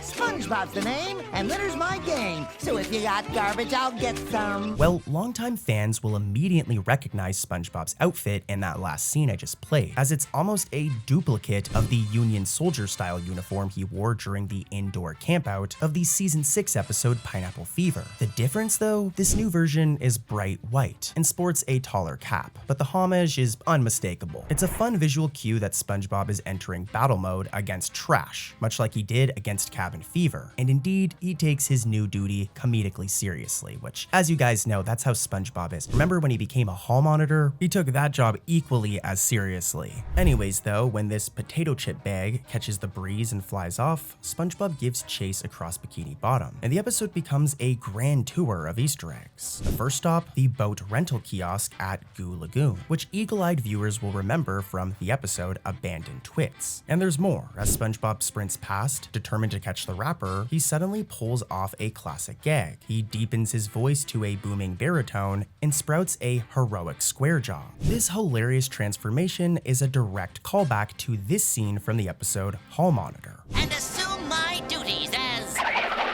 Hall Monitor! Wish me luck, Mrs. Puff. Gotcha! Fell for the old tears of a trash man routine. I'll just put you in my pocket for safekeeping. As you just seen, SpongeBob for a moment acquires a deep authority voice and ends up looking like a total Chad, a Giga Chad. Look at that jawline. In Hall Monitor, it was a part of his overzealous persona, and seeing it resurface in an episode years later, like 20 years later, is a perfect inside joke showing that SpongeBob is still a control freak, and he can have a really nice jawline sometimes. The chase scene becomes a who's who of Bikini Bottom cameos. At one point, the hot rod tough guy from the episode Midlife Crustacean zooms by in his flaming convertible. Hey, you guys must be lost! Doofus Drive is around the corner! This time, though, he gets pulled over by a police officer for speeding. The tough guy instantly becomes a softie. He produces flowers and chocolate out of nowhere and hands them to the cop in apology. But meanwhile, in the midst of the chaos, Bubble Bass barrels through the scene wearing a familiar ensemble he wore way back in the Season 1 episode Fools in April. I guess Bubble Bass hasn't updated his wardrobe since 1999, which is a cute detail for observant fans. And keep your eyes peeled on the background as Bubble Bass tries to escape SpongeBob, as for a split second, Patrick is visible hanging from a carnival prize hook on the boardwalk, desperately trying to stay hidden. The visual gag references Patrick's antics in The Whole Tooth from Season 9, where in this scene he does a very similar action at a fair to avoid going to the dentist. Wow. And we have a winner. Thank you. Oh, darn it. It's a tiny detail, but it rewards viewers who catch the parallel Patrick once again hooked at a fair. But guess what, guys? We're still not done. There's more, and there's a lot more. As SpongeBob's pursuit takes him through town, the animators populate the streets with old establishments we've seen in prior episodes. We pass by mattresses and then some, and if this store looks familiar, it's because we've seen it before. It's the exact same store from the old school episode The Lost Mattress, where SpongeBob and friends bought a new bed for for Mr. Krabs. Next is Martha's Craft Zone, which again, we haven't seen it for a while. The last time we seen it was in the episode Have You Seen This Snail, when SpongeBob gathered supplies to make Missing Gary posters. And then, in a triple whammy, we see Weenie Hut Juniors, the Pizza Pie Hole, and Taco Sombrero. Now I'm hungry, but this is the trio of fast food joints where SpongeBob tried working at when he got fired in the episode SpongeBob, You're Fired. Seeing all these locations on one boardwalk is like a mini SpongeBob map of memories, cleverly inserted without fanfare. They establish Bikini Bottom's continuity, as all of these places still exist and are open for business, even as SpongeBob rushes by on his mission. The climax of the chase sequence is equally jam-packed with even more references. SpongeBob ends up launching into the air and crashes directly into a horse-drawn funeral carriage, driven by Slappy, the living dummy character from Nickelodeon's crossover, The Patrick Star Show. As SpongeBob hurtle through the psychedelic sky, keen fans will notice it's the same sky tunnel that Mrs. Puff and SpongeBob flew through in the episode Doing Time. Here's a side-by-side, and yeah man, this is a reference to a season 3 episode. It's really cool. Reusing that distinctive swirling background for SpongeBob's trash flight is a brilliant deep cut. And even the title card of SpongeBob Trash Pants carries an Easter egg. Its design mimics the title card of Jellyfish Hunter from season 2, except now there's trash everywhere around the title. But actually, there's more, and you really need to be a nerd to catch this one. As a cherry on top, the episode slips in a meta reference that even the most seasoned fans might have been stunned by. For those who don't know, a WH-2O radio tower appears during the chase, a sunken red and white boat with a tall antenna, mass broadcasting music. Casual viewers might just see a random radio station, but SpongeBob nerds like me recognize WH-2O as the fictional Bikini Bottom radio from the Best Day Ever album, a SpongeBob music album released in 2006 that opened with a WH-2O skit. I'm gonna play it here. I'm gonna try to put some music in the background maybe so it doesn't get claimed, but listen. Hi, radio listeners. This is SpongeBob SquarePants. When I'm in Bikini Bottom, I listen to Al Bacori, the Tuneful Tuna, on WH2O. WH2O. In Trash Pants, this very station is shown for the very first time in the series, making the first ever crossover of a SpongeBob album element into the TV show.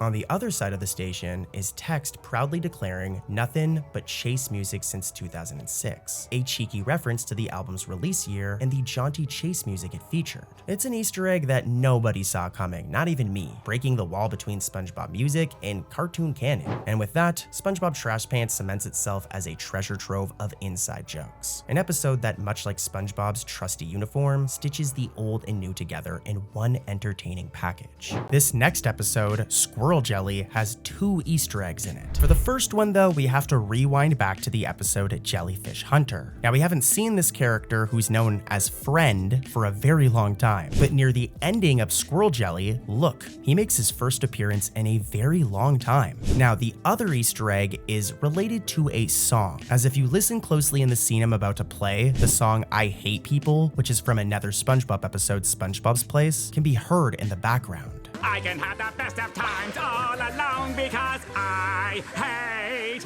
people!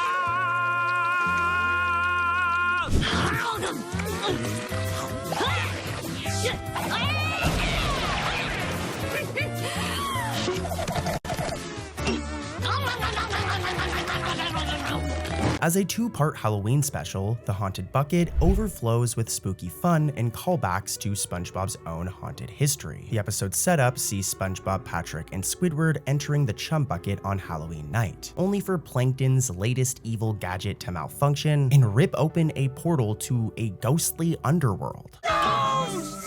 Why are they dressed like cowboys?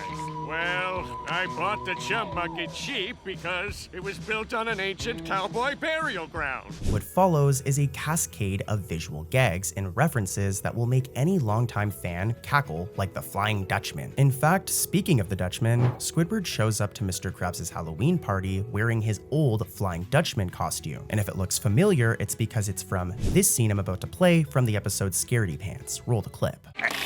I've come for your pickle. Here's a side-by-side, and yeah, he's wearing the exact same costume, and I love this, man. Like, this episode is season 16, so it came out in 2025. Scaredy Pants came out in the early 2000s, so whoever wrote this episode or this gag, they did their research. You know, I wonder if Squidward dresses up as the Flying Dutchman every year, and if he does, it's kind of funny, because this is the same dude who put Squidward down the Fly of Despair. This happened in the episode Shanghai, and just look, poor Squidward. Actually, maybe he's dressing up as him so that doesn't happen again. But anyways, once the real haunting begins in this episode, SpongeBob himself ends up transformed into a special form. And keen-eyed viewers will notice that it's the same look he sported in season 7's The Curse of Bikini Bottom. In that episode, SpongeBob and Patrick were turned into transparent green ghosts by the Dutchman's curse. You're ghosts! Ooh. We're ghosts! Yay! This isn't really working out the way I imagined. The haunted bucket gives SpongeBob a similar ghostly appearance when he accidentally gets zapped by Plankton's machine, echoing the previous episode I just mentioned. Meanwhile, SpongeBob and Patrick's choice of Halloween costumes is also a deep cut in itself. Take a look. We're going as a simul! Uh-oh, I think we're both rear ends. As you just seen, SpongeBob and Patrick dress up as a two-person horse. This silly getup actually resembles Patrick's own horse alter ego from the episode Pat the Horse, in which Patrick pretended to be a horse for literally a whole episode. Like, I'm not lying. Take a look at this clip. Calm down, buddy. I don't want to lose you again.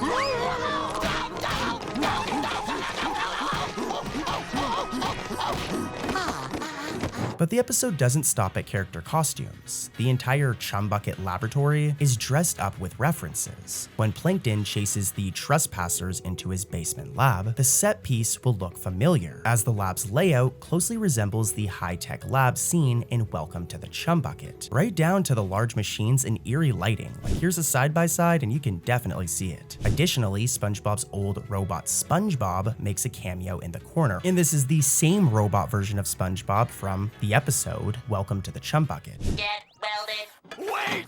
I command you, make me a Krabby Patty! There's another Easter egg during that same Plankton laboratory scene, with the animators even throwing in a transmogrifter device from the episode The Algae's Always Greener, another infamous Plankton invention that swapped his life with Mr. Krabs. It's sitting amongst the junk in the lab, and it's a blink and you'll miss it type of Easter egg for sharp viewers who recall that life-switching remote control. These background details firmly root the haunted bucket in SpongeBob's lore, making the Chum Bucket feel like a haunted museum of Plankton's past schemes. I love it. And there's more. At one point, Plankton frantically brainstorms how to stop the rampaging ghosts he's unleashed and muses that he needs something absorbent yet porous. Does that sound familiar to you guys? Well, it's an obvious nod to the SpongeBob theme song, where it says absorbent in yellow and porous is he. It's a clever fourth wall poke that suggests Plankton knows exactly who can save the day. All we need now is something to contain those ghosts.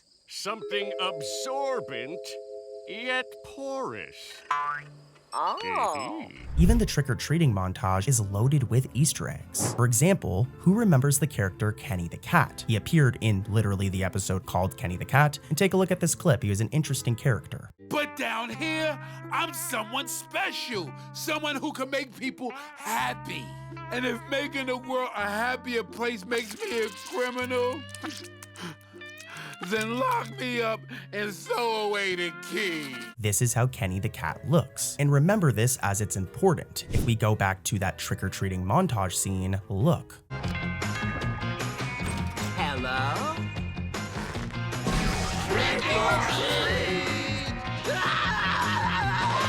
As you just saw, one of the background kids is dressed as Kenny the Cat, complete with whiskers and a ear headband. And he even has a poster of Kenny in his house, referencing the famous air-breathing feline from the episode Kenny the Cat. This is really cool because it's more world building. Kenny the Cat is a celebrity in Bikini Bottom, if you guys remember from the episode Kenny the Cat, so it makes sense that a kid would have a poster of him and would dress up as him. This was really good writing here. But if we look closely, another costume child twirls travels in a sparkly pink gown. Well, a lot of people think that this could be a reference to Glinda, the Good Witch from The Wizard of Oz. Here's a side-by-side. Let me know what you guys think in the comments. You should be sleeping though. You shouldn't be commenting anything actually. Just stay sleeping, close those eyes, and let Cartoon Corey put you to sleep. It sounded kind of creepy, but I don't mean it like that. But let's keep it moving, as just when you think the Haunted Bucket has packed every single SpongeBob reference possible, it even tips its hat to Charlie Brown. Some of you guys might not know Charlie Brown because you're young, but Charlie Brown is like an iconic cartoon from back in the day. But yeah, a few scenes gently parody the Great Pumpkin Charlie Brown special, with pumpkin ghosts and candy gags that Peanuts aficionados will definitely recognize. All of these homages and in-jokes are woven seamlessly into the narrative. The characters never pause to explain them like I do, but fans like me in the know will be very happy with this episode, so go give it a watch. The episode, The Creepy Crab, brings a spooky vibe to the Krusty Krab, and even its title, like the title of this episode, is actually a reference in itself. Longtime SpongeBob fans and nerds like me who need to touch grass might recall that back in season 2, there was an episode called Bossy Boots, and in this episode, SpongeBob brainstorms a bunch of new names for the Krusty Krab. And listen closely to these clips, you'll hear something familiar. How about the chaotic crab? How about the kissy crab? The creepy crab. The killer crab. As you just heard, the creepy crab was actually one of SpongeBob's suggestions. And you have to think how crazy it is to go back and reference this. Like, Bossy Boots is an iconic episode, but it's also like a random season 2 episode. So the fact that they went and got this reference and decided to include it in this episode is really cool. Now on the episode's plot, Slappy, who's Nosferatu's eccentric assistant for those who don't know, this guy right here, he gets hired by Mr. Krabs and decides to give the Krusty Krab a full haunted house makeover for an evening. And this is where we can find the other Easter egg, or I guess it's more of a reference. Fittingly, Slappy's friend group of monsters comes in to dine. And it's easy to miss, but each one of them is actually a nod to classic horror icons. There's Dracula, an invisible man, a Frankenstein-type creature, a gooey blob reminiscent of literally the Blob, and a howling wolfman, among others. Seeing all these familiar monster archetypes sharing Krabby Patties is a treat for any horror movie fan, and it's also just a really cool reference. And of course, I've got more. Here's one that you guys probably weren't expecting, but in the new SpongeBob movie, the SpongeBob movie Search for SquarePants, if we look at one of the promotional posters, we can see that SpongeBob and Patrick are mimicking the exact pose that Jack and Rose make in James Cameron's 1997 film Titanic. Similarly, said poster's tagline, "Near, far, wherever pirates are," is a parody of the line, "Near, far, wherever you are," from the song My Heart Will Go On by Celine Dion, which was the main theme of Titanic. Hopefully we'll have more Easter eggs from this one once it comes out. Our next episode is called The String. And before we get into the Easter eggs, let's do a little plot summary. This episode begins with SpongeBob cooking Krabby Patties until he sees a loose thread on Squidward's shirt. SpongeBob decides to pull the string and ends up pulling it for so long that it leaves Squidward naked.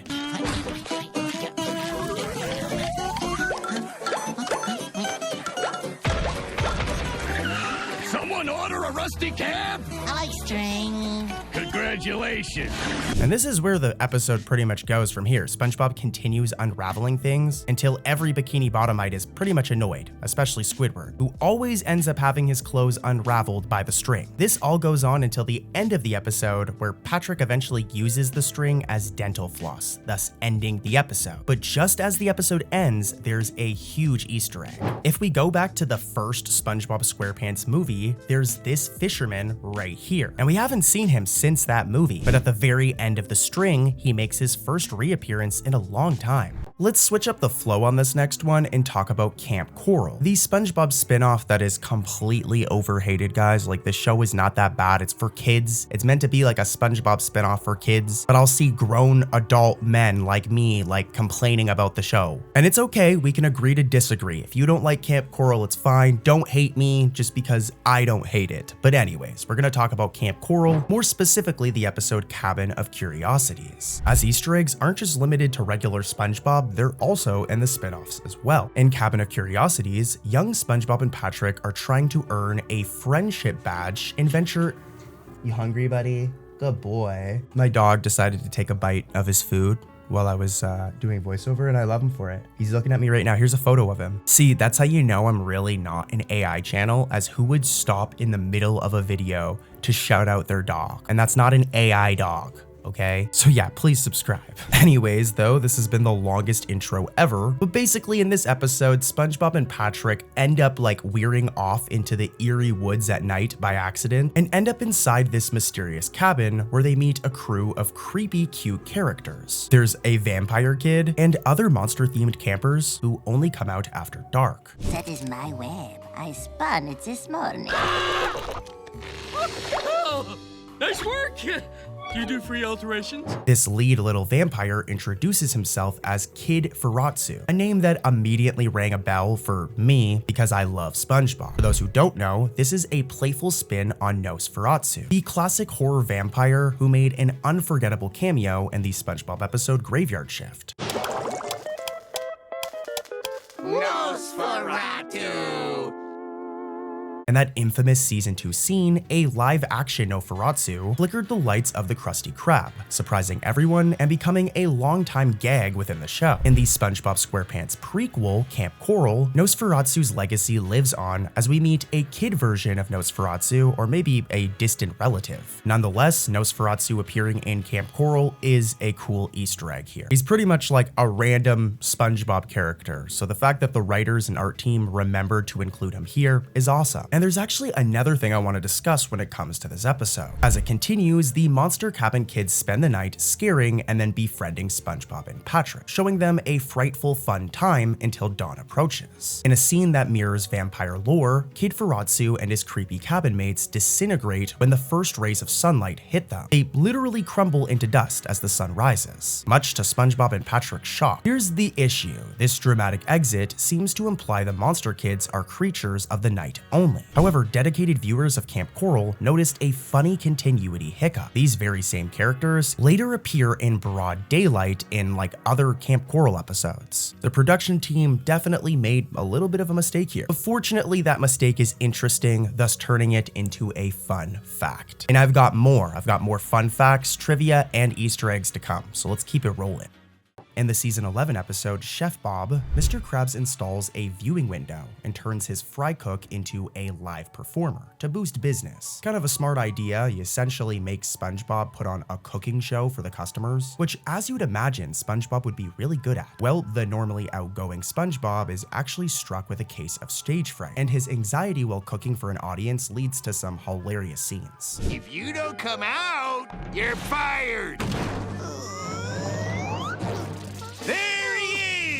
Now, when SpongeBob tries to make a Krabby Patty under pressure in this episode, we get this scene where he slaps a shoe onto the bun instead of a pickle. Longtime fans will recognize this as a callback to the episode Pickles. In Pickles, SpongeBob lost his confidence in cooking thanks to Bubble Bass lying. And during a very memorable scene where SpongeBob botches making a Krabby Patty, he tops the patty with a shoe, among other absurd ingredients. Chef Bob recreates this gag in a very similar way, making for a cool Easter egg, but also this could be a coincidence. I don't think it is though. I think this is like intentional. Back to the plot though. This pressure of having to perform for everybody eventually is too much for SpongeBob, and he ends up cowering under the grill, which is where this episode's next Easter egg sneaks in. As well hiding under the cooking station, we can see this sea urchin right here. This isn't just a random critter. It's actually a sly nod to the season 8 episode Eek an Urchin, in which the Krusty Krab was infested by a sea urchin that SpongeBob and Squidward had to remove. Sea urchin!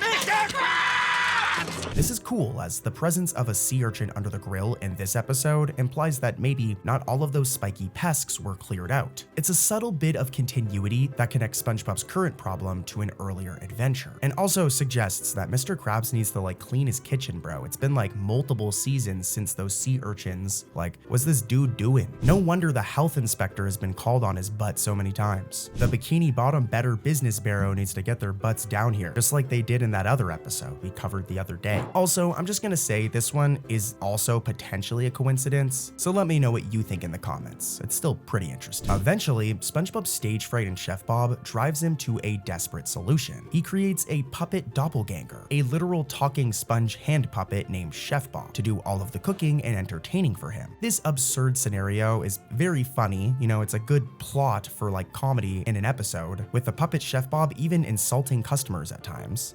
Hey, what dirt on your neck? Oh, it's your head. But it also highlights a really weird character inconsistency that's like really freaking weird. Historically, SpongeBob has never been shy about performing. Quite the opposite, actually. He's been in the spotlight numerous times in episodes like Culture Shock or Squirrel Jokes, relishing in performances on stage, and even leading a stadium of thousands in band geeks. Like, remember when he literally headlined the Bubble Bowl? Given that track record, seeing SpongeBob paralyzed by stage fright in this episode is some weird writing. It seems to contradict his established character. I mean, he's usually a born performer who loves to make others smile, to the point where like he's kind of annoying about it. It doesn't necessarily ruin the episode's fun, but just a weird situation, and this is another one where whoever wrote this episode or whoever wrote this scene needs to educate themselves on SpongeBob lore, all right? When I know more about SpongeBob lore than a writer, then there's definitely something wrong. In the episode Feral Friends, a mysterious anatomical event called Neptune's Moon causes all of the residents of Bikini Bottom to revert to wild versions of themselves. The story itself is a tongue-in-cheek homage to classic monster movie tropes, but more importantly, it's chock full of SpongeBob lore and Easter eggs. As chaos erupts and our beloved characters turn into real-world sea creatures, two notable absences are Plankton and Karen. Well, not really Karen because she's a computer, but especially Plankton. They never appear in the final episode, which made fans like me wonder what would happen if Tiny Plankton got zapped by Neptune's moon, and we got to see the real-life sea creature version of him. Well, this was actually answered for us, and it came from a deleted scene revealed in a storyboard animatic. In the cutscene, Plankton is waiting for Karen to bring him his dinner, and that's when Neptune's moon hits. He transforms into a feral, microscopic copiapod and skitters off. But when Karen returns with his meal, she mistakes Mini Plankton for a legitimate pesky bug and splats her husband before casually flicking away the gooey remains. Damn, Karen's a savage. To be honest with you, I can kind of understand why this scene got cut, because it's not necessarily the most like graphic scene. There's been some worse stuff in SpongeBob. I mean, especially if you've seen the episode The Splinter, but this was pushing it for a kid show. But deleted scenes isn't the only thing I want to talk about. Don't worry, there's some actual Easter eggs coming up and lots of interesting facts as well. With the town in crisis, Sandy Cheeks deliberately calls on somebody who might understand what is going on. This leads to the surprise reveal of the French narrator. And not just the voice that we hear all the time, but in person. Sandy contacts the narrator, and we can actually see him in his undersea submarine. And fun fact, this is actually only the second time that we've ever seen the French narrator on screen. The first was all the way back in season 2's No Free Rides, during this clip right here. It means another whole year of boarding school! What happened? Well, Feral Friends brings him back after over a decade, which honestly is pretty cool. As the scene progresses, the narrator explains that Neptune's moon is a rare event that happens once every century, explaining what's been going on here. But if you pay close attention, you'll notice that the narrator has actually gotten a costume update. In his 2000s appearance, he wore sleek modern scuba gear. But if we look at it side by side with a shot from his original appearance and this one, he's now decked out in like an old-fashioned brass diving suit. It's pretty fresh. This retro suit, complete with a round metal helmet, is itself an Easter egg, as producers have confirmed that it was supposed to bear some sort of resemblance to the Cyclops from the original SpongeBob SquarePants movie. I mean, the French narrator's new look isn't exactly identical, his helmet is a bit different, and there's some other differences, but hey, if the creators are saying it's a reference, then I'm not going to argue with them. But there's actually some more references here with the French narrator, as speaking of his submarine, the vehicle itself itself hides a historical reference, as the submarine he pilots through Bikini Bottom's waters strongly resembles a German U-boat from World War II. Feral Friends is also special for bringing back Patchy the pirate and his iconic pet, Potty. Patchy, the live-action pirate played by Tom Kenny, SpongeBob's voice actor by the way, was a staple of early SpongeBob specials, but they kinda did away with those after a while, and he hadn't been seen on the show for about 5 years prior to this cameo. The episode frames Patchy and Potty as observers of the Neptune's Moon incident, corresponding with the French narrator from Land, and this marks their first live-action appearance within the series since Legends of Bikini Bottom. Fans welcomed Patchy's return, but there's another Easter egg hidden in plain sight, or rather in earshot. If Potty the parrot sounds a bit different, it's because he's now voiced by somebody new, or actually somebody old. Doug Lawrence, Mr. Lawrence, and the person who voices Plankton actually took over Potty's voice acting role in this episode. And this is actually a pretty full circle moment, as Doug Lawrence is the person who created Potty's character as a writer. And I mean, this voice change is something I never even noticed, but it's actually happened 3 times. In early seasons, Potty was originally voiced by SpongeBob creator and legend, the GOAT, Stephen Hillenburg, before Stephen Hillenburg was replaced by Paul Tibbitt. And now, of course, Lawrence has taken on the role. So let's compare all 3 voices. Let's hear how Stephen Hillenburg sounded when he voiced the character. Potty want cookie dough. Potty, no! And now let's also take a listen to Paul Tibbitt's version of the character. Look, Patchy, a Rolodex. Why, it's probably full of celebrity phone numbers. You don't need SpongeBob. You can call him yourself. And last but not least, let's hear how Doug Lawrence does the job. Okay, so we're looking for some fields then. No, Patchy. The directions to the North Pole are in the song There Goes Santa Claus. There goes Santa Claus. There goes Santa Claus. Left on Santa Claus Drive. Let me know in the comments, who do you think does the best job when it comes to Potty? But let's talk about even more references and Easter eggs. As Neptune's moon sets and things get even crazier, Patchy and Potty have their own hilarious reaction on the surface. In the climax, an event called Neptune's Sun, the antidote to Neptune's moon, rises, and its rays revert everyone not back to normal, but to prehistoric forms for a brief time. Suddenly, Patchy the pirate is transformed into a primitive caveman version of himself, and Potty fittingly becomes a pterodactyl. This entire sequence is one giant love letter to the Season 3 special, UGG, also known as SpongeBob BC, the prehistoric-themed SpongeBob episode hosted by Patchy. In this episode, Patchy daydreams about dinosaurs, and at one point wishes that his parrot was a pterodactyl, a gag that finally comes true, and that the writers finally pay off here in Feral Friends. And to make the moment extra special, and even more of a clear reference, the show underscores a lot of Potty and Patchy's scenes by using the same exact background music that played throughout Patchy's caveman adventure in SpongeBob BC. It's pretty much like the same song. Like here, I'm gonna try and play it and not get destroyed by copyright. Here's the version of the song from SpongeBob BC. I told you prehistoric times were fun. Hey, how's about I teach you kids how a caveman makes a fire with 2 sticks? And here's the version of the song from Feral Friends.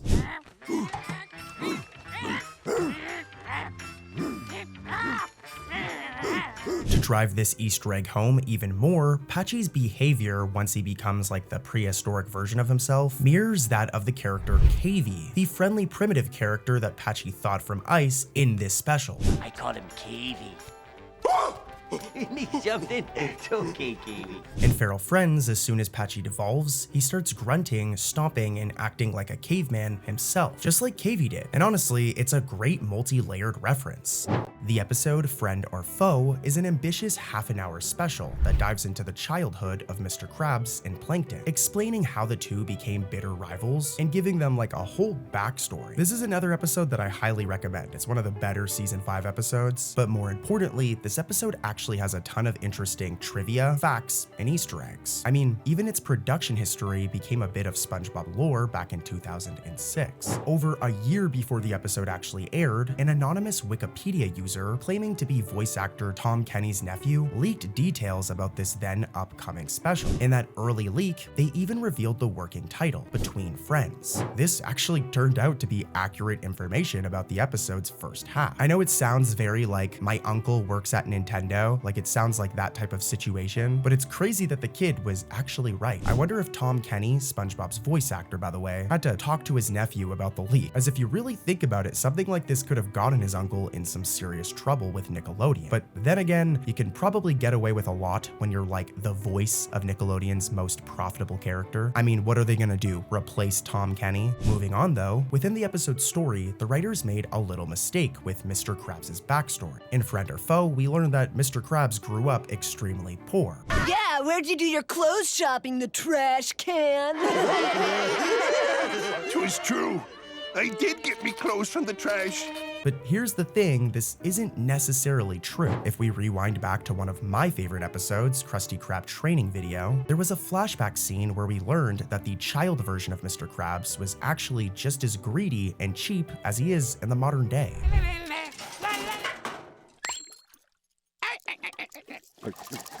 I mean, I guess he could have been cheap because he was broke when he was younger, but I don't know. This just seems like the writer of Friend or Foe isn't super familiar with older SpongeBob episodes, and they haven't seen the episode Krusty Krab training video. And because of this, they got the backstory slightly incorrect. But I'm also admittedly nitpicking. So let's switch it up and talk about some interesting facts about this episode. And the first one can be found when Mr. Krabs and Plankton concoct their very first burger together. As they argue over the failed recipe, Mr. Krabs blurts out an ingredient. Well, it was your fault the patty was tainted. You're the one who put too much seaweed sauce in the burger. This is really interesting, as for the first time, the show drops a hint about the legendary Krabby Patty secret formula. Krabs essentially confirms that seaweed sauce is one component of a Krabby Patty. I know this recipe technically failed, but Mr. Krabs says that he put too much. So it does seem like seaweed sauce would be in a Krabby Patty, or on a Krabby Patty. Just Plankton puts too much. Pretty cool though, right? Now we just need to find out all of the other ingredients and find out if Mr. Krabs uses crab meat, as it's been hilariously rumored for years. Who's heard that one before? But another interesting fact about this episode revolves around Karen, Plankton's computer wife, of course. Friend or Foe actually marked the first ever TV show appearance of Karen's mobile robot form. Before this, Karen was always depicted as a screen in the chum bucket. But in Friend or Foe, Plankton wheels Karen around in a robot body. In those days, I was just starting out as a security system. Plankton and I met when he installed me. It was only our third date. This probably seems like not a big deal at all right now, but at the time, this was a pretty big change. And honestly, it was a really smart one from like a writing perspective, as it let Karen as a character evolve. Like, she really turned into the Karen we know after this, due to the fact that she wasn't confined to Plankton's lab anymore, allowing her to interact with other characters other than Plankton. And this gave us many memorable moments. But yeah, some interesting trivia, but how about an actual Easter egg? Well, the Patchy the Pirate segments carry their own hidden gems, as in one scene, Patchy is in his kitchen, and if you look closely at the background right here, there's a large wooden barrel labeled SpongeBob SquarePants sitting in Patchy's clutter. If it looks familiar to you, it's because this barrel is a direct prop from the opening of the SpongeBob SquarePants movie, where a similar barrel with the show's logo appears on the pirate ship. It's almost as if Patchy salvaged that movie prop for his own use. All told, Friend or Foe is a great episode.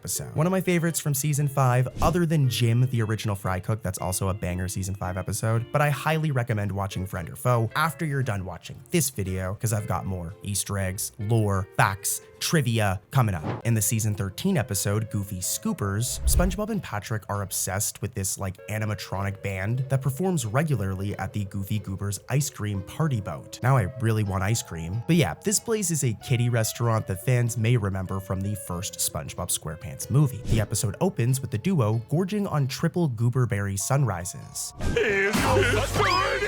These delicious sundaes right here, which in itself is kind of like a cool nod to the 2004 film. And here's your triple gooberberry sunrise, sir. Also, if you listen to SpongeBob's voice at the very start of the episode, he sounds drunk, which in itself is another reference to that 2004 SpongeBob movie. As throughout that whole film, well, the intro of the film, SpongeBob and Patrick are pretty much drunk off of gooberberry sunrises. But yeah, SpongeBob and Patrick love this place so much that they even refuse to leave despite it being time for the place to close. They are true Goofy Goobers, and they're probably like the #1 fans of the Goofy Scoopers. Well, in a cheeky musical nod, the Goofy Goobers manager looks at his watch and pointedly says, "Closing time. You don't have to go home, but you can't stay here."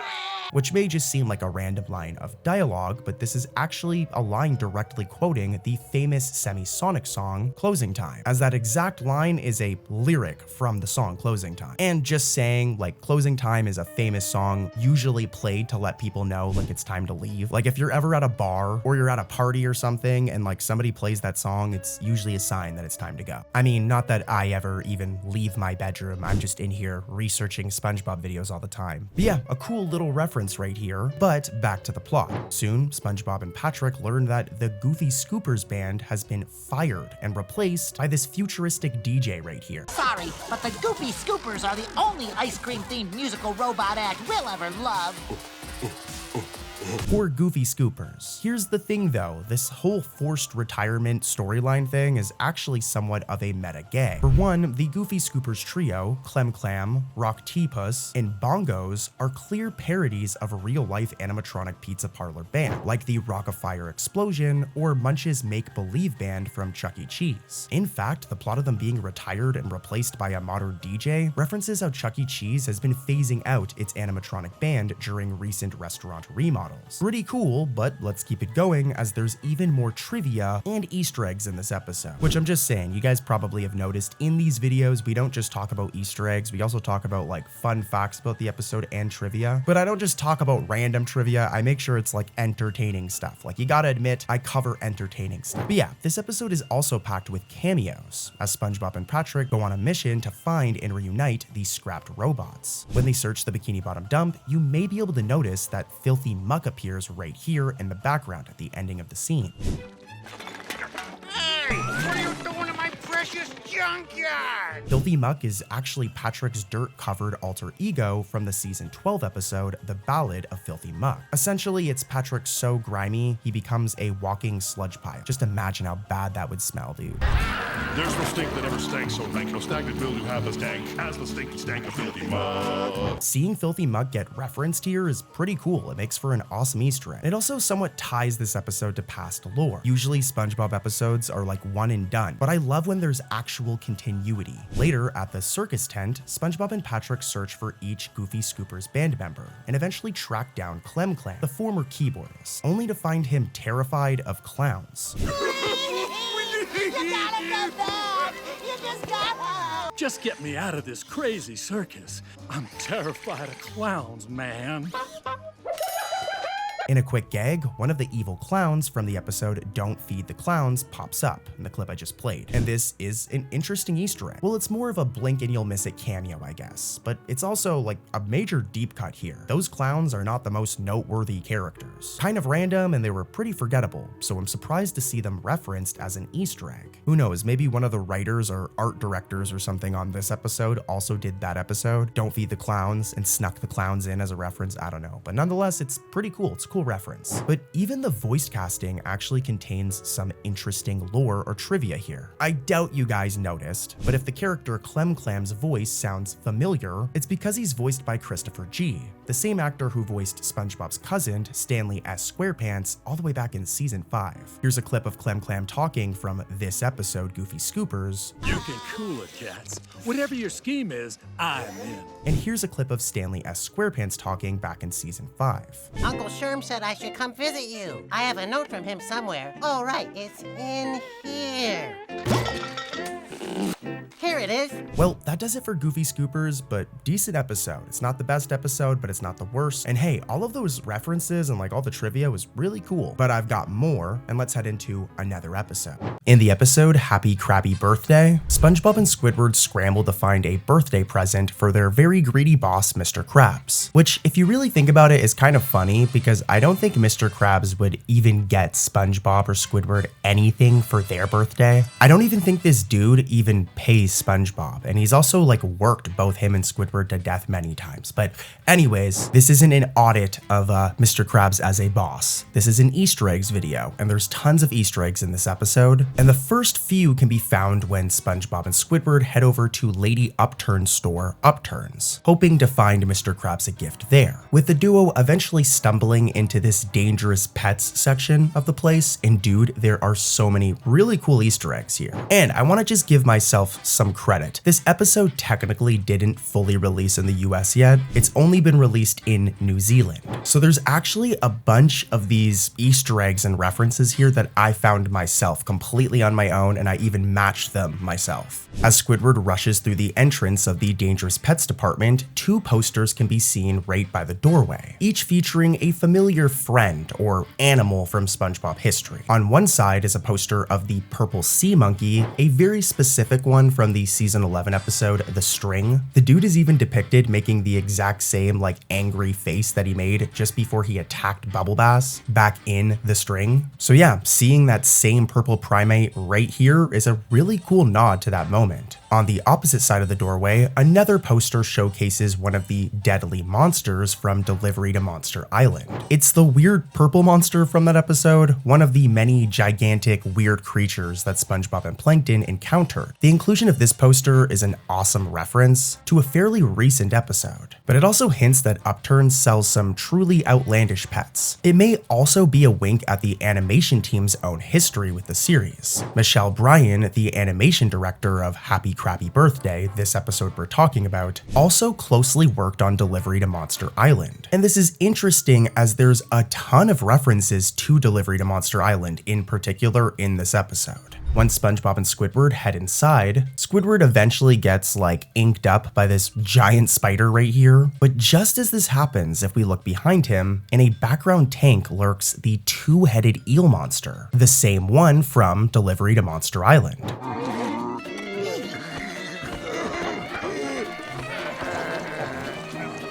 This double-domed creature was one of the deadly monsters, another deadly monster. And here it's caged as a dangerous pet. I definitely don't want to take him home. Also, just saying, I know we can only see one of his heads here, but if we look at a side-by-side of like it from this episode and from Delivery to Monster Island, I mean, come on, it's the same character. The coloring of the white is slightly off, I guess, but it's the same character. But yeah, back to that spider, which sends Squidward flying into the next room, which leads to Squidward crashing into this large aquarium tank, which frees another familiar character, the sewer snake, specifically from the episode The Sewers of Bikini Bottom.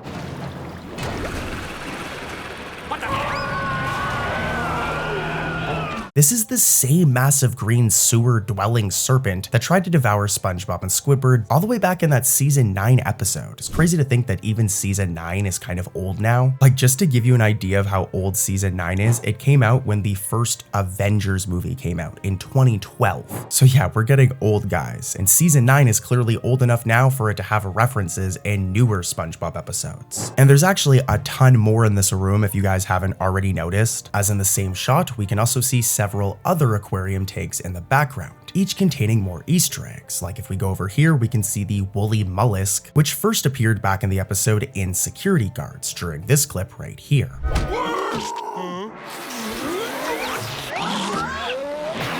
If we look at this aquarium right here, we can see the original snail monster, the same one from Food Con Castaways. You'll remember this creature from this clip right here.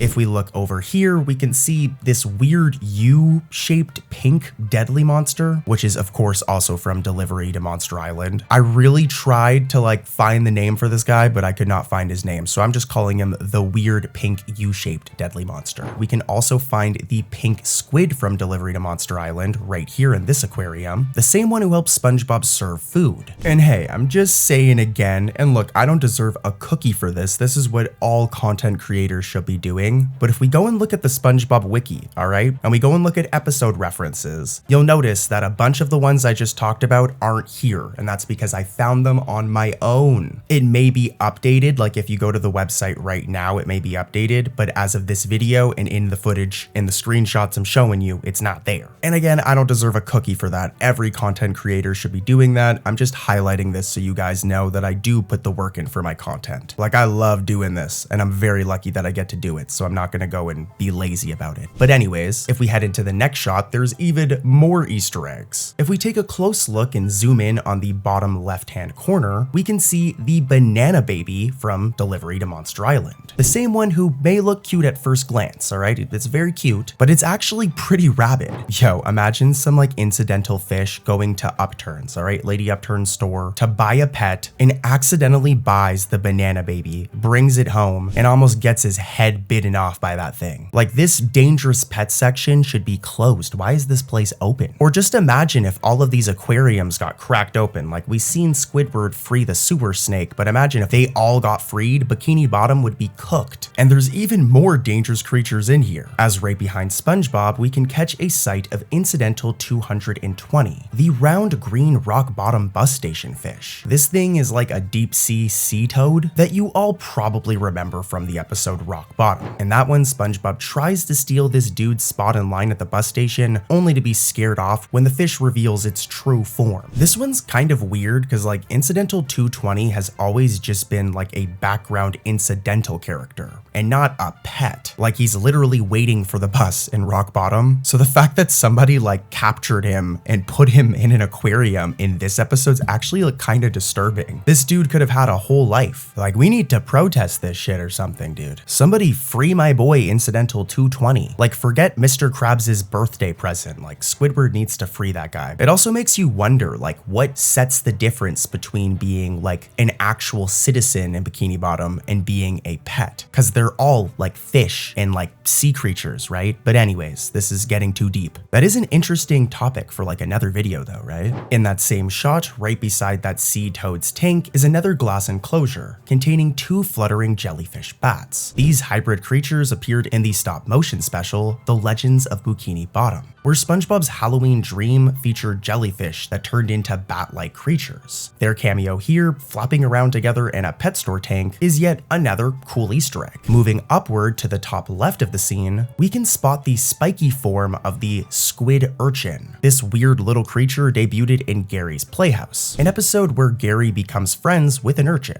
That garbage can looks like Squidward's house.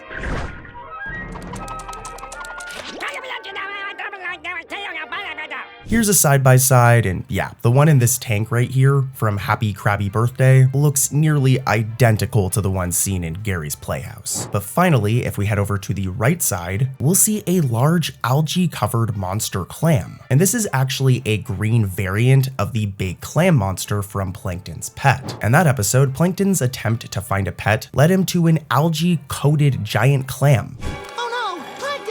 You know, I can't say I'm surprised.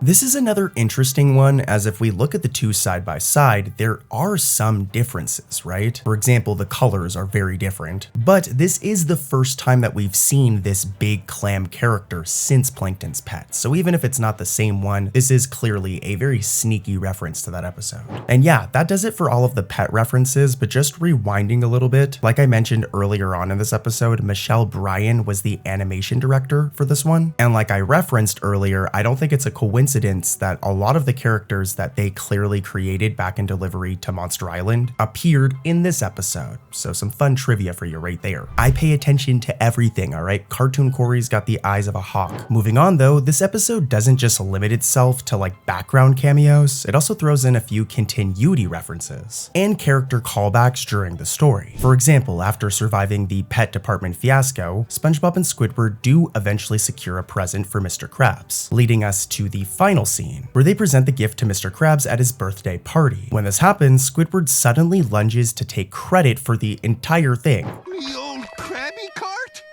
It was all my idea.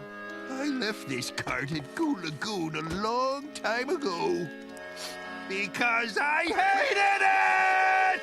He gives Mr. Krabs a smug grin and tries to imply that he was the one behind the whole thing, which if you've watched the episode isn't very true. More importantly though, this moment is actually a cheeky callback to the episode The Lost Mattress, in which SpongeBob, Patrick, and Squidward bought Mr. Krabs a new mattress. In that story, Squidward likewise attempted to steal credit for the gift. We noticed how miserable you were on your lumpy old mattress. So I suggested we get you a new one. I thought it was your idea. So like I said, this is some good continuity, seeing Squidward do pretty much the same thing years later in Happy Crappy Birthday. Dude, my mouth is so dry today that I can't even say it right. Birthday. There we go. I can pronounce words correctly, guys. Only sometimes though, as you guys have seen in the past. But finally, the episode sneaks in a cameo from a character that we haven't seen in a decade. But for this, we have to rewind all the way back to the start of the episode. As Squidward readies himself, his reflection suddenly comes to life as alternate universe Squidward. This alternate version of Squidward originally comes from the episode The Algae's Always Greener from season 3, where Plankton's wishful alternate reality featured a Squidward who worked for Plankton instead of Mr. Krabs. He's also appeared in multiple other episodes, considering the fact that he's like an alternate version. For example, the character also pops up in season 9 Squid Plus 1, but it's heavily implied that all of these different alternate versions of Squidward are the same one. And this is why the character popping up again in Happy Krabby Birthday is actually like kind of interesting. And it's also the character's first appearance in like nearly 12 years. So yeah, welcome back, dude.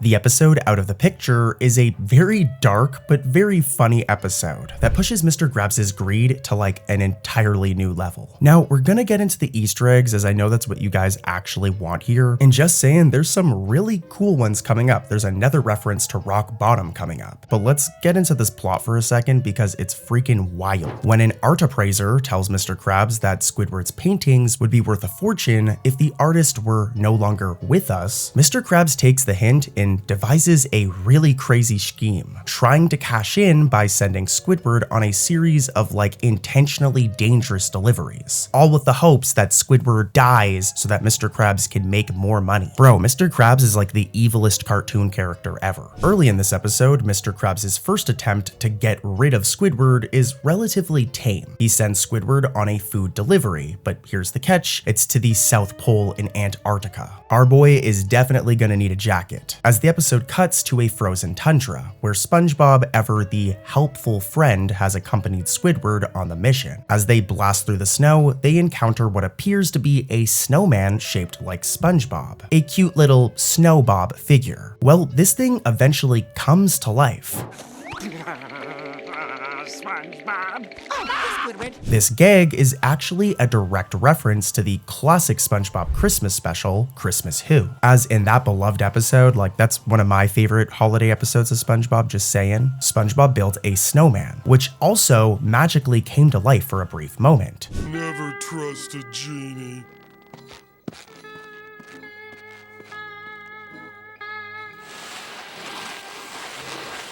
I'm showing both clips side by side, and let me know what you guys think in the comments. This one might have just been a coincidence. I'll always be the first to admit that, but they are very similar. At least the gag is similar. But yeah, this trip to Antarctica definitely ends up failing, and Squidward does not die, unfortunately for Mr. Krabs. So where does Mr. Krabs send Squidward next? It's a very familiar place, and that's Rock Bottom. Let's go, baby. For those of you who forgot, all of you casuals, Rock Bottom is the eerie deep sea town from SpongeBob season 1. One of my favorite episodes, just saying. Back in that one, SpongeBob got stranded after taking the wrong bus and was just trapped down there and had a very stressful time. Even the soil looks different. Would you mind putting me down? Well, Out of the Picture actually marks the very first trip back to Rock Bottom since its debut back in that 1999 episode. And that's what makes it special. Like, Rock Bottom has been featured a ton since this episode. Like, if you watch lots of modern SpongeBob, Rock Bottom appears every once in a while now. But at the time, this was the first time that we had seen Rock Bottom in the modern day. Here's a cool fun fact I found while researching this one. If we go back to the original Rock Bottom episode, you guys may remember this vending machine right here. It's a big part of the plot of the episode, with SpongeBob trying to get some chocolate and constantly missing the bus because of it. Well, this candy machine was actually intended to appear in this episode. We know this because of this image right here released by the SpongeBob crew, which shows Squidward wandering around Rock Bottom with the candy machine right here in the background. It's also from a storyboard and is labeled Scene 050, which makes it clear that it was ultimately cut and was planned to be in the episode. It sucks it was cut, but don't worry, there's still a lot of cool Easter eggs in this rock bottom section, with a ton of characters from that episode also appearing. At one point, Squidward descends this ladder into rock bottom and nervously calls out, only to be answered by several creepy angler fish-like locals, all blowing raspberries at him. These include Incidental 211, the dude who literally saved SpongeBob back in the original rock bottom episode, as well as some other familiar faces. For example, there's Incidental 204, the fish that comes out of the left bathroom, while SpongeBob and Patrick are confused about which bathroom to use. There's also Incidental 222. He appeared in rock bottom as the attendant at the rock bottom bus station window. And there's also plenty of other familiar faces from rock bottom as well, including Incidental 212 and Incidental 206. A really cool twist here is that SpongeBob seems to immediately recognize all of the locals, with him even calling them his friends. All of the rock bottom incidentals also seem to remember SpongeBob, with them greeting him very positively. So that's also some really cool continuity right there, that everybody remembers each other and that SpongeBob now isn't scared of them, as if you guys remember, back in rock bottom, SpongeBob was terrified of all of these characters. So yeah, I love the continuity from the ending of rock bottom here. I'm rambling about it, but I love that stuff in SpongeBob. Moving on though, Mr. Krabs frustrated that rock bottom didn't end up killing Squidward and actually was just a pretty cool reunion. Because of this, Mr. Krabs resorts to a final plan. Why do I need a rocket? Where is this delivery to? Mars. Oh, Mars. Well, Mars! This psycho wants to launch Squidward into freaking outer space, escorting Squidward to a rocket ship. And here's another Easter egg. Kind of. Not really, but let me explain. Some people think that this rocket right here bears a resemblance to Sandy's rocket from the season 1 episode, Sandy's Rocket. This is something that the SpongeBob wiki notes, but if we look at them side by side, in my opinion, they're not really that similar. Let me know what you guys think in the comments. Like, I think that this one is a reach, and I'm like the king of reaching for Easter eggs. Like, come on. In the episode Patrick's Tantrum, Patrick Star develops a very weird problem. Whenever he hears the ringing of a bell, he flies into an uncontrollable destructive rage. Yes, even more uncontrollable than usual Patrick. The episode follows SpongeBob's attempts to cure his best pal's odd condition, and along the way it pays homage to pop culture and SpongeBob's own past. Right from the opening scene, the episode hits us with a clever musical Easter egg. SpongeBob gets covered in all of this black stuff and ends up with a mop top of hair. Striking a pose, he speaks in a British accent and says the following line. I can still hear the ring.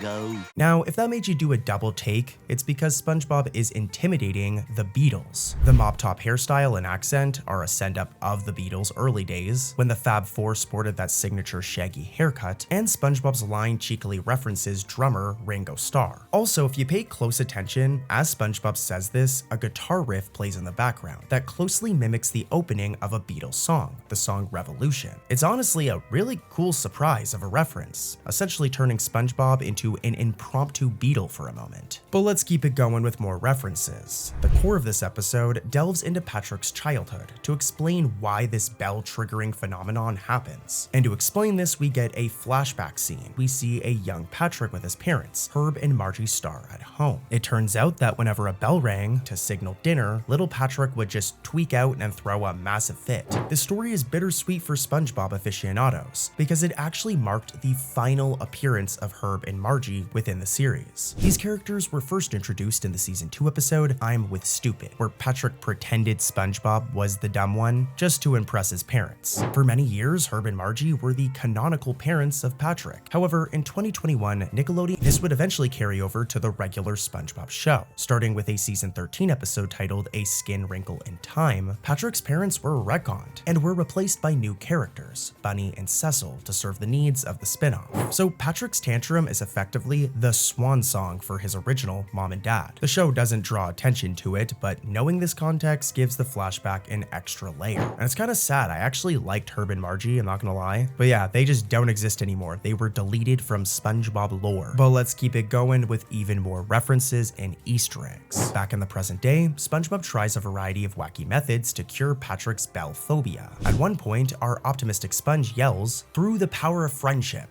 and launches into a heroic motivational speech to snap Patrick out of his rage. While doing so, SpongeBob dramatically dons a superhero costume. And this time it isn't the Quickster like we've seen in Mermaid Man and Barnacle Boy 5. And if you think it looks familiar, it's because it's a very clear spoof of, Superman's iconic outfit. Another fun little reference. But as the chaos escalates, Patrick's bell-triggered tantrum spreads through Bikini Bottom. Others start reacting to bell sounds wildly too. And this leads to a scene of massive traffic accidents downtown. But amid that pileup is a blink and you'll miss it Easter egg by a very special vehicle, the Bass Blaster 3000. Die-hard fans will remember this flashy speedboat from Season 4's Driven to Tears, a classic episode, where in that one, Patrick won this vehicle as a prize for being the 1 millionth person to pass his boating test. Much to SpongeBob's envy, as you can imagine. Like, SpongeBob's been trying for years and then Patrick just comes in and passes the exam. But yeah, the Bass Blaster was a sleek, high-tech boatmobile, which Patrick loved, until he ran out of gas because he thought E on the fuel gauge meant end. It stopped working, so I threw it away. The needle was on E. I figured that must mean end. Oh. In frustration, Patrick abandoned the boat at the end of the episode. But I guess apparently someone in Bikini Bottom gave it a new life, because here in Patrick's tantrum, you can see a Bass Blaster 3000 right here, with it crashing into another car. It's a deep cut Easter egg, since the Bass Blaster hasn't been relevant in like years. And the implication's kind of funny. I mean, like, perhaps this is literally the same Bass Blaster that Patrick threw away, and then these guys bought it used or something, who knows? I mean, we've literally seen used boat salesmen in SpongeBob before. For example, in the episode Sanitation Insanity, we see the con man, the guy who like tricked Patrick and SpongeBob with the chocolate bars back in Chocolate with Nuts. We see him selling used cars. So maybe he sold this used Bass Blaster to this person right here who crashed it. But that's just a theory, a game theory. Thanks for what? Forget I ever did that. Let's head into another episode with more Easter eggs. I love you guys. In the episode Pinned, SpongeBob's latest workout goes horribly wrong. He adds a few too many plush toys to his barbell and ends up trapped underneath his own weight set.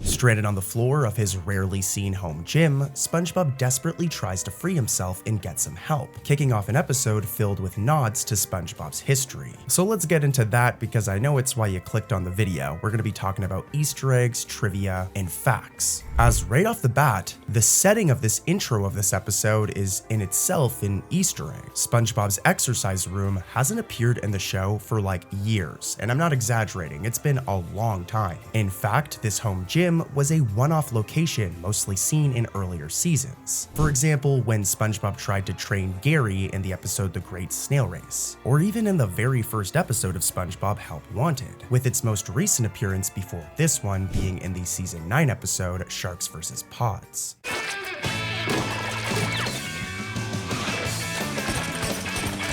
Well, this returned in Pin nearly a decade later is a fun deep cut reference in itself. And it's something that's very easy to miss. Like, I know it seems like I'm making a big deal out of a room in SpongeBob's house, but what makes this an Easter egg is the fact that it would appear all the time in earlier seasons, and then it was basically just like removed from SpongeBob lore. So it's cool to see it back in Pinned. But let's keep it going with more references, trivia, and Easter eggs. SpongeBob's plan to signal for help goes wrong when a bottle containing his written plea slips from his window and bops Squidward on the head outside. This dude was just trying to sunbathe and chill, and then he gets bottled. I'm not gonna lie, I would also be kind of upset. And well, because of this, Squidward calls the police. Can you really blame him? From here, the scene shifts to the Bikini Bottom police station. And this is where we can find a bunch more Easter eggs, and they're all really cool. If we look over here, we can spot a wanted poster on the wall. There's actually 2 throughout the entire police station, both featuring 2 familiar criminals from past adventures. And just saying, these may seem like Easter eggs I've covered before, but they're actually new. They're just similar to other Easter eggs I've covered in the past, but we'll get to that. The first right here is Dennis, the very nostalgic character from the original 2004 SpongeBob SquarePants movie. And I discussed this in a previous video, but for years, characters from that film were off limits to the TV series. But this actually changed in the mid-2010s. Dennis finally made his first TV series appearance as a background Easter egg in season 11's Call the Cops, also visible on a wanted poster in the station. Well, Pinned is actually giving us like a double entendre. They're giving us like a double whammy Easter egg here. Like I said, this is like an Easter egg of an Easter egg. Like it's referencing the 2004 movie, but it's also referencing the Easter egg that we seen in Call the Cops. We can also see the Tattletale Strangler also in a wanted poster. And I mean, come on, you guys should know this guy. He's the dude from SpongeBob Meets the Strangler. SpongeBob snitches on him, and yeah, it doesn't go very well for SpongeBob. Hey, that looks like me!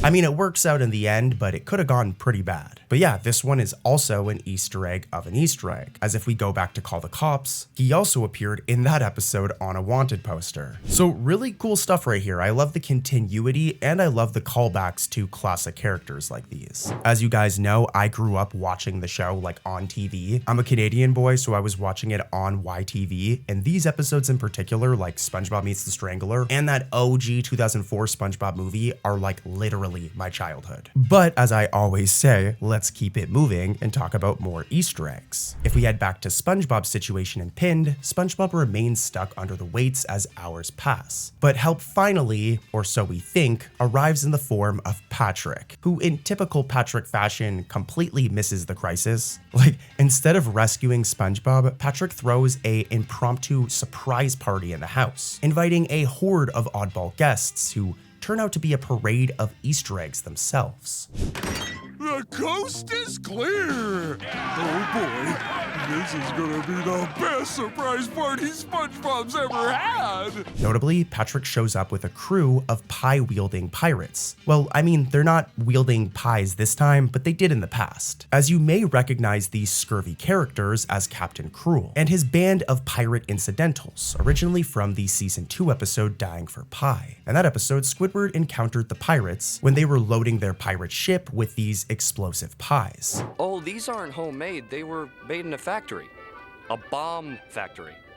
They're bombs. Over 20 years later, Pinned brings Captain Cruel back to Bikini Bottom, and Patrick somehow found him and his pirate gang and invited them to SpongeBob's party. And like I said, even a few of Dying for Pie's crew members reappear. Yeah, they were background characters back then, so it's really cool to see them back here in Pinned with Captain Cruel. And the guest list doesn't end there. Also present at SpongeBob's surprise party, if you want to call it that, are 3 tough-looking fish that should be very familiar to old-school SpongeBob fans.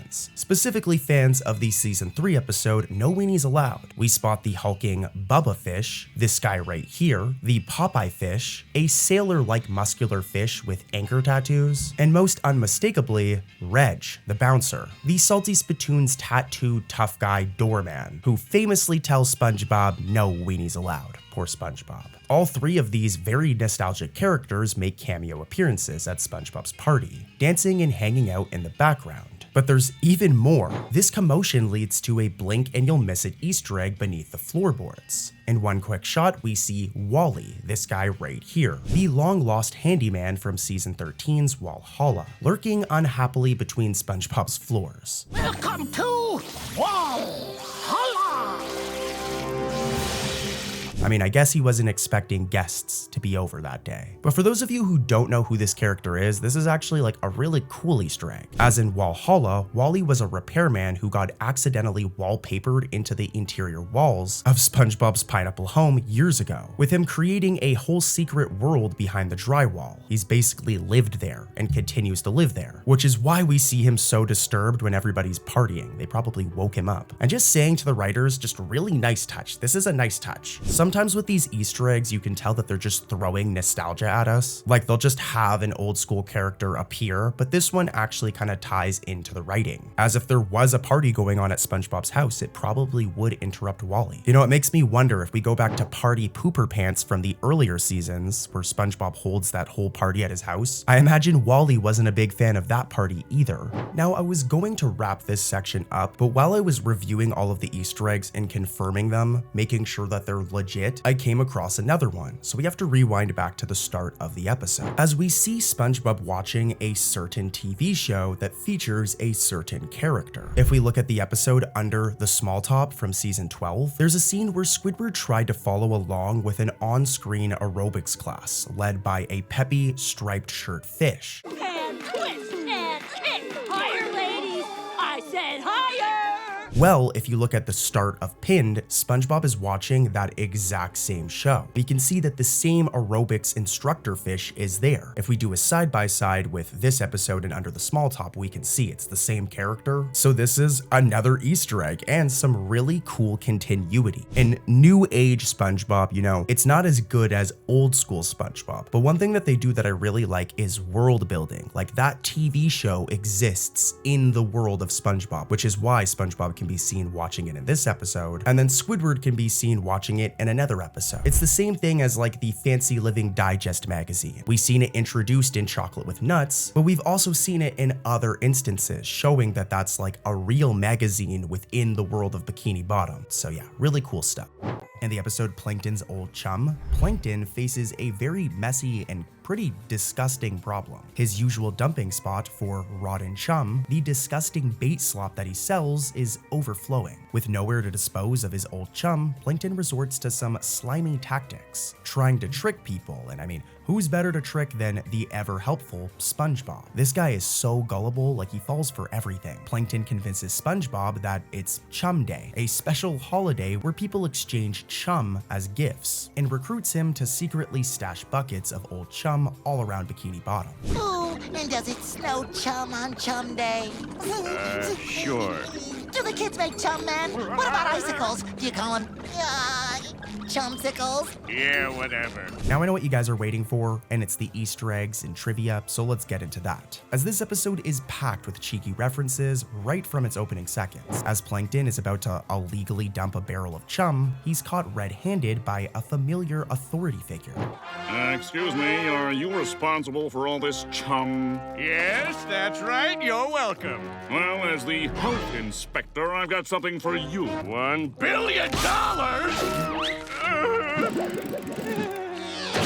This right here is the Health Inspector, a very nostalgic and iconic character from the classic episode Nasty Patty. The deep-voiced purple fish, known as Andy in later episodes by the way, who once nearly met his end eating a tainted Krabby Patty. Like, Mr. Krabs nearly killed him, but yeah, he returns here in a cameo, still doing his job. In Nasty Patty, Mr. Krabs and SpongeBob thought this inspector was a fraud and served him that iconic Nasty Patty. Would you eat one of these? I definitely wouldn't. So it's really cool to see in Plankton's Old Chum that same inspector reappeared. Back to the plot though, and as you can imagine, SpongeBob helps Plankton, and their spree of hiding that disgusting chum yields a quick gag for observant fans. In one house they sneak into, a young boy sleeps peacefully with a poster on his wall, and that poster is actually of Quarter Guy, a minion character from the episode Slimy Dancing. Quarter Guy is a tall purple fish who, in Slimy Dancing, wowed the judges with a coin juggling dance before being disqualified later on. The rulebook clearly states a single dancer must perform without any further assistance from a partner. Therefore,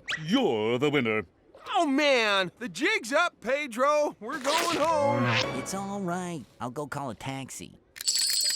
Here, the animators placed him as a pop culture figure in the world of SpongeBob. Like, it seems he's a celebrity in the world of SpongeBob, which is why he's on this kid's wall. Apparently, Quarter Guy's dancing career took off, at least enough to make him poster worthy, I guess. But nonetheless, this is a really cool Easter egg, and I'm very proud of myself for catching this one, just saying. As SpongeBob continues hiding chum in people's homes, we encounter another nod to continuity, as when he sneaks into Mrs. Puff's house, we can see that she has a framed photo of Mr. Krabs right here. This is a subtle reference to the long-running, if rocky, romance between Mrs. Puff and Mr. Krabs. It's not often like directly acknowledged in episodes, so including this photograph here is some cool continuity. We recently covered a very similar Easter egg to this, like from the episode Spot Returns. Just saying, but this is a different Easter egg. It also happens in the episode Plankton's Old Chum, and it's equally as cool, as moments like this reward nerds like me for remembering that a cartoon crab and a cartoon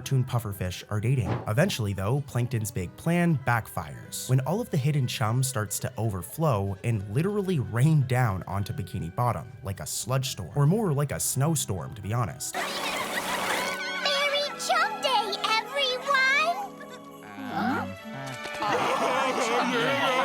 Panicked citizens gather outside their chum-covered homes. And in a really funny scene, Squidward leans out of his window to ask a passing child, the character Sprat Morty, by the way, a very specific question.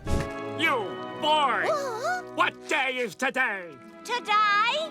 Such an intelligent boy. What is today? Why, it's Chum Day! Then I haven't missed it. Wait a minute. Chum Day? That's disgusting!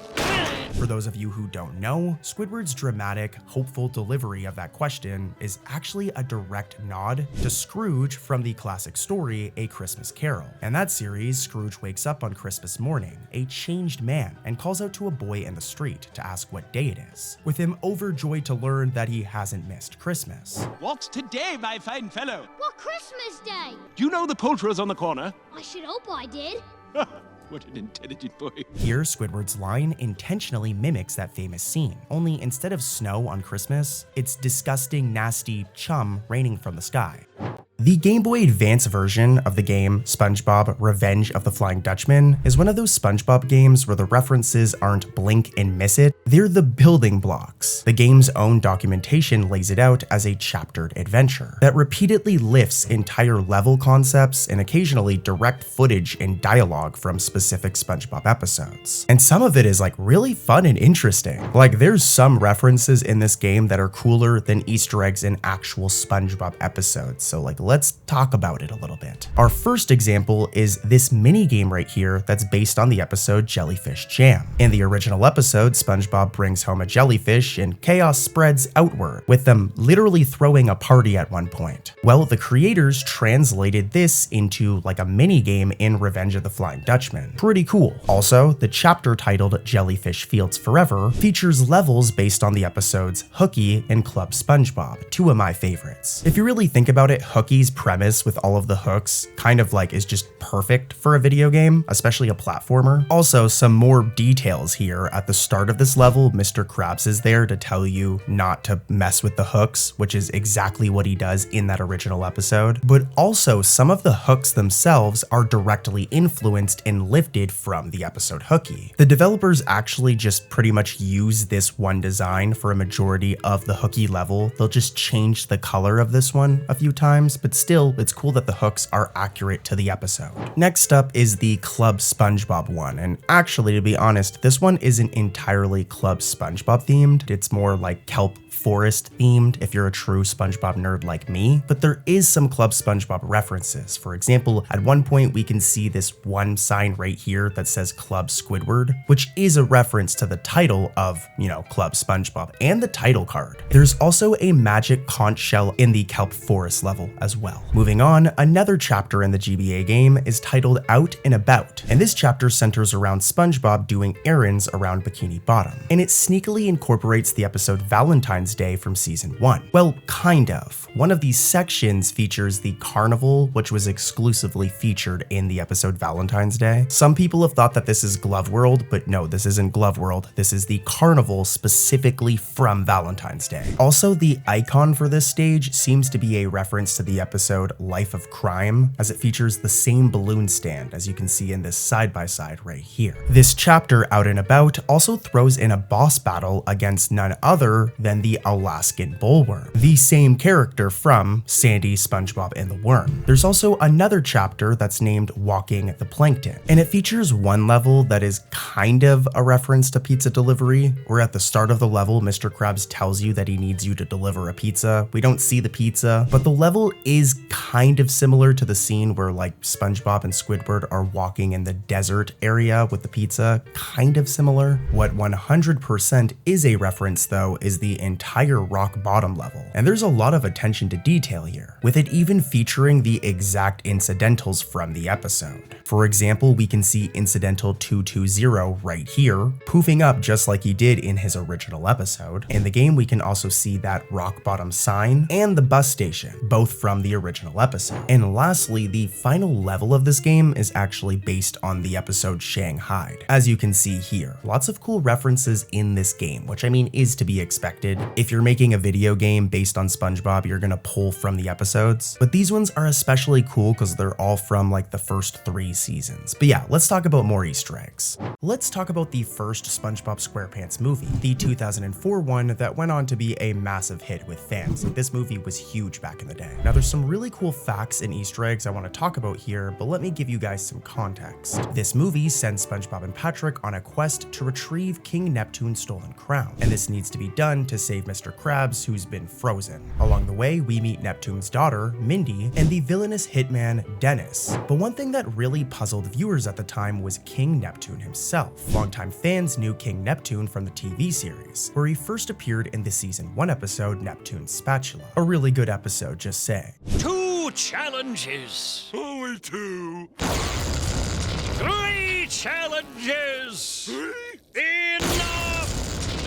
We'll settle for 1. Yet in the movie, he looked and acted completely different from what we've seen in Neptune's Spatula. This redesign wasn't just a random decision though. It's actually connected to the behind-the-scenes negotiations and had a long-lasting effect on the SpongeBob universe, so let's dive into this. Back in the TV show, King Neptune was a green-skinned, muscular deity with flowing orange hair and a booming voice. Very much a god of the sea. Like, I definitely wouldn't mess with him. But in that 2004 movie, Neptune is bald, with a completely different face and physique, and a far goofier personality. You go to Shell City?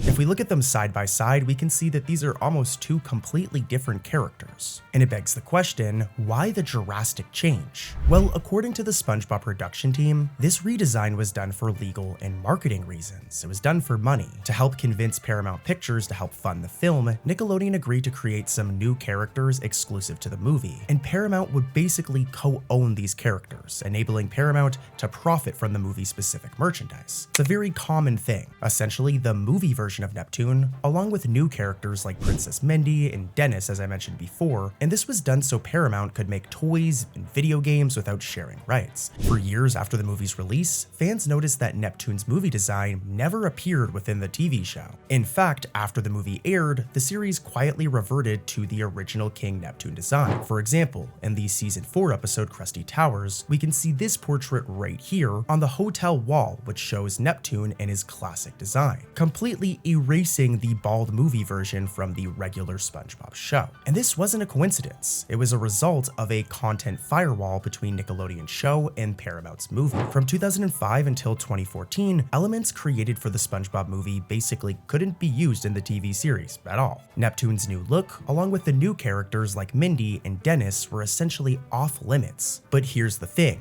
once that firewall was lifted, which was around SpongeBob's 10th season, the show finally started to acknowledge the movie. For example, King Neptune's golden crown from the film suddenly showed up as a background Easter egg in the episodes Lost and Found, and later in the episode Insecurity Guards. For the record, I've covered those 2 Easter eggs in the past, so this section isn't about those Easter eggs, it's more about King Neptune. I'm just giving you guys the story. Just because back at the time when I covered those Easter eggs, I didn't even realize all of the history and lore here. To make things even better, in the 20th anniversary special, SpongeBob's Big Birthday Blowout, we finally saw Princess Mindy return to SpongeBob canon, with her making a guest cameo in that special, giving us another Easter egg, and her first appearance since 2004. The creative team even released an official anniversary poster that pokes fun at Neptune's dual designs, with it showing TV Neptune and movie Neptune back to back. Right here, this poster isn't really available in high resolution, so sorry if it's blurry, but how cool is this? If you really think about it, this poster kind of implies that the 2 might actually be separate characters in SpongeBob's universe. We might have 2 Neptunes. Things were made even more complicated in the SpongeBob movie Sponge on the Run, with them literally introducing another character that's King Poseidon, but things could have been even more confusing, as it was revealed with concept art that in the original plot for Sponge on the Run, it was supposed to be King Neptune who kidnapped Gary, with him having plans to clone Gary. As you can see in this concept art right here, this is who King Neptune was supposed to become. I guess we would have gotten a live action version, but thank goodness they didn't do this because we already have 2 King Neptunes. So think of how confusing this would have been. Dude, this next episode has so many Easter eggs, so get ready, it's gonna be fun. SpongeBob on Parade finds Bikini Bottom hosting its annual parade, and Mr. Krabs seizes the opportunity for free publicity, which is very fitting of our favorite greedy crab. He enters a Krusty Krab float into the parade, and honestly, this episode is like just built for Easter eggs. When Mr. Krabs informs SpongeBob and Squidward about the parade contest, Squidward claims that he has no idea what kind of float to build, so Mr. Krabs cheerfully tells him to use your imagination. And you guys can probably guess what's coming here, as upon hearing that magic word, SpongeBob instantly strikes a classic pose. You get to be creative and use your imagination. Imagination. For the like 2 of you who don't know this moment is a direct reference to the beloved Idiot Box game, where SpongeBob and Patrick use imagination to play in a cardboard box, much to Squidward's confusion and annoyance. Squidward, we don't need television. Not as long as we have our imagination. On top of this, not only does SpongeBob form the rainbow above his head, but the rainbow itself drips and falls apart like liquid, which is also another reference, as this exact same thing happened during a musical number in Suction Cup Sympathy did I just say sympathy? I meant Suction Cup Symphony. Let me get it right, that's how you know I'm not AI, alright? But yeah, play the clip.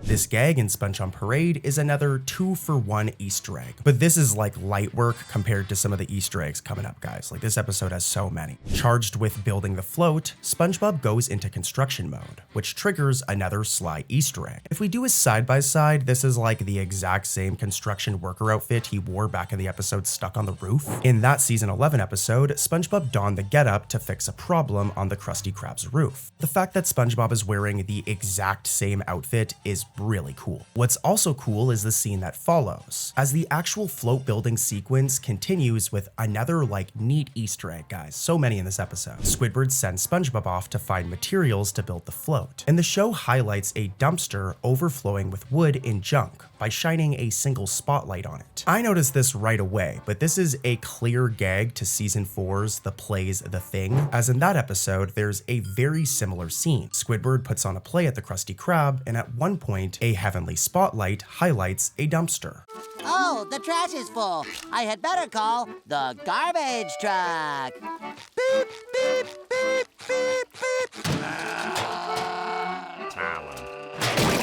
The true Easter eggs, though, really start to appear when it's time for the actual parade. Perch Perkins, the Bikini Bottom news reporter, is joined by the Ice Cream King, a very obscure character who first and last appeared in the season 12 episode Patrick's Coupon. Back in that episode, the Ice Cream King challenged Patrick to a series of contests, but in this episode, he's back as a co-host for the parade. And a funny bit of dialogue is that the Ice King expresses surprise that Perch Perkins is like a real person. Hey, you're that guy!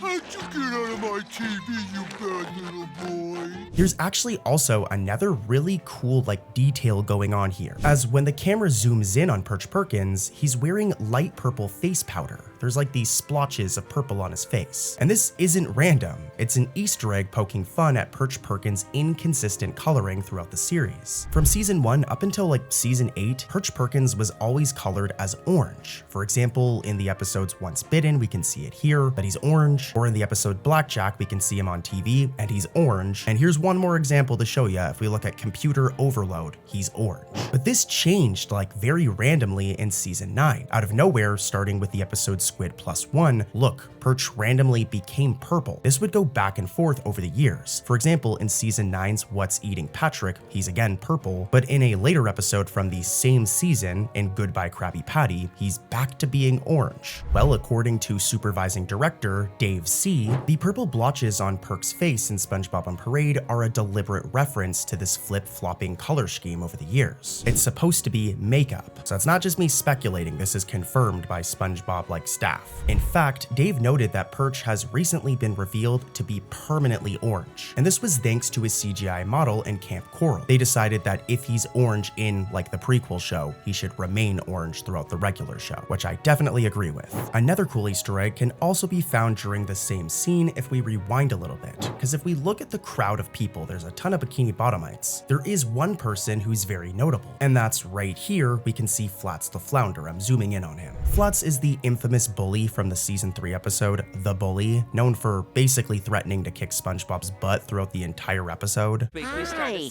I'm SpongeBob. Hi, SpongeBob. I'm gonna kick your butt.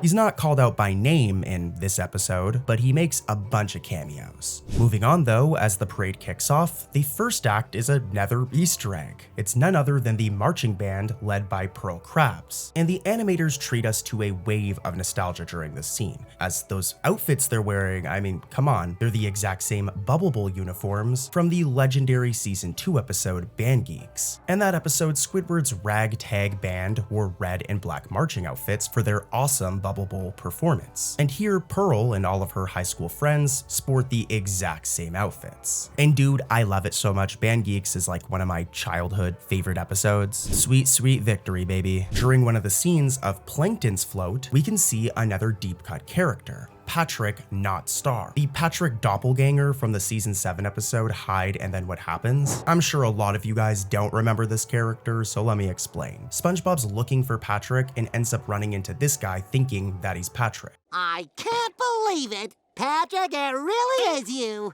My name is Patrick. Patrick Not Star. In SpongeBob on Parade, Patrick Not Star appears in the same way that Flats the Flounder does, where he's just casually in the background sometimes, like he's in this shot right here if we zoom in. And yeah, that's pretty much it for this episode. I mean, Fred does show up and he has an entire float dedicated to like his leg breaking, which is like kind of, you know, an Easter egg. Also, Mermaid Man and Barnacle Boy show up despite not having any lines, so it's cool to see them, but that's pretty much it for references in this episode, and let's head into another one with more. When Plankton's beloved pet amoeba Spot makes an unexpected comeback in the episode Spot Returns, he brings a big surprise. Spot has had a litter of adorable puppies. They're really cute, but they also would be pretty slimy, I feel like, but that's just my opinion. Now, there's lots of Easter eggs we're going to be talking about, and some of them are crazy, like you want to stay tuned for these Easter eggs, but in order for any of them to make sense, I need to recap the plot a little bit and give you guys context. The episode's premise centers on Plankton trying to harness these new minions for one of his nefarious schemes. Well, chaos erupts as the tiny amoebas overrun the chum bucket. In the opening scene, even Plankton's computer wife Karen can't handle the cuteness overload, so she crashes and reboots when she sees how many cuddly cute puppies Spot has produced. And this is where we can find our first reference. Cue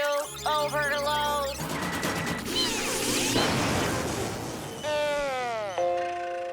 Now, when this happens though, Karen makes a certain sound effect here, as you guys just heard. Attentive fans will notice that Karen's reboot sound is a nostalgic nod, as it mimics the classic Apple Macintosh startup chimes. Here's a side-by-side, here's the sound effect from Spot Returns.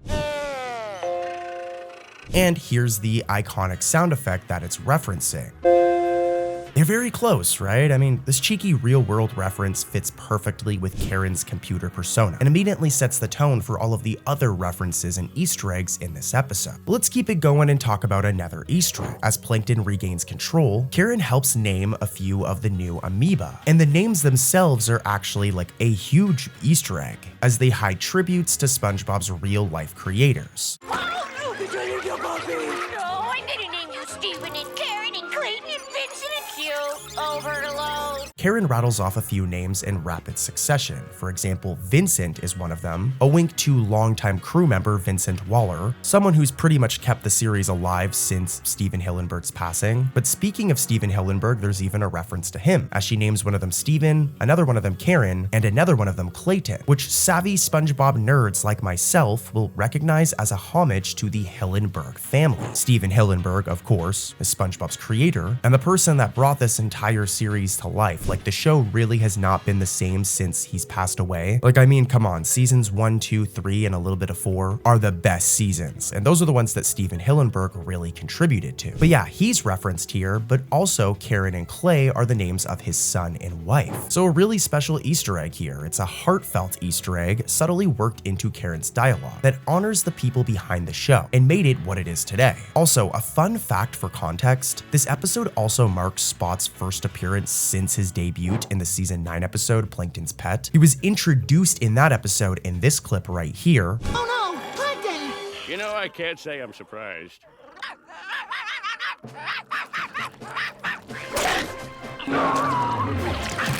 Hey there, little guy. But then he kind of disappeared and became pretty rare. But Spot Returns, I mean the title implies it, was his first time coming back. And at the time, it was a pretty big deal. But let's keep it going, I've got even more Easter eggs. The plot soon shifts to SpongeBob, who crosses paths with Plankton amid the puppy pandemonium. Just before SpongeBob discovers Plankton painting a free puppies billboard, with him trying to get rid of all of the new amiibos he has. I just called them amiibos by accident, but they're actually called amoebas. I've had to look up the pronunciation like 5 times in this video, just saying. But yeah, with Plankton having so many of them, he wants to give them away and makes this billboard. But this whole scene in general hides another Easter egg. Just before SpongeBob runs into Plankton, we see him blowing bubbles. And longtime fans likely will do a double take when you see this clip right here, as the bubbles SpongeBob blows take the shape of an elephant and a caterpillar. And this might seem random, right? Like, Cartoon Corey, what are you talking about? But this is a reference, as the elephant and caterpillar bubbles look exactly how they did all the way back in the season 1 episode Bubble Stand. In that season 1 episode, SpongeBob showed off his expert bubble blowing technique to Squidward and even formed an elephant bubble to show everyone what he could do. He also did a caterpillar in that same episode. It's a giraffe!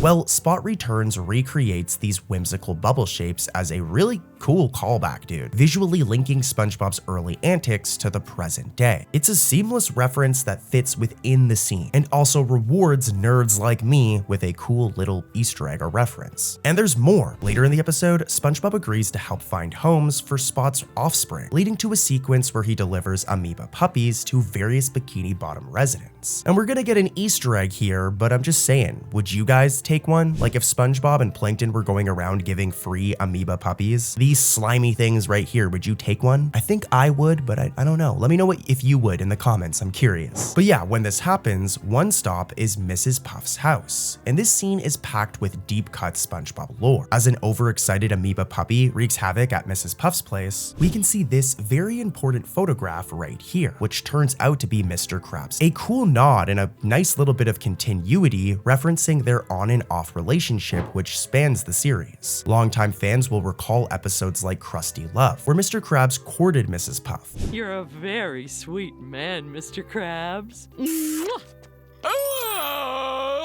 So seeing her keep a photo of them, like I said, is cool continuity and a cool reference to Krusty Love. And just saying, like, what makes this special is the fact that Mr. Krabs and Mrs. Puff's relationship isn't always acknowledged. It's more of a background detail, and it was actually pretty rare up until this point for it to be referenced. Nowadays, it's referenced all the time. Like in modern SpongeBob, there's an episode where Mrs. Puff starts flirting with Larry and Mr. Krabs gets jealous in the more recent seasons. But at the time, this right here in Spot Returns was a pretty cool and rare Easter egg. And believe it or not, there's another Easter egg in this exact same scene. Another picture on Mrs. Puff's wall shows a pet snail. And this one right here is a deep cut. This is actually an Easter egg that only the most dedicated nerds like me will catch, as this snail right here is Annette, Mrs. Puff's pet snail, who first and up until now only appeared in the season 3 episode The Sponge Who Could Fly. My snail is up a tree harder since I was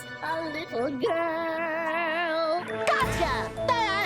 Next time, try the elevator. In that lost episode, SpongeBob rescues Mrs. Puff's snail Annette from a treetop. Now, we haven't seen Annette like in the flesh since then, but it's cool to know that, you know, the writers and the art team, and more importantly, Mrs. Puff hasn't forgotten about her snail. So yeah, lots of cool references in this episode Spot Returns. I highly recommend it, but you guys already know what's gonna happen here. Let's head into another episode with more Easter eggs. We've talked about the TV show and the movies many times in the past, but Easter eggs aren't My voice cracked so hard right there, holy cow, but Easter eggs and references aren't just confined to the TV show. Even SpongeBob video games often hide nods to episodes, and they're actually some of the coolest in my opinion. As a matter of fact, let me know in the comments if you'd watch an entire video dedicated to SpongeBob video game Easter eggs and facts. I feel like that would be really fun. But let's talk about SpongeBob SquarePants Super Sponge, as this is a prime example, with the game being jam-packed with callbacks to the first few seasons of the cartoon. In fact, entire levels are actually themed after episodes like Tea at the Tree Dome, Hooky, and my favorite, Rock Bottom, essentially allowing fans to play through scenes inspired by those stories. Beyond those broad strokes, the developers also slipped in some very specific Easter eggs. One of the coolest inclusions is the time machine from SB-129. In the Season 1 episode SB-129, Squidward stumbled into a futuristic time machine.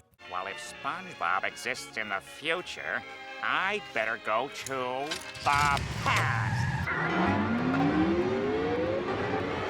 Well, that same contraption appears in Super Sponge, though with a twist. In this game's canon, Plankton is the one who owns the time machine, with him using it during one of the levels. The game's nods to the actual series continue in the downtown Bikini Bottom stage. As in the Game Boy Advance version of this game, as SpongeBob navigates the streets, you can spot a very distinct vehicle among the traffic. This thing right here is the snail ambulance from the episode I Was a Teenage Gary. In that episode, an ambulance was forced to rush to SpongeBob's house after Gary fell ill from Squidward's neglect. Therefore, a shot of snail plasma must be carefully administered.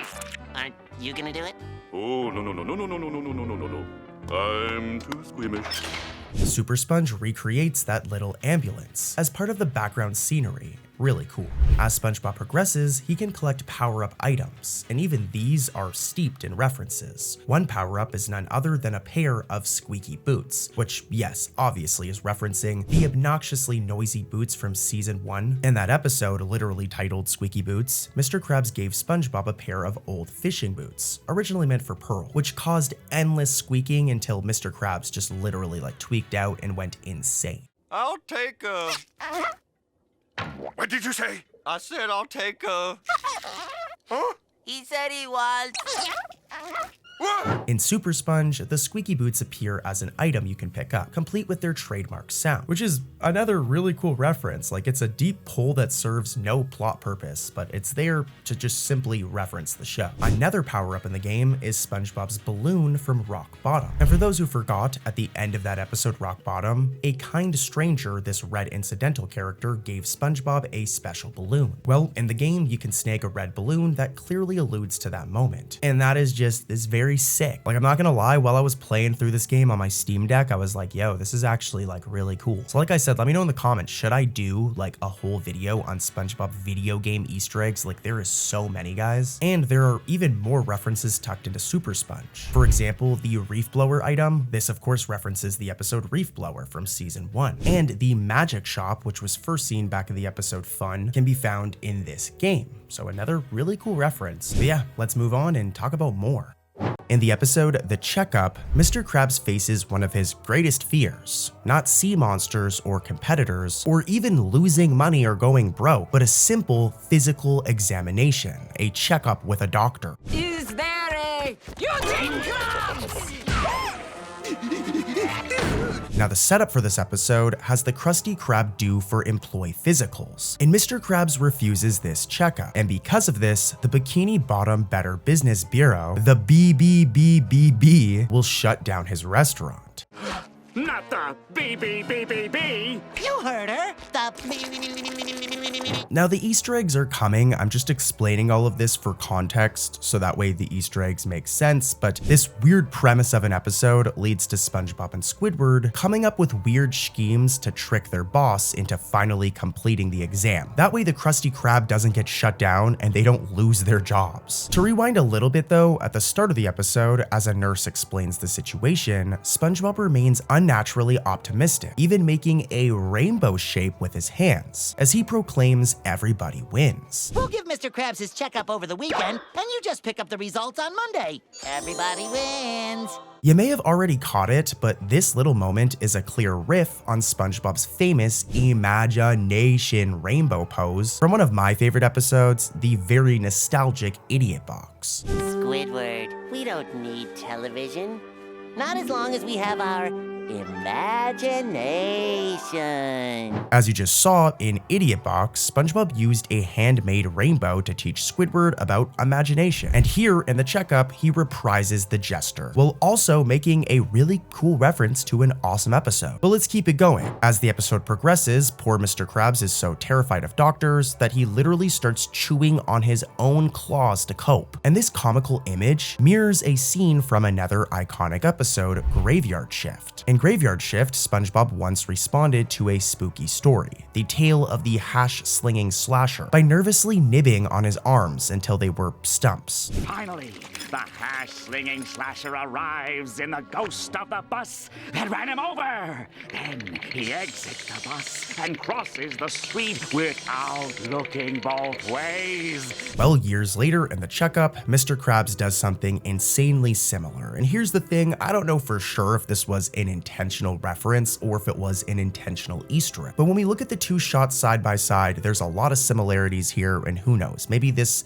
scene in the checkup is a homage to the scene I just showed you in Graveyard Shift. Let me know what you guys think in the comments. As SpongeBob and Squidward scramble to get Mr. Krabs examined by any means necessary, the episode peppers in nods to both real life and SpongeBob lore. We already talked about it briefly, but for example, the nurse's warning about the restaurant being closed by the BBBBB is actually a obvious parody of the Better Business Bureau, the real-life organization known for raiding businesses and closing them down if they're not up to standards. So that's another reference right there. But if you've thought any of this is boring, don't worry guys, I've saved one of the craziest ones for right here. As one of SpongeBob's big ideas to finally get Krabs to get his X-ray is to set up a fake photo booth. Step on up and marvel at the latest technological wonder, photography. Preserve your precious punum for generations to come.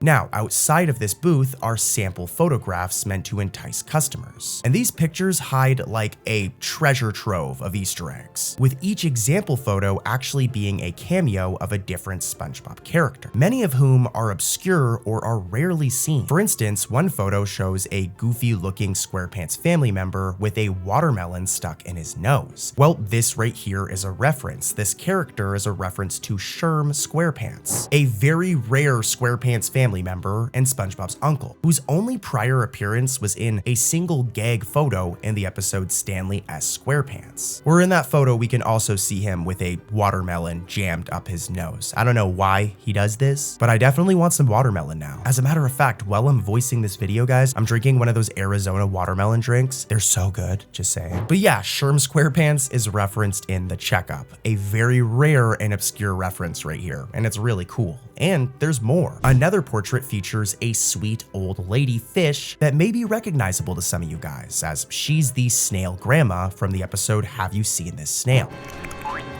Come back, Miss Tuftsy. You don't want these to go to waste, do you? The exact same lady who tried to adopt and overfeed Gary when he ran away. It's a delightfully deep cut to see her included among the snapshots. Really cool. And there's more, with longtime rivals and one-off characters popping up too. Squilliam Fancy Son, Squidward's arch nemesis, can be seen smirking in this photo right here. King Neptune appears in this photo, and even more minor, rare characters like Angry Jack. This dude from the episode Slimy Dancing can be seen right here, which alone is like a very random appearance. Like the dude was a judge in Slimy Dancing, I'm pretty sure. But yeah, he can be seen right here, as well as background regulars like Old Man Jenkins, Agnes, and even SpongeBob's own parents make blink and you'll miss it appearances on the photo booth. And there's even more references and Easter eggs going on here. As an extra layer of humor, one of the photo booth images parodies a famous painting called American Gothic. Here's the painting right here, which famously depicts a farmer and his daughter in a very specific art style. Here's a side-by-side and a really cool reference right here. So yeah, that's a lot of references in one shot, and I love it. And I'm gonna move on to more Easter eggs, so don't worry, but I really wanna give like the production team of this episode some credit here. Whoever wrote or decided for all of these references to be in here is a true SpongeBob fan, as they weren't in the storyboard version. If we look at the storyboard version of this episode, which we're gonna talk about more in this video, all of the photos during the photo booth scene scene are different. So I don't know who did it, but once they started like coloring and actually animating the episode, shout out to the person who decided to put all of these awesome references. And dude, there's more. In the end, that whole photo booth plan from SpongeBob kind of backfires, and it also gives us another callback, as when the phony photo booth malfunctions and sends Mr. Krabs on a very scarring ride, he yelps in pain about his underwear catching on fire. It's kinda hot in here. Should my underwear be on fire? This oddly specific complaint, "Me underwear is on fire," that was my Mr. Krabs impression. But that line right there is a direct reference to the SpongeBob SquarePants movie, the original 2004 one, just saying. In that film, Mr. Krabs delivered that very same line during a similarly chaotic scene. It's not identical, but it's close enough where I think that this is a reference. Take a listen.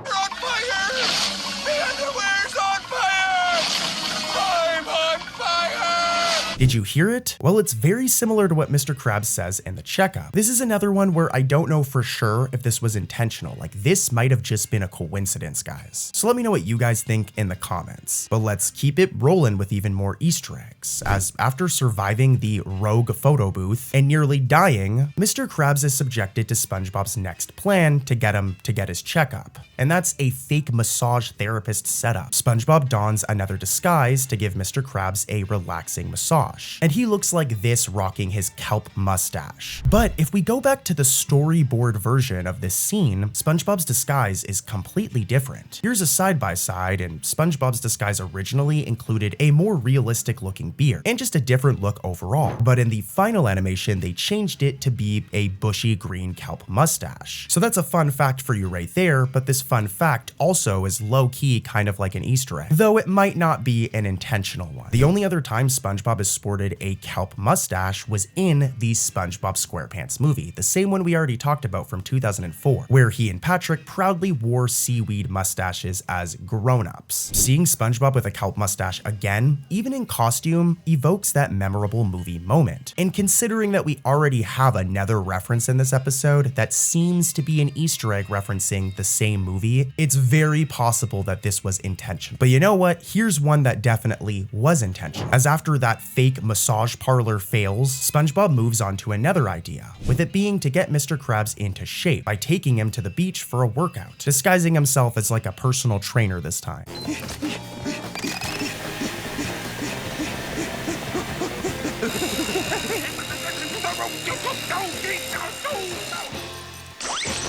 Now, here's the thing. Rather than the usual Goo Lagoon, the iconic beach location that we all know from Bikini Bottom, they go to a different beach. This is Muscle Beach, a very specific location that hasn't actually been seen since all the way back in the episode Muscle Bob Buff Pants from season 1. So like it's been like over 25 years, I'm pretty sure at this point. In fact, as another little Easter egg within the scene, keep an eye on the background muscle men, as one of them is incidental to 4D, who is last spotted lifting weights at Muscle Beach in that same Muscle Bob Buff Pants episode from over 20 years ago. Well, years later, this extremely rare character makes a reappearance in the checkup in the background right here. So like seriously, dude, whoever wrote this episode like went all out. I guess it wasn't necessarily the writers, it would have been the art production team. And when I look at the credits for this episode, animation was done by Tom Usami, supervising was done by Sherm Cohen, and the supervising producers were Mark C. and Vincent Waller. So shout out to these lovely people for just cramming so much cool stuff in this one episode.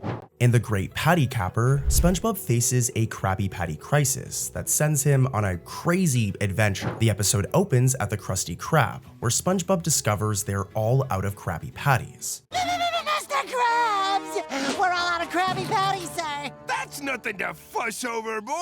We'll just whip up a new batch. So, Mr. Krabs hastily brews a new batch of patty batter in the office. But in the process, Plankton attempts to steal it. So Mr. Krabs wants a more permanent solution to stop this from happening. So he mails the secret formula to a far-off vault for safekeeping, only to eventually realize he needs it back to continue cooking. From here, SpongeBob and Patrick board a high-speed train to go and retrieve the formula from a distant storage facility, while Plankton sneaks along to steal it for himself. This is actually like a half-hour special with a very interesting plot, but we're here for Easter eggs, trivia, and facts. So let's talk about that. Early on, as SpongeBob and Mr. Krabs attempt to recreate Krabby Patties from memory, the show slips in a rare bit of Krabby Patty lore. In their argument over the recipe, actual ingredients of the secret formula are mentioned, a very uncommon occurrence in the series. If you listen closely, you can learn that the formula includes flour, barnacle shavings, turmeric, and a debated type of salt. Salt comes after barnacle shavings. Or was it lesions? Oh, but no, that doesn't sound right either. Was it pustule? Heavens no. That's disgusting. As you just seen, these ingredients are revealed in a comedic way. But for fans, this is actually a really cool canonical detail, finally giving us some insight into the recipe. And just saying, if you've been keeping track and have been watching all my videos, we've actually gotten other ingredients. As for example, back in Friend or Foe, we learned that seaweed sauce is also an ingredient in the Krabby Patty secret formula. So we're almost there, guys. Maybe one day we'll figure out what the actual recipe is. And as I've joked about in the past, hopefully it doesn't include any crab meat. As a matter of fact, I'm gonna put this rumor to rest. It's actually been confirmed by Steven Hillenburg and other SpongeBob producers like Vincent Waller that Krabby Patties contain no animal products whatsoever, with Krabby Patties acting more as like a veggie burger. So yeah, if you've ever wondered if that whole rumor is true, it isn't true. Back to the episode though. When Mr. Krabs decides to hide the formula off-site, the story makes a quick detour to a Bikini Bottom news broadcast. Here we get a hilarious piece of SpongeBob trivia with news anchor Perch Perkins addressing his co-anchor, the up until now nameless, realistic-looking bass fish, often seen on TV. But this time he gives him a name, which is a big thing for SpongeBob canon, calling him Elaine. We now go to Perch Perkins live on the scene. Thanks, Elaine. A fun fact is that this was the first time that this character was ever given a name. Before this, we just knew him as the realistic fish head. But also, if we take a look at the 2003 video game Battle for Bikini Bottom, the developers actually gave this character a name much earlier on, calling him Johnny. So the Great Patty Capper's actually rewriting a little bit of lore, but I mean, come on, who are we gonna take more seriously, the writers of the show or the writers of the video game? Johnny is a much cooler name though, just saying. But as SpongeBob and Patrick set off on the Oceanic Express train to recover the formula, viewers might notice a familiar face, or rather a familiar character model. We eventually meet the character, the Teller, and if we look closely, this character looks very similar to the Tattletale Strangler. It's been speculated by fans that the animators essentially reused the Strangler's design for this background character. And there's differences, but they're also very similar. Who knows, maybe the Strangler cleaned up and got a day job, but honestly, this likely wasn't meant as a storyline